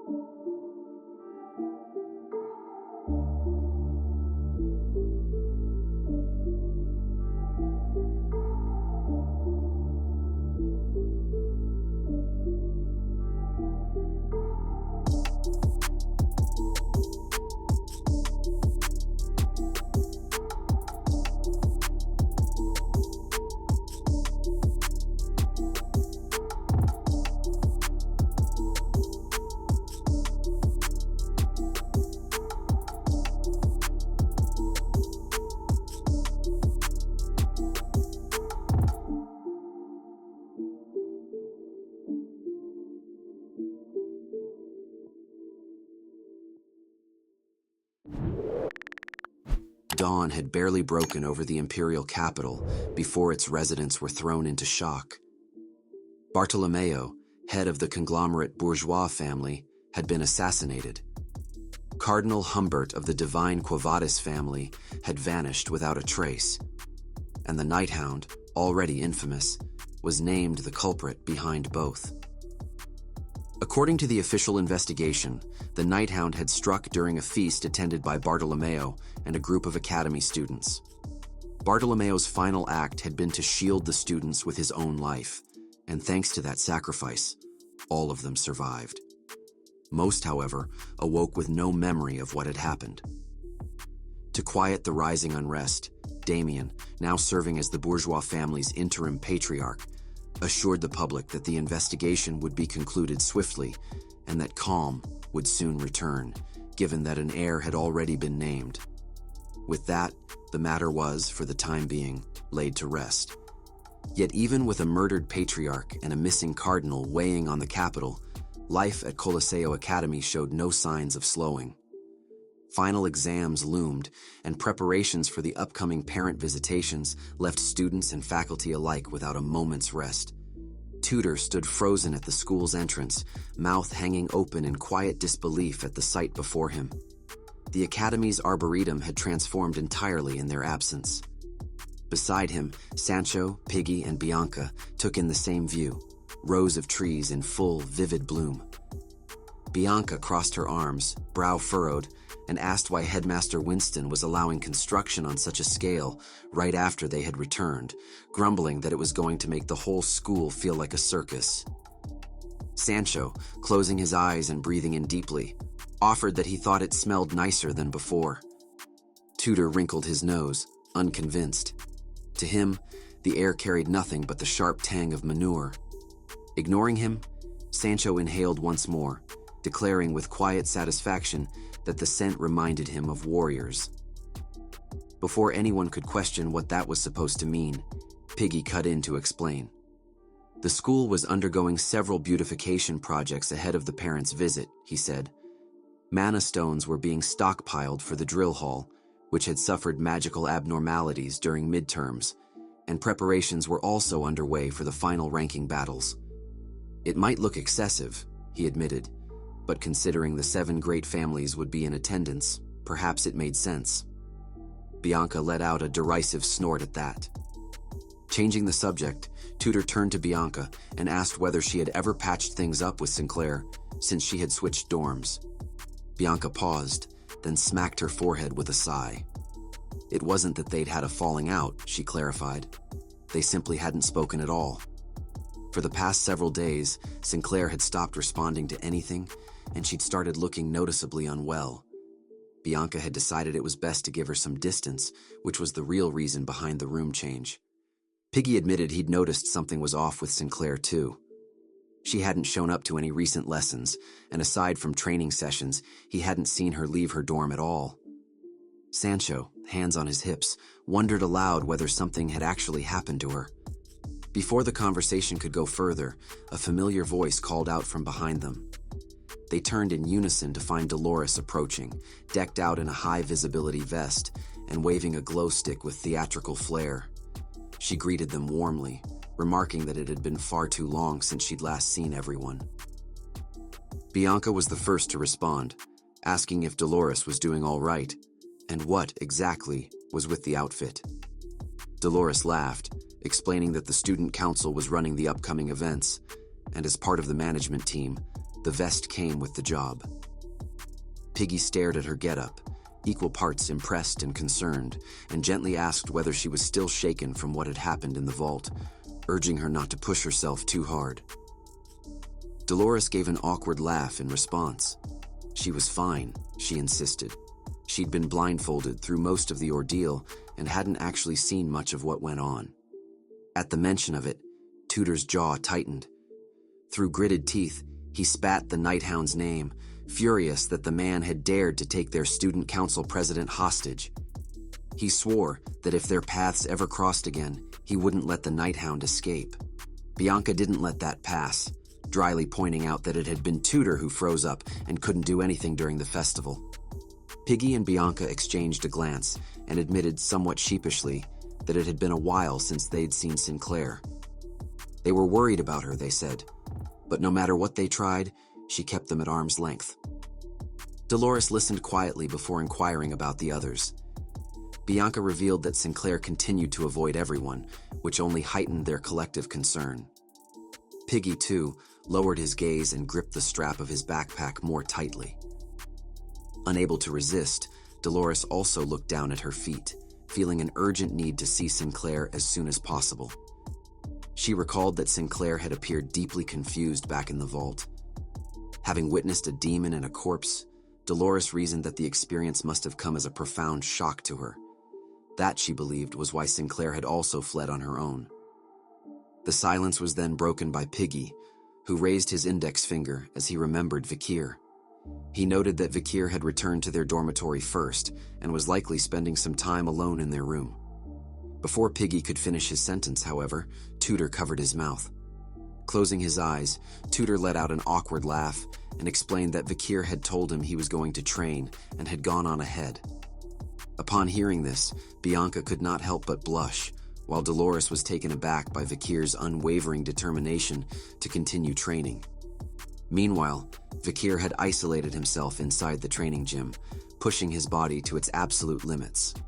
Sweat streamed down his form as he persisted in his grueling regimen without rest. The other students watched him in stunned silence, unable to comprehend the extent of his extreme dedication. Within the confines of his own mind, Vikir reflected on Decaravia, the formidable entity currently lying dormant after expending his mana to protect Dolores.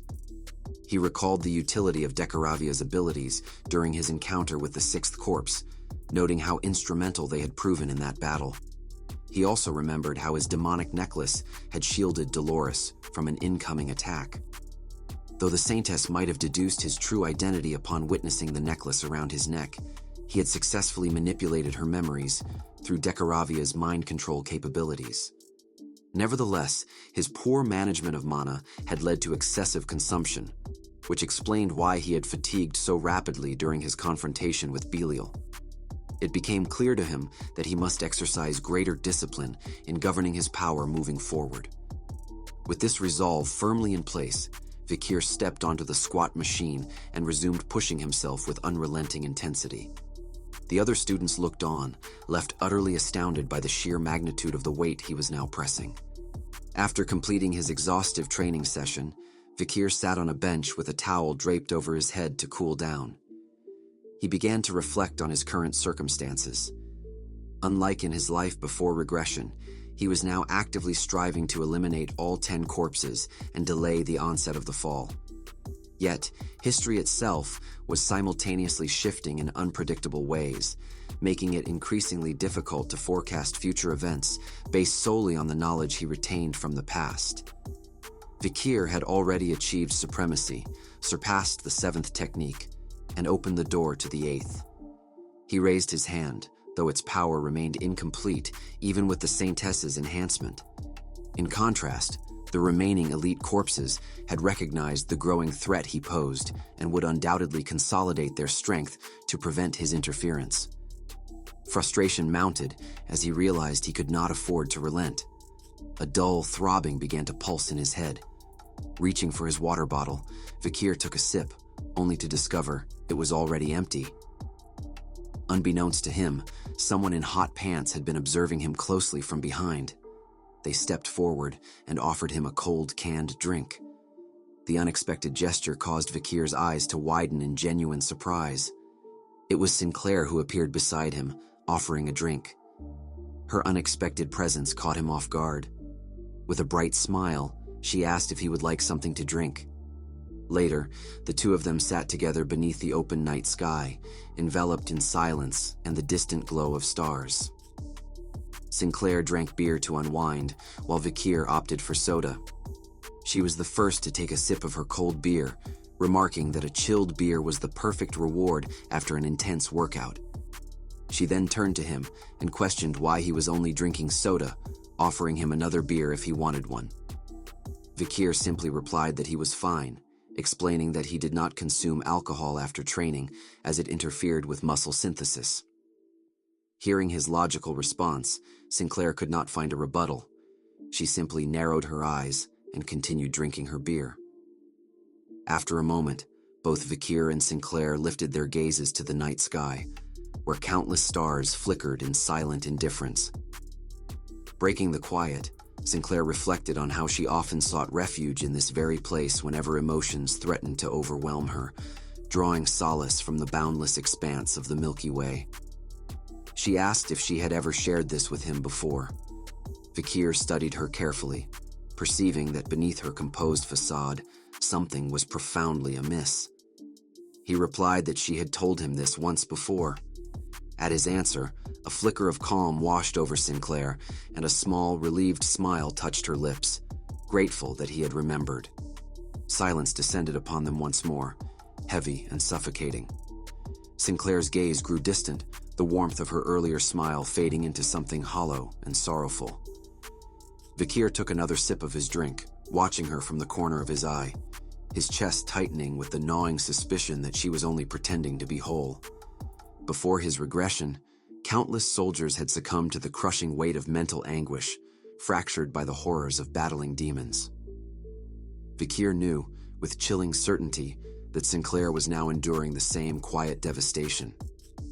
When he gently pointed out that she did not seem well, she insisted she was fine, her voice trembling, brittle as glass. Before she could finish, Vikir's voice cut through her defenses, soft but unyielding, asking if it was because of what had happened to the bourgeois family. The question landed like a blade.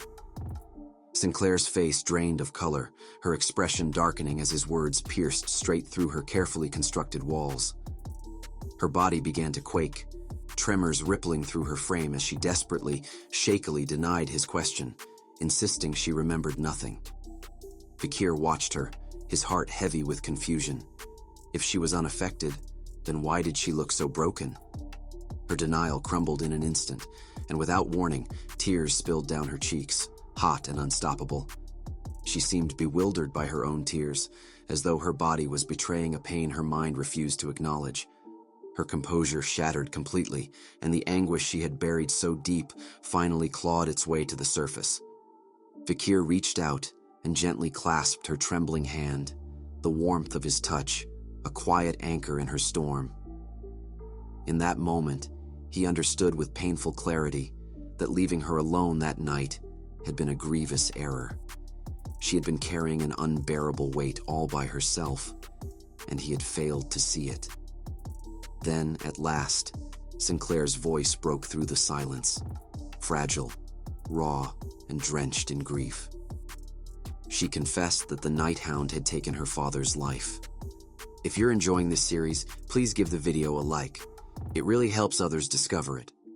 And if you'd like to see more, consider subscribing to the channel. Want the next chapter? Comment "next chapter" below. Vikir sat there frozen after hearing the truth. Sinclair had revealed that the Night Hound killed Bartolomeo, the head of the bourgeois family, and her father. The weight of her confession hit him instantly.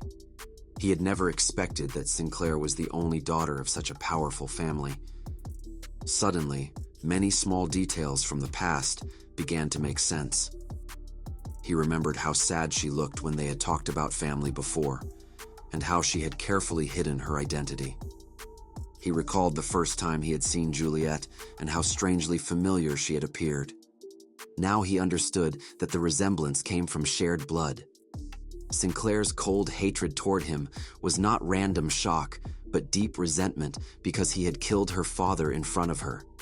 Sinclair apologized for hiding the truth for so long.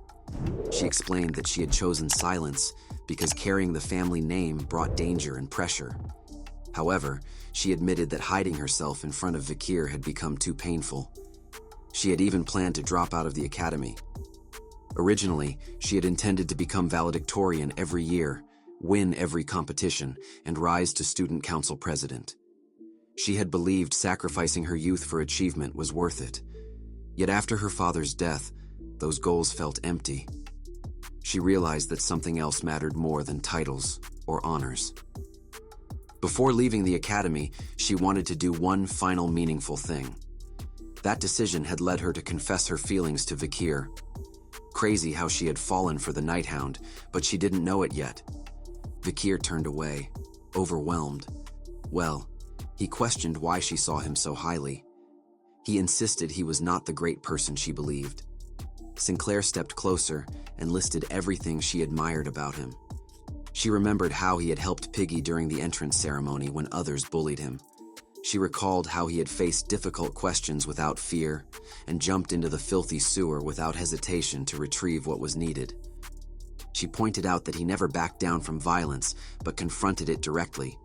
She even mentioned how he had destroyed the treasure room gate that everyone had believed indestructible.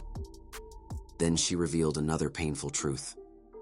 When the Nighthound had murdered her father, President Dolores had stood beside him, working together. Sinclair had once trusted Dolores as a respected senior, so the betrayal wounded her deeply. Now she felt lost and unsure who deserved her trust. The newspapers they had written together criticized the Nighthound, and she believed Vikir was the only person who truly understood her pain. In her mind, he was the last pillar she could lean on. Despite feeling sympathy, Vikir refused her confession, proving he was a tough man. He understood her emotions, but knew accepting her feelings out of guilt would be cruel. Deep inside, he carried a secret heavier than she imagined. Even if a demon had manipulated Bartolomeo's corpse, he remained the one who had killed her father. That truth chained him with guilt.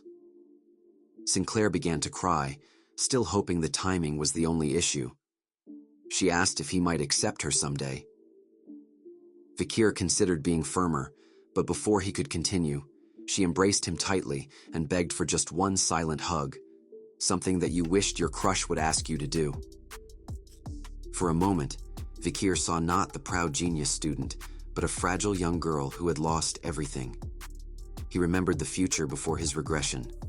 During the fall of the world to demons, the bourgeois family had supported the resistance.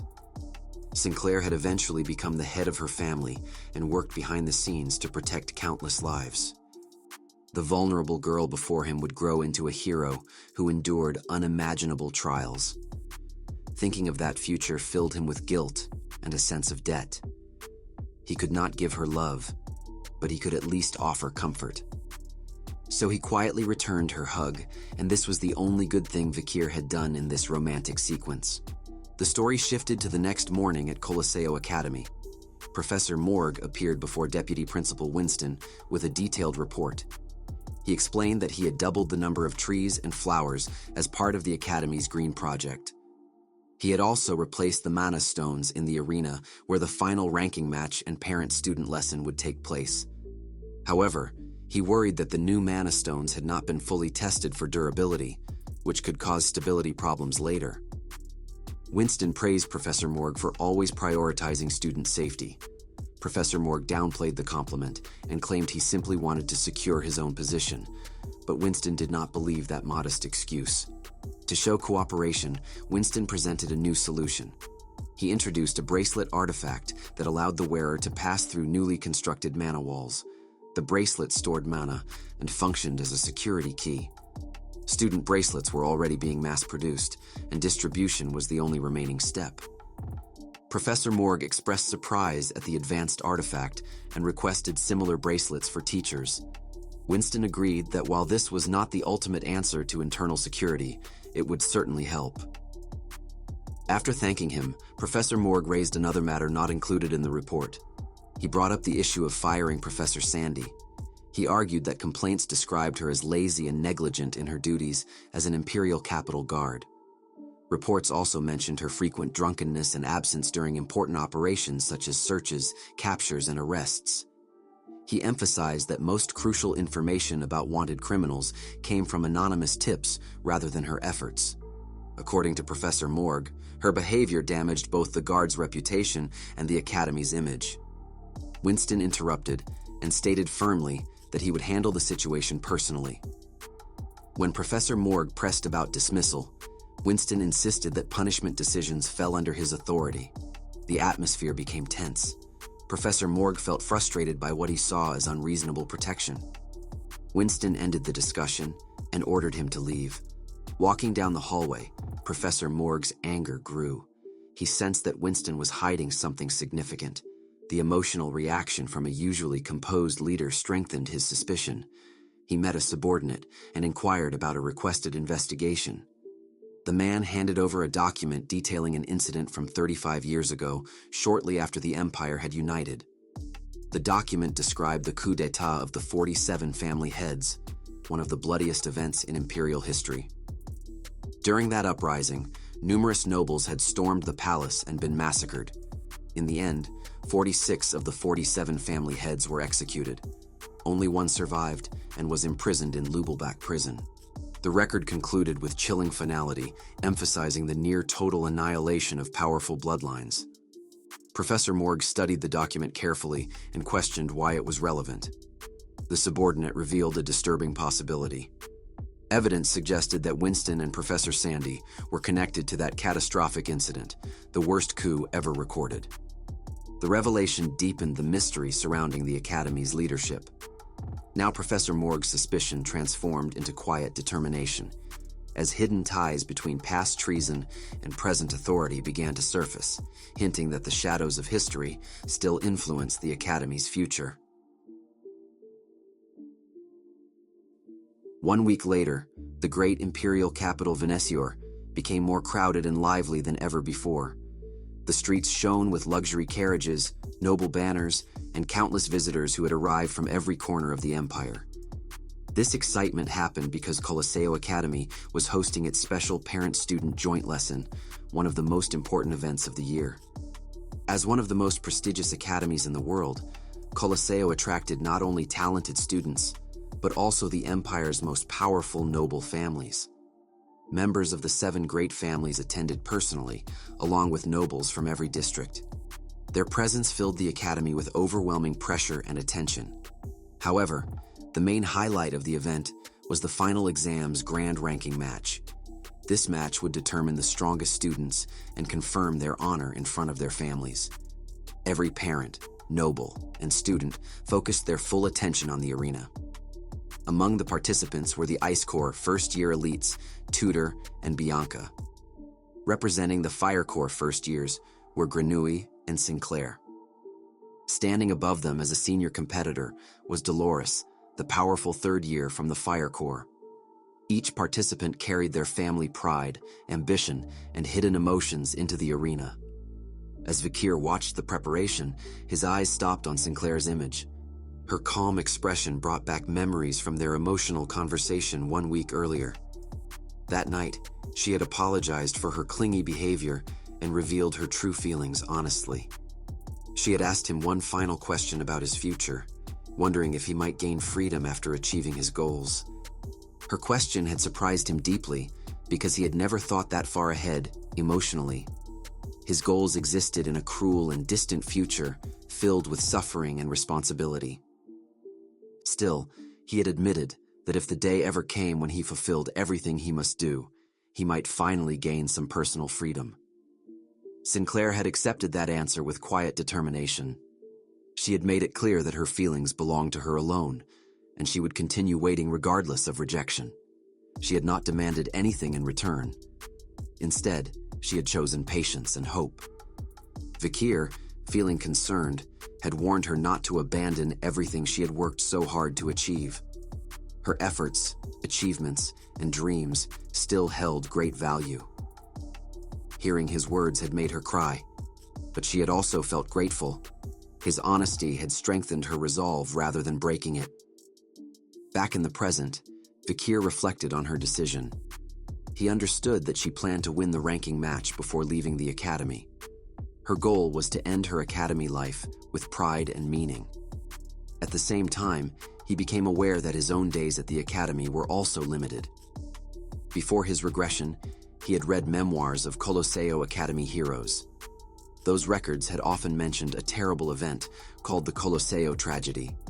This tragedy would become one of the most devastating incidents before the world fell to demons. The one responsible was not human, but a demon, a being whose power reminded humanity of its helplessness. According to his knowledge of the future, this tragedy would happen in about 6 months, That deadline weighed heavily on his mind. He knew he could not remain at the academy forever. After completing his preparations, he planned to leave and travel to Nouvelle Vague, the most feared prison in the world. This prison held unimaginable suffering, cruelty, and trials. It was a place where survival itself became a challenge. Despite knowing the dangers, he believed he must go there to prepare for the coming fall of the world. Soon, the arena announcer called for order as the final ranking matches prepared to begin. The first match featured Tudor and Bianca, two elite first-year students from the Ice Corps. Their families watched closely from the stands. Tudor's father, Cervantes La Mancha Don Quixote, stood proudly as the patriarch of the Azure Spearman family, one of the 7 great families. He shouted loudly, placing enormous pressure on his son to win and protect the family's honor. His voice echoed across the arena, filled with pride and strict expectations. Nearby, Bianca's father, Roderick Pow Usher, the patriarch of the mystical Archer family, reacted with visible annoyance toward Cervantes's loud behavior. He urged his daughter to demonstrate true class and prove her superiority. Both fathers displayed the fierce pride and competitiveness of noble bloodlines. In the arena, Tudor and Bianca faced each other with serious expressions. Tudor felt intense pressure because his father watched closely. He resolved to win no matter what. Bianca, equally determined, refused to hold back. Their rivalry ran deeper than simple rankings. Both carried personal pride and the weight of their family names. Their past competitions and small arguments fueled their determination to defeat each other today. Watching from the side, Grenouille observed them with frustration. As a member of the 7 great families himself, he felt embarrassed by their childish behavior. He turned his attention toward Sinclair, whom he considered his rival. He declared his intention to take the top summa cum laude position and refused to let a commoner claim that honor or the interim student council presidency. In his mind, he believed his bold declaration would impress her and prove his worth. However, Sinclair reacted coldly. She dismissed his behavior as childish and unworthy of serious attention. Her blunt response confused and embarrassed him completely. His confidence weakened instantly as he realized his attempt to impress her had failed entirely. Well, his confidence left the chat. Elsewhere, Dolores sat alone, lost in thought. She struggled with guilt and uncertainty. Ever since the incident involving Sinclair's father, Sinclair had avoided her completely. Dolores wanted to explain herself, but did not know how. Her fear of rejection and shame kept her silent. Then she noticed Sinclair standing close to Vikir. Their closeness sparked an idea. She considered asking Vikir for help to reconnect with Sinclair. Although she felt this approach was underhanded, she believed she had no other choice left. As Dolores gathered courage and approached him, something unexpected happened. Suddenly, a small girl ran toward Vikir and threw herself into his arms. She called him father with complete joy and affection. The moment froze everyone nearby. Shock spread in the nearby area as students and parents whispered in disbelief. They could not comprehend how a first-year academy student could have a child. Some observers even noticed the resemblance between them, which only deepened their confusion. Dolores collapsed to her knees in complete shock, thinking this was a canon event. Her mind could not process what she had just witnessed. The unexpected arrival of the little girl created a wave of chaos, misunderstanding, and suspicion. Vikir quickly ran away from the crowded arena while carrying Pomeranian in his arms, as if he had robbed a candy store and now had the cops chasing after him. He moved fast through the area until he finally reached a quiet place where no one else was around. He stopped and took a breath, relieved to have escaped the eyes and whispers of nobles and students. In his arms, Pomeranian laughed happily, clearly enjoying the sudden run and treating it like an amusement park ride. She felt excitement instead of fear, treating the entire situation like a fun game rather than a serious misunderstanding. Pomeranian cheerfully expressed how fun the run felt and encouraged him to do it again. Vikir gently warned her not to repeat that kind of joke in crowded places because it created dangerous misunderstandings, like making him the father of a child at such a young age. Hearing his tone, Pomeranian became worried and asked if he was angry. She quickly apologized, her small face showing guilt and regret. Vikir immediately reassured her and gently patted her head. He explained that he was not angry but was simply dealing with complicated circumstances. He then asked why she was walking around alone. He remembered hearing that she had arrived with Osiris and wondered where he was now. Pomeranian innocently explained that Osiris had left briefly to collect entrance bracelets while she played hide-and-seek with the Burrow family members. However, she had grown impatient and sneaked away because she wanted to see Vikir as soon as possible. Vikir imagined the panic this would cause and realized that Hugo and the others must be searching everywhere in panic. Losing a child inside the massive academy, especially during such an important event, would create serious trouble. He decided to return her safely before things became worse. He prepared to escort her back to Osiris immediately. As they began walking, Vikir suddenly stopped. His instincts alerted him to danger. He sensed someone approaching silently from behind. He slowly turned his head and discovered an old woman standing there. She held a broken utensil in her hand and stared at him with strange intensity. Her presence felt unnatural and overwhelming. Vikir instantly recognized her identity. She was Navikov Lune Quo Vadis, the Pope of the Lune Church, and the matriarch of the Quo Vadis family. She was not an ordinary person, but a living legend. She had lived for over 200 years, surviving since the Warring States period before the Empire united. As one of the oldest living saintesses, she held immense influence and historical importance. Her existence alone carried enormous weight. Her appearance shocked him deeply because, in his previous life before regression, she had already been dead at that point in time. History recorded that she died after being poisoned by an insider who desired her power. Her presence there meant something had changed. The timeline was no longer exactly the same. He realized that his own actions since regression might have already altered important events. He also understood how valuable her power could be for humanity's future. A saintess of her level could help resist demons and protect countless lives. However, before he could think further, she suddenly hit him with the broken utensil and demanded water. Her behavior appeared unstable and childlike. Vikir realized that despite her legendary status, her mind no longer functioned normally.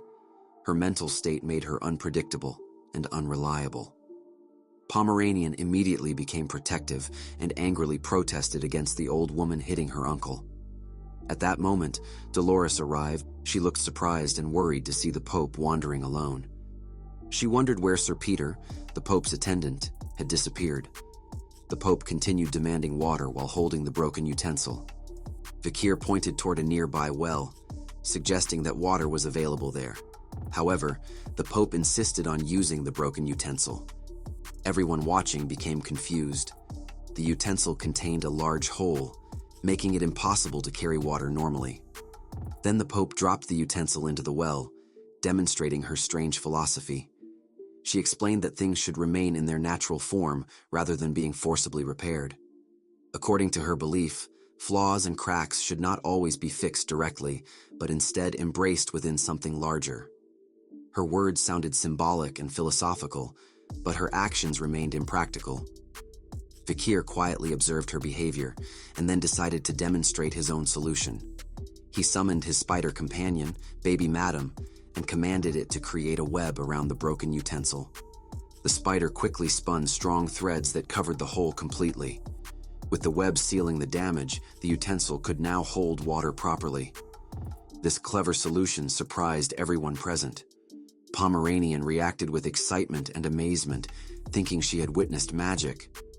Dolores also watched in stunned silence.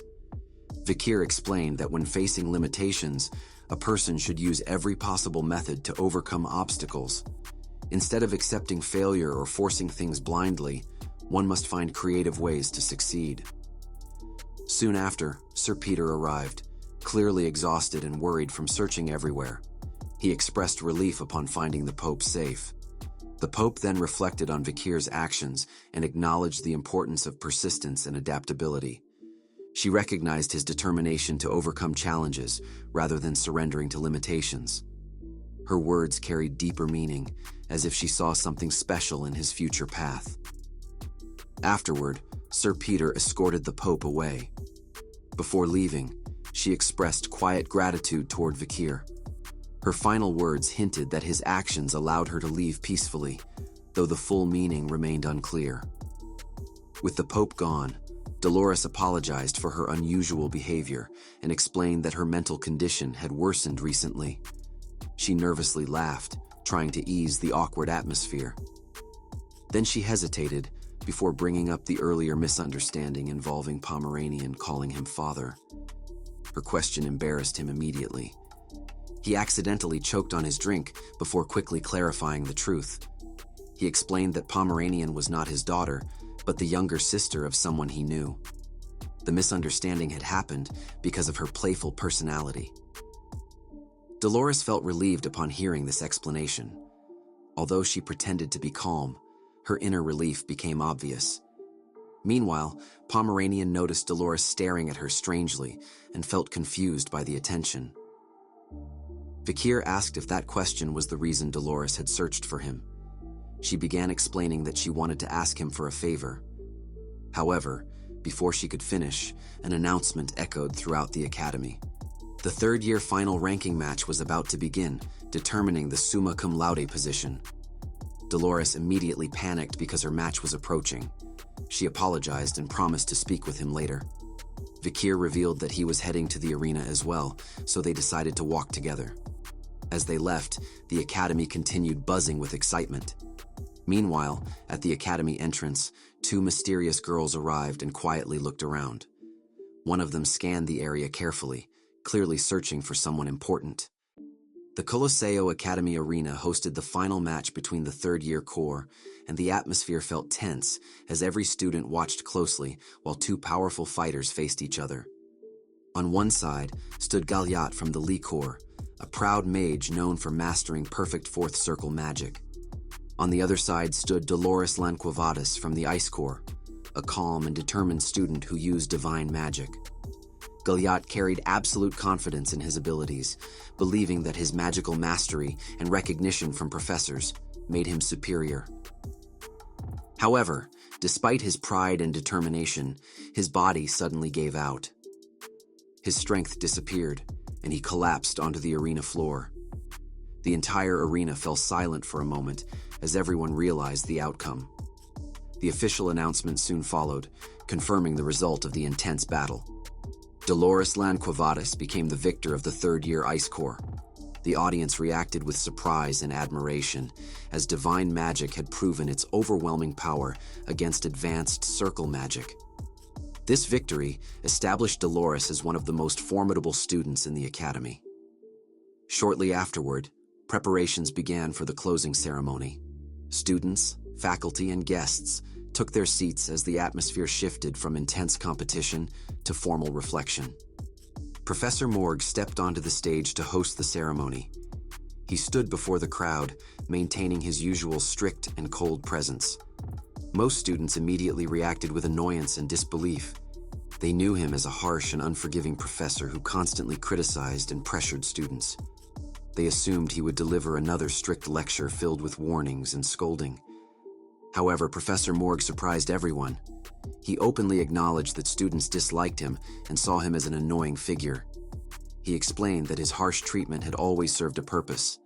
He believed the academy served as a safe haven, but once students left, they would face a cruel and unforgiving world. His strictness existed to prepare them mentally and emotionally for the hardships ahead. His words reflected his deep responsibility as an educator who wanted his students to survive and grow stronger. Then, his tone became more personal and emotional. He revealed that meeting a certain student had changed his perspective. He realized that true understanding of students could not come from authority alone. Instead, genuine insight came from listening to students themselves. This realization had deeply affected him, and he expressed sincere gratitude toward that unnamed student. His words carried warmth that students had never expected from him. He continued with heartfelt wishes for every student. He hoped that obstacles would become opportunities for growth. He hoped that even painful experiences would guide them toward strength and wisdom. He expressed his desire for their lives to be filled with love, peace, hope, and achievement. His speech ended with sincere appreciation for their hard work throughout the year. The arena erupted into cheers and applause. Students felt shocked and moved by his unexpected warmth. Many struggled to believe that such emotional words had come from someone known for strict discipline. Some students suspected that someone else had written the speech for him, while others felt genuinely touched. Dolores quietly reflected, recognizing that Professor Morg carried hidden burdens. Other students wondered if she was the one who had influenced him, since she interacted with him more than anyone else. However, she did not believe she was the reason behind his change. After finishing his speech, Professor Morg quietly left the stage without seeking praise. Headmaster Winston stepped forward to continue the ceremony. He began with light humor, admitting that it felt difficult to follow such a meaningful speech. However, his tone soon became serious and reflective. He shared his recent personal struggles with declining health caused by chronic mana overload. This dangerous condition had weakened his body and forced him to confront his mortality. During his time away from the academy, he had found tranquility and clarity. He realized that life remained fragile and unpredictable. He explained that no one knew when death would arrive. Because of this uncertainty, he encouraged everyone to treasure every moment. He emphasized the importance of living fully without regret. His message carried deep emotional weight as he spoke from personal experience and vulnerability. Suddenly, everything changed in an instant. A mysterious attacker launched a surprise ambush. The attack happened so quickly that no one reacted in time. The headmaster, despite being an outstanding swordmaster, fell immediately. His body collapsed onto the ground, lifeless. Shock spread throughout the arena as students and faculty struggled to understand what had just happened. The attacker revealed herself as Sandy, a dangerous infiltrator associated with Ouroboros. She calmly retrieved a legendary weapon known as the Winter Sword, Orwell. Her success confirmed that her mission had targeted this powerful artifact all along. Vice Principal Morg instantly realized the seriousness of the situation. He became furious at the security failure that had allowed such an infiltration. He recognized that even though the ambush had played a role, defeating someone as skilled as the headmaster required extraordinary ability. He concluded that she had disguised herself as a school official to infiltrate the arena undetected. Professor Morg stepped forward, determined to stop her escape. He reminded her that the academy might appear to be a school, but it still stood as an institution built upon martial strength. Its faculty and warriors possessed power equal to an army. He made it clear that she would not escape alive. However, Sandy remained calm and confident. She revealed that she had never acted alone. Her statement immediately proved true as a massive explosion erupted above. The arena ceiling shattered violently, sending debris crashing down. Chaos spread instantly as panic gripped the crowd and the sound of destruction filled the arena. Vice Principal Morg stood frozen in shock as he recognized one of the figures behind the sudden invasion. His eyes widened as he realized that Professor Sandy stood at the center of the chaos. The person he had once known as a fellow professor now revealed herself as the mastermind behind this horrifying attack. His disbelief deepened as unfamiliar figures began gathering around her, moving with complete loyalty and devotion. These followers knelt and worshipped her like a ruler, treating her with disturbing obsession. Their behavior appeared twisted and fanatical, showing no signs of humanity or hesitation. One of the followers proudly announced that the mana barrier protecting the academy had already been destroyed under her command. He eagerly expressed his willingness to suffer punishment if it pleased her, treating pain as a reward rather than a consequence. Their devotion revealed that they followed her not out of fear, but out of absolute belief in her authority. Professor Morg watched this disturbing display with growing confusion and concern. He could not understand how Professor Sandy had managed to gather such dangerous individuals. Sandy calmly explained that these individuals were wanted criminals whom she had personally trained and prepared for this very moment. Her words revealed that this invasion was not a sudden act, but the result of careful planning over a long period.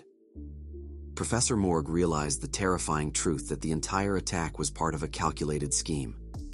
The followers eagerly awaited further orders, standing ready to unleash destruction without hesitation.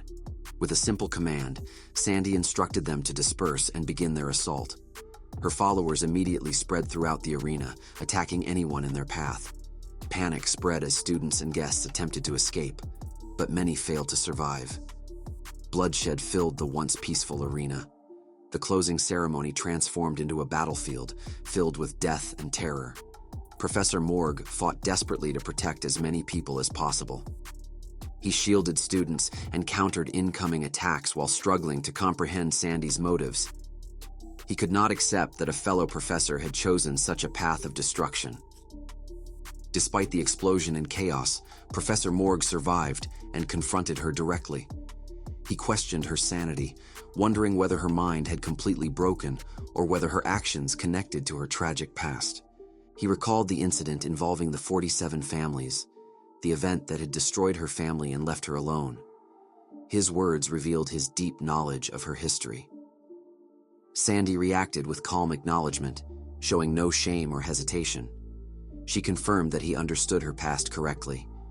She began explaining the truth behind the incident that had shaped her beliefs. 35 years ago, shortly after the Empire had unified, 47 powerful families had led a violent uprising. They had slaughtered countless people and attacked the Imperial Palace.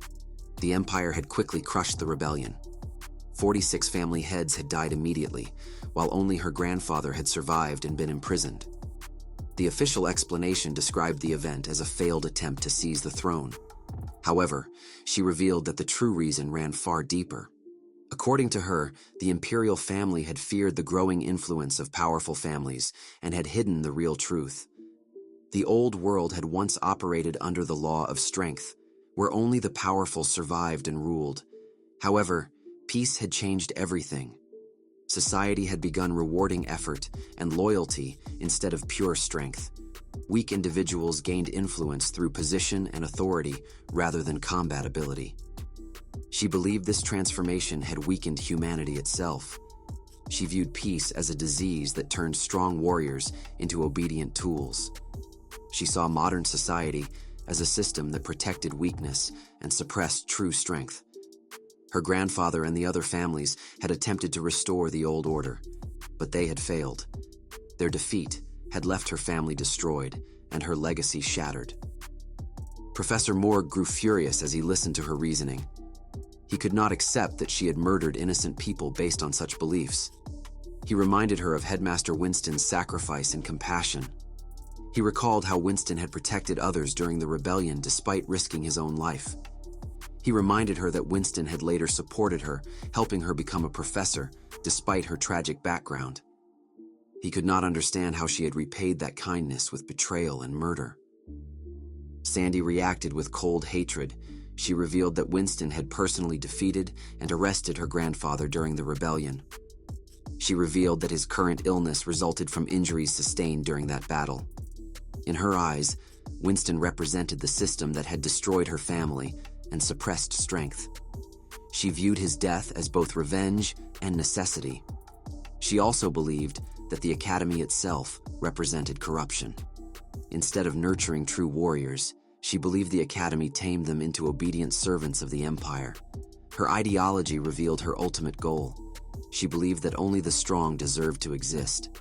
She saw weakness as something that must be erased entirely. She viewed herself as a natural disaster, a force meant to cleanse the world and restore the law of strength. Her conviction burned with absolute certainty, showing no trace of doubt or regret. Suddenly, another powerful figure entered the battlefield. Osiris, the young lord of the Baskerville family, arrived with overwhelming speed. His sword moved with deadly precision, cutting down several of Sandy's followers instantly. His sudden appearance shocked both enemies and survivors. His presence immediately shifted the balance of power. Sandy's followers attempted to surround him, believing their numbers guaranteed victory.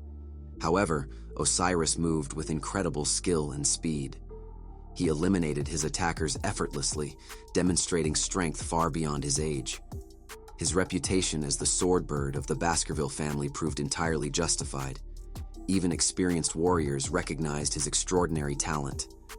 Other members of powerful families began joining the fight, refusing to allow criminals to endanger innocent lives.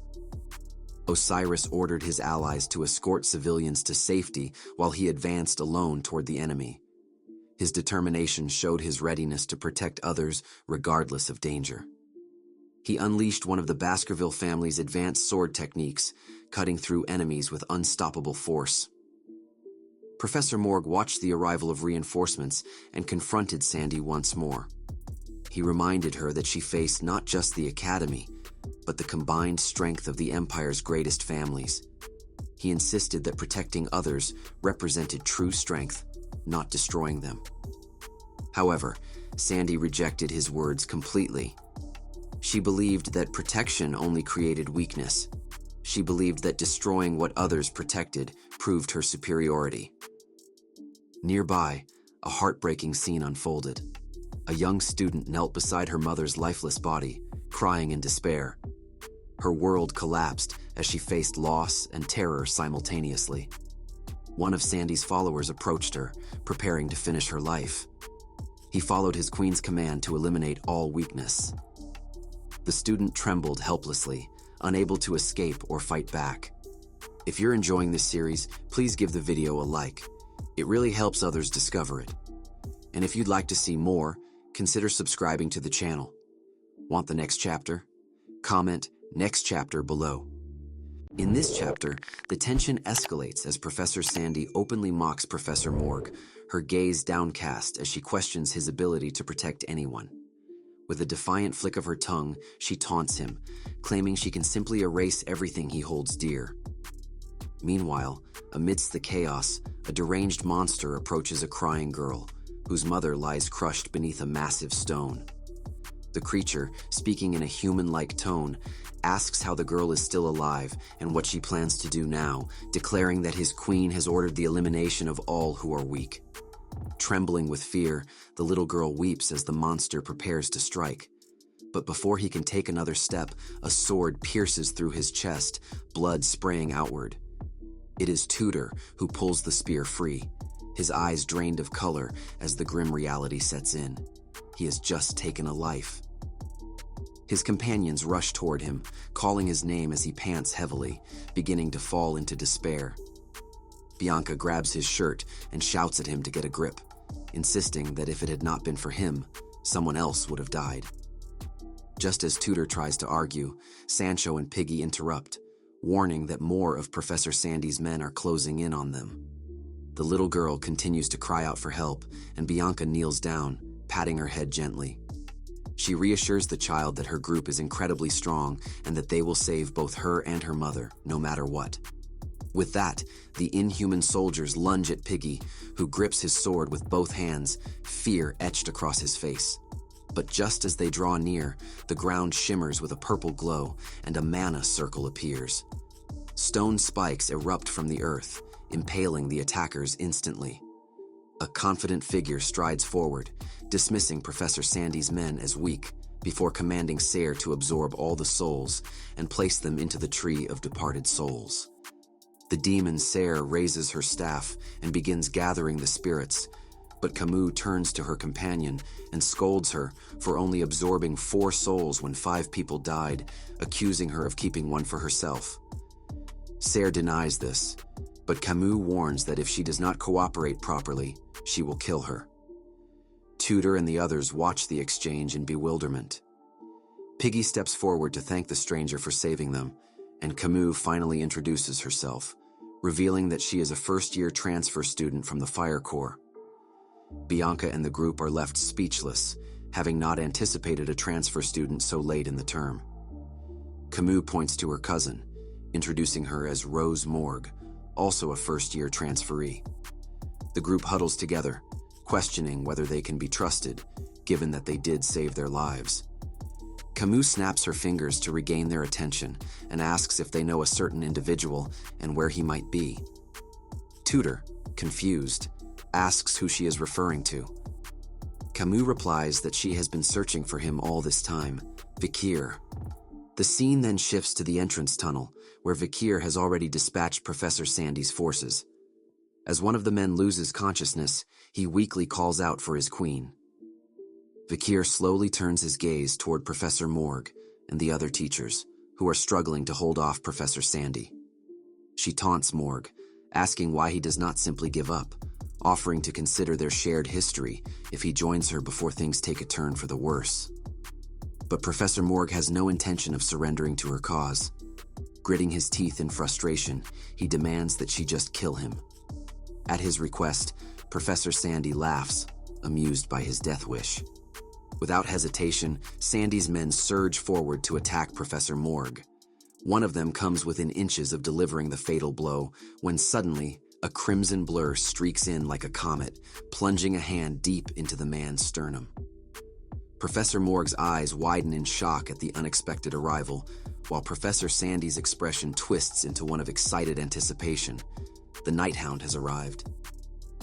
The scene shifts back to Vikir, who points toward the entrance tunnel and urges Professor Morg and the other teachers to flee, insisting that an escape route awaits them.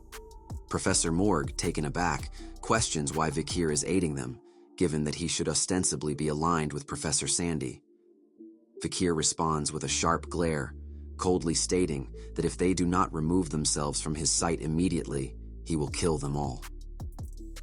The other teachers hesitate for a brief moment, some allowing themselves to believe he might actually be offering assistance, but they quickly remember that he is regarded as no different from Sandy, a criminal in his own right.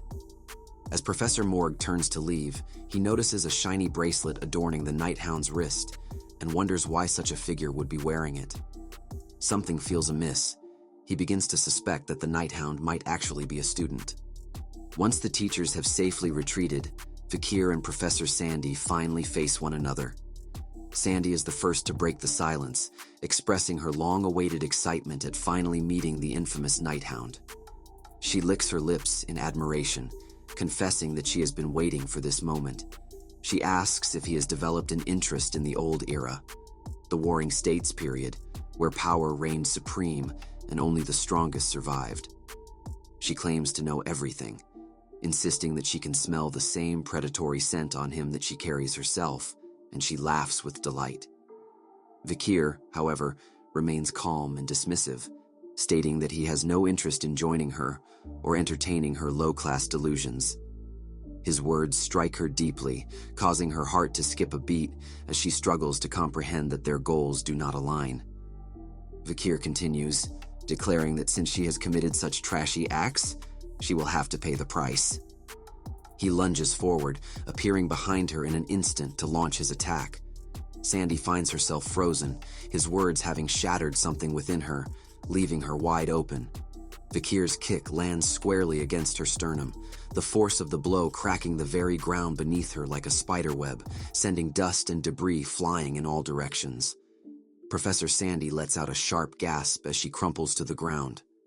Her eye patch falls away, revealing her demonic eyes. Vikir stands over her, studying her intently, and wonders if that is the reason he could detect a faint demonic scent emanating from her. He demands to know where she acquired those eyes. Sandy begins to smile demonically, her body trembling as she reaches out toward him, confessing that he is the only one who can truly excite her. But she loses consciousness before she can finish her sentence. Vikir notes to himself that Professor Sandy is utterly insane. He picks up the headmaster's sword and recognizes it as the famed blade Orwell. Conjuring a portal, he reflects on the divine immortal ring, noting that he had planned to take it and leave the school within the next 6 months, never expecting to acquire it so soon. He also considers the current situation, admitting that he has never heard of anything like this occurring in the past, not even involving Professor Sandy. Something definitely feels off. Suddenly, his intuition spikes, alerting him to another presence. He turns his gaze toward Headmaster Winston's lifeless corpse. Then, without warning, the headmaster's eyes snap open, and the gaping hole in his chest begins to knit itself back together. In the fragments of memories, a small boy is seen crying. His parents possessed an enviable amount of wealth and were devoted followers of Lune. When a great famine descended upon the village, they, unable to bear witnessing the villagers starve, opened the gates to their estate and storehouses, sharing their food and wealth freely, asking for nothing in return, following God's commandments. However, the mob that swarmed in like flies soon transformed from starving, pitiful faces into merciless rioters. They trampled, looted, and destroyed everything in sight, taking everything from the young headmaster Winston. Among the countless rioters, the boy fainted and miraculously survived. But the scene that greeted him upon waking was nothing short of hell. Deny God, deny humans, deny yourself. The voices inside his head commanded him to reject 3 things. That was his first denial. He no longer trusted God, the deep scars in his heart having shattered his faith. Time passed as he guarded himself from the world, building walls around his frozen heart. However, the reason his cold heart began to thaw was thanks to a beautiful girl who approached him without hesitation, despite his icy demeanor. Through the time he spent with her, he was able to rediscover faith and human love once more. Just as the scars in his heart began to heal, an unprecedented revolt known as the 47 coup d'etat broke out across the empire. During the process of capturing the rebels, he was gravely injured, to the point where he could barely stand. But still, he remained resilient, for he had a wife who showed him kindness. Time continued to pass, and he eventually became the academy headmaster. To heal the after effects of his chronic illness during the upcoming sabbatical year, he and his wife embarked on a recuperative journey. During that time, a violent storm arose, leaving their ship on the verge of sinking. Even after casting cargo overboard to lighten the load, the vessel continued to descend. Meanwhile, he was of little help due to his sickness and injuries, and the people on board began to stare at him with growing resentment. In that moment, he gazed at his wife and saw her begging him with her eyes to pretend not to know her. He could not even resist and was thrown overboard. As the water engulfed him, he heard the voice once more. Deny God, deny humans, deny yourself. That was his second denial. He believed he had died, but when he awakened, he found himself lying on a sandbank, his injuries fully healed. He could not simply give up on his life. Even though he had been abandoned by God and betrayed by his wife, there was still someone out there who was waiting. No, someone he was waiting for. Although she was a descendant of a war criminal who had led the coup, Winston personally stepped forward to save, shielding her from execution and taking her in as his own. As a man who had no children of his own, he looked after her and taught her as though she were his own flesh and blood, following God's teachings and his wife's belief that humans were inherently kind. But at what point did things go wrong? He asked himself. Was he the problem for believing that God's love existed and that humans could be kind? Deny God, deny humans, deny yourself. The voice suggested that this was the third instance. The moment he realized this was the third time, he denied himself. Headmaster Winston rose to his feet, his gaze fixed on Vikir as a dark aura flickered around him like a violent storm. Vikir could detect the scent emanating from him.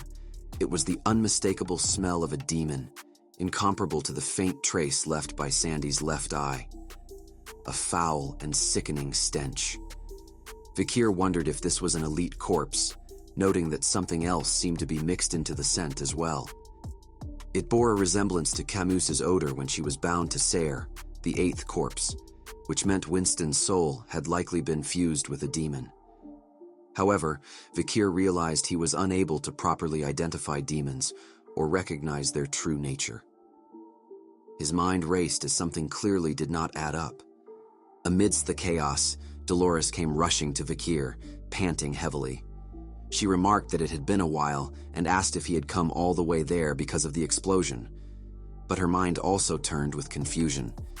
She could not understand how the Nighthound had arrived so quickly. Her gaze then fell upon Headmaster Winston, and she recalled seeing Professor Sandy pierce through his heart. Vikir explained that it appeared Winston had returned after contracting with a demon. Dolores was shocked by the revelation. Vikir further disclosed that Winston's soul was likely still present, coexisting alongside the demon within him.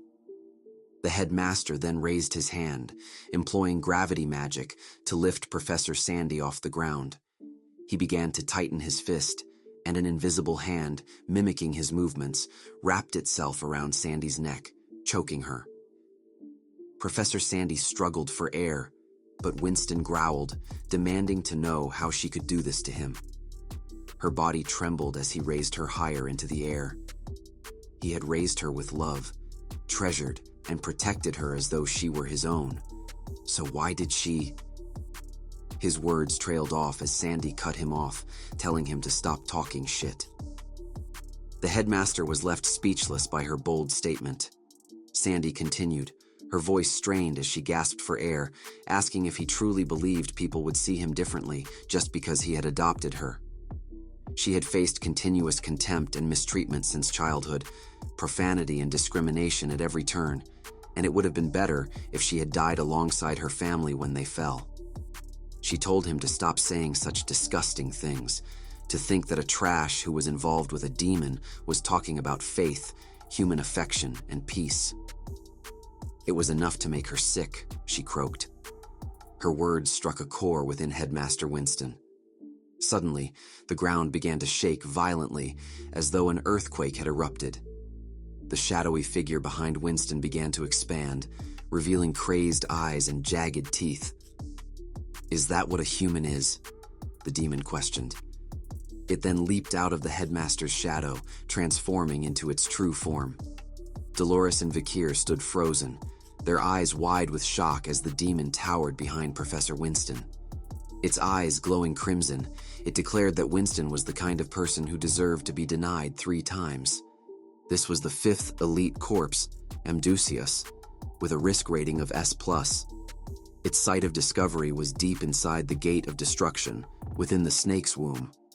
The 5th corpse was the natural enemy of humanity, invulnerable and immortal, one of the 10 disasters. In the dead tongue of the former imperial state of sorcery, the name Belial meant worthless, and it shall take the lives of firstborns that year. Prophet Lune, her face veiled in shadow beneath a hood of white, walks toward her execution in heavy chains, resolute despite what awaits her. 3 of her devoted followers collapse into the snow at her feet, sobbing and reaching for her in desperation. She stops before them, gently invoking the old scripture. When the shepherd is struck, the sheep will scatter. She tells them plainly that they too will abandon her before the end. Among them is a young disciple, the boy fated to become the future pope. Overcome with emotion, he clutches his chest and swears that no matter what the others do, he will never leave her side. Lune meets his vow with quiet sorrow, prophesying that before the rooster crows at dawn, he will deny knowing her 3 times over. The execution follows swiftly and brutally. Lune is bound to a wooden cross in the snow and run through repeatedly with spears, her death witnessed by rows of silent, armored guards. The young disciple can only watch, paralyzed by grief and horror as he stares up at her broken body. Then the guards turn on him. 2 executioners cross their spears before his face, demanding to know if he is connected to the condemned woman. Gripped by terror, he denies her at once, turning away and curling into himself. But a servant girl steps forward, recognizing him as the boy who once begged the prophet for guidance and ran her errands. He denies it again, more forcefully, insisting he has no idea who she is. More guards close in, pointing to his accent as proof of his ties to her followers. Broken by fear, he sinks to his knees in the snow, weeping and cursing as he shouts his 3rd and final denial beneath the prophet's lifeless body. At that exact moment, a rooster crows, sealing Lune's prophecy in blood and betrayal. Back in the present, within the ruined stadium of Colosseo Academy, Dolores and Vikir, still concealed beneath his Nighthound disguise, find themselves face to face with a colossal and terrifying demon. This is the very entity responsible for the Academy's destruction and the Colosseo tragedy in the original timeline.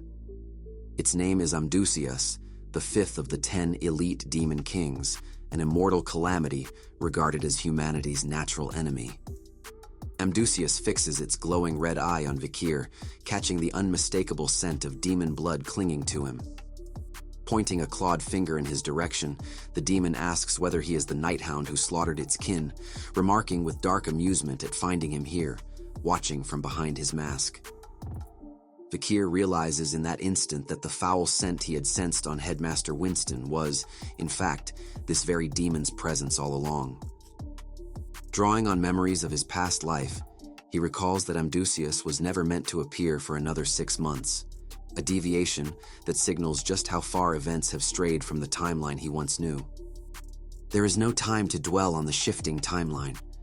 Vikir's sword ignites with crimson energy as he steps between Dolores and the demon, resolved to strike before Amdusias can unleash its full power. His glowing red eye locks onto the enemy, and he clearly makes out the link between Headmaster Winston and Amdusias' souls, a bond mirroring what he once witnessed between Camus and Serre. With that, he lunges forward, blade blazing, unleashing the Baskerville family's 7th technique. But just as he closes in on Winston, Vikir stops short, sensing an incoming attack. The demon remarks coldly that had this been its past self, the strike would have already killed it. Caught off guard, Vikir has no time to react before Amdusias drives a punch forward, releasing a thick beam of blue energy that hurls him backward. The blow lands hard, and Vikir coughs up blood, stunned by the sheer force behind it, before slamming into a stone wall and collapsing into the rubble. Amdusias advances, declaring that Vikir's strength is no longer sufficient to challenge it. Baring its sharp teeth in a grin, the demon taunts that whatever power once threatened it belongs to the past, and it no longer holds any effect. Eager to end the fight, Amdusias raises its fist for a final, crushing blow. The strike detonates in a massive explosion, sending dust and debris scattering through the ruined stadium. Despite the danger, Vikir's expression stays calm behind his mask as he braces for the impact. Just before the blow lands, a red magical barrier etched with glowing runes flares to life before him, and a strange voice cuts through the chaos. It is Decaravia. The living pendant asks if it has arrived too late. Vikir answers evenly that it came just in time. Amdusias recognizes the barrier at once, identifying it as Decaravia, the 7th corpse, and sneers, asking what happened to its power and why it now behaves like an obedient dog serving humans. Decaravia meets its gaze with its single eye, remarking that Amdusias is as sharp-tongued as ever. Yet something troubles Decaravia. As blue energy churns around the demon, it asks uneasily why Amdusias feels different than before, wondering aloud whether it senses the power of the Marquis of Disharmony emanating from somewhere close by. Amid the wreckage, Dolores looks on in shock at the destruction surrounding her. She calls out quietly for Vikir, using his alias, Servan, only to realize she has been separated from him in the chaos. Her fear quickly gives way to resolve. Refusing to simply stand by, she decides she must find some way to help. Her gaze shifts to Headmaster Winston, fixing on the glowing purple demon heart embedded within his chest. Dolores steps toward him, telling Winston plainly that he is no longer the professor she once knew. She demands to know what lies the demon fed him, her fist clenching as she declares that demons are the embodiment of evil, the very opposite of justice. Closing the distance, she pleads with him, insisting that demons exist only to bring about humanity's ruin, and begs him to break the contract before it is too late, clinging to the hope that some fragment of his humanity still remains. Winston glances back at her, revealing one eye burning red and the other still human. His response is cold. His world, he tells her, was already a wasteland long before the demon ever found him. With Amdusias looming behind him, he explains that it was the only one who ever understood his suffering, the only one who guided him through it. Meeting her stare with his mismatched eyes, he declares that concepts like evil demons and righteous humans mean nothing to him anymore. Gripping his chest, he argues that the true opposite of justice is not evil, but another form of justice entirely. His red eye burns brighter as he proclaims that his justice demands humanity's downfall. He addresses her formally as Dolores Lune Quo Vadis, invoking her family's history, naming her a descendant of the disciple who survived by denying God 3 times. Dolores says nothing. Winston presses further, asking why someone born of that bloodline would choose to defend humanity at all, knowing full well how low humans can fall. Still, she shouts back, insisting that even in the depths of despair, humans retain the power to choose a better path. Winston scoffs at the notion, questioning the worth of such blind conviction. He gestures toward the unconscious Professor Sandy, asking whether Dolores believes the woman who devastated the academy and turned on him had also chosen the best path. Dolores has no answer. Turning away, Winston continues his cruel demonstration, summoning dark magic to hoist a mutilated man into the air, his body pierced through with jagged blue crystals. Winston asks Dolores what she makes of this criminal, then slams him down, shattering the stone floor beneath him. Dolores recoils in horror, hand flying to her mouth. Winston asks again whether she still believes this man is capable of choosing the right path. As the dust clears, the broken figure struggles to rise to his knees, brown-haired, goateed, his body encrusted with crystal. Dolores stares at his face and freezes, stammering in disbelief as she recognizes the monster kneeling before her, her own father. Dekaravia's singular eye contracts to a razor slit, its ancient composure fracturing as unease sharpens into dread. Its voice trembles when it demands how Amdusias channels the unmistakable energy signature of the Marquis of Discord, a presence it swears it could never mistake. Vikir goes rigid at the name, blood draining from beneath his mask as he wonders whether the demon truly commands such devastating power. Above them, the air curdles and folds inward until a massive face of blue energy coalesces overhead, vast and ancient, staring down at the ruin below. Dekaravia confirms its worst fears. This is Andras, leader of the 9 demon lords, the first corpse. Amdusias regards them with open contempt, explaining that Vikir's meddling, the ruined plans, the slaughtered kin, forced the remaining demon kings to swallow centuries of pride. A fist, crackling with blue lightning, clenches at its side as it admits bitterly that they begged Andras to lend his strength. Even a fragment, Amdusias boasts, makes it overwhelming beyond measure. It warns Vikir, grinning wide enough to show every jagged tooth, that their roles have reversed.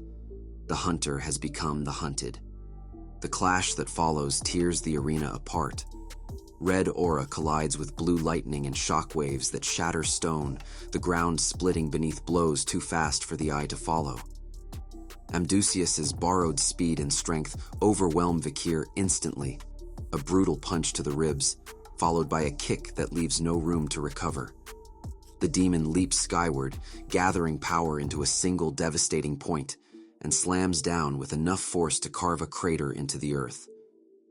Vikir uses the rising smoke as cover, slipping behind the demon to unleash a desperate crimson slash, but the gap between them has grown too vast.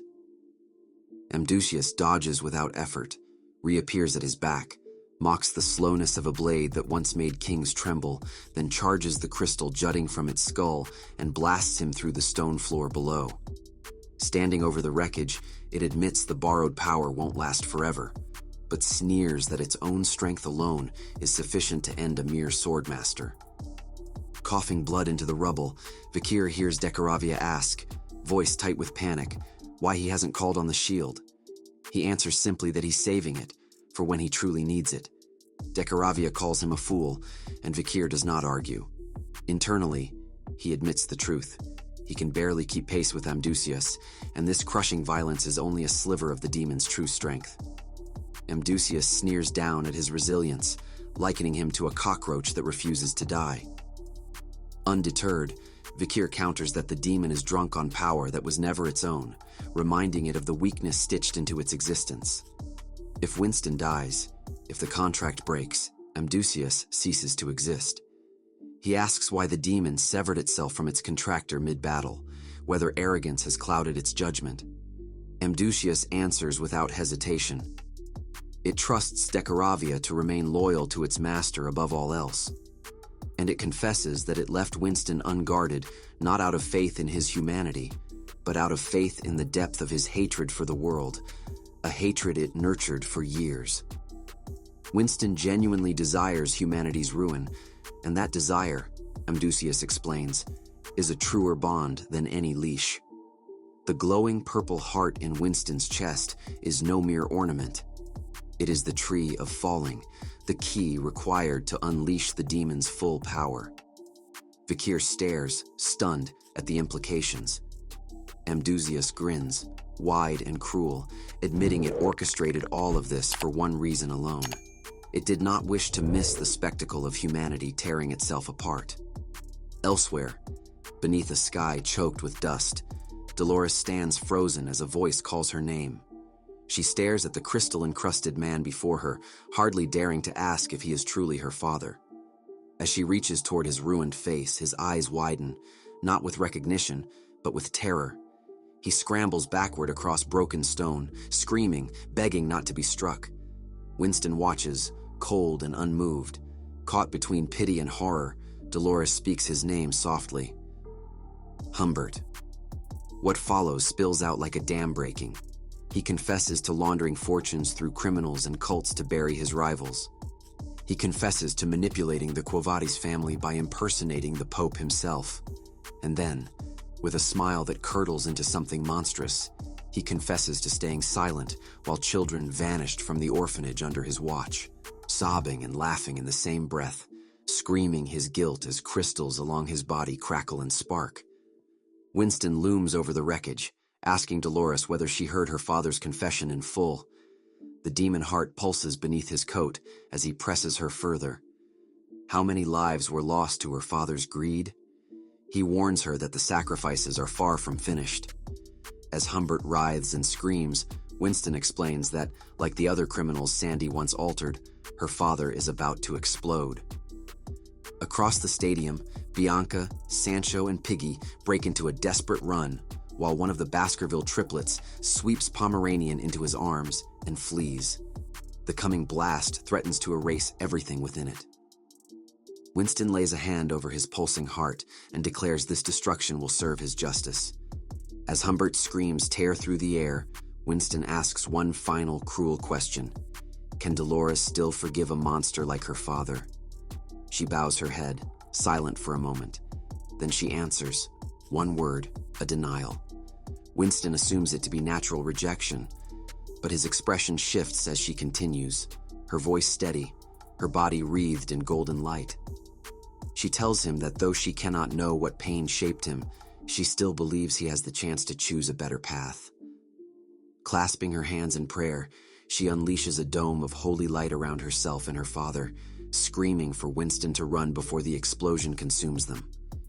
As the holy light spreads outward in waves of gold and radiance, a flicker of blue lightning cuts through Winston's vision, a memory surging from the depths of his buried past. He sees a desperate man, his father, shouting at him to run, while desperately holding back the encroaching townspeople with nothing but his own body. He sees a blonde woman, his wife, weeping. Disoriented and shaken, Winston stumbles backward, his carefully constructed composure crumbling as he stares at Dolores in stunned silence. Her name falls from his lips, quiet and uncertain, as though he isn't sure why he said it or what it means to him anymore. Inside the barrier, Dolores stands firm over her father as crystals along his back crack and surge with light. Humbert, broken past reason, begs her to let him explode, just to end the suffering. She refuses. She urges him to endure, for everyone beyond the Golden Dome. But the mana inside him has reached its limit. With one final scream, blinding beams of blue light erupt from his fracturing body. Tears well in Dolores' eyes as she whispers one last denial, the light rising to swallow her. In the distance, both the Nighthound and Amdusias turn toward the surge, watching as a massive explosion of white and blue devours Dolores and her father, threatening to erase them entirely. Just as the blast reaches its peak, A figure steps calmly into the light, dark shoes catching the glow, a walking cane tapping once against shattered stone. Startled, Dolores looks up into the brightness at the sudden arrival. If you're enjoying this series, please give the video a like. It really helps others discover it. And if you'd like to see more, consider subscribing to the channel. Want the next chapter? Comment "next chapter" below.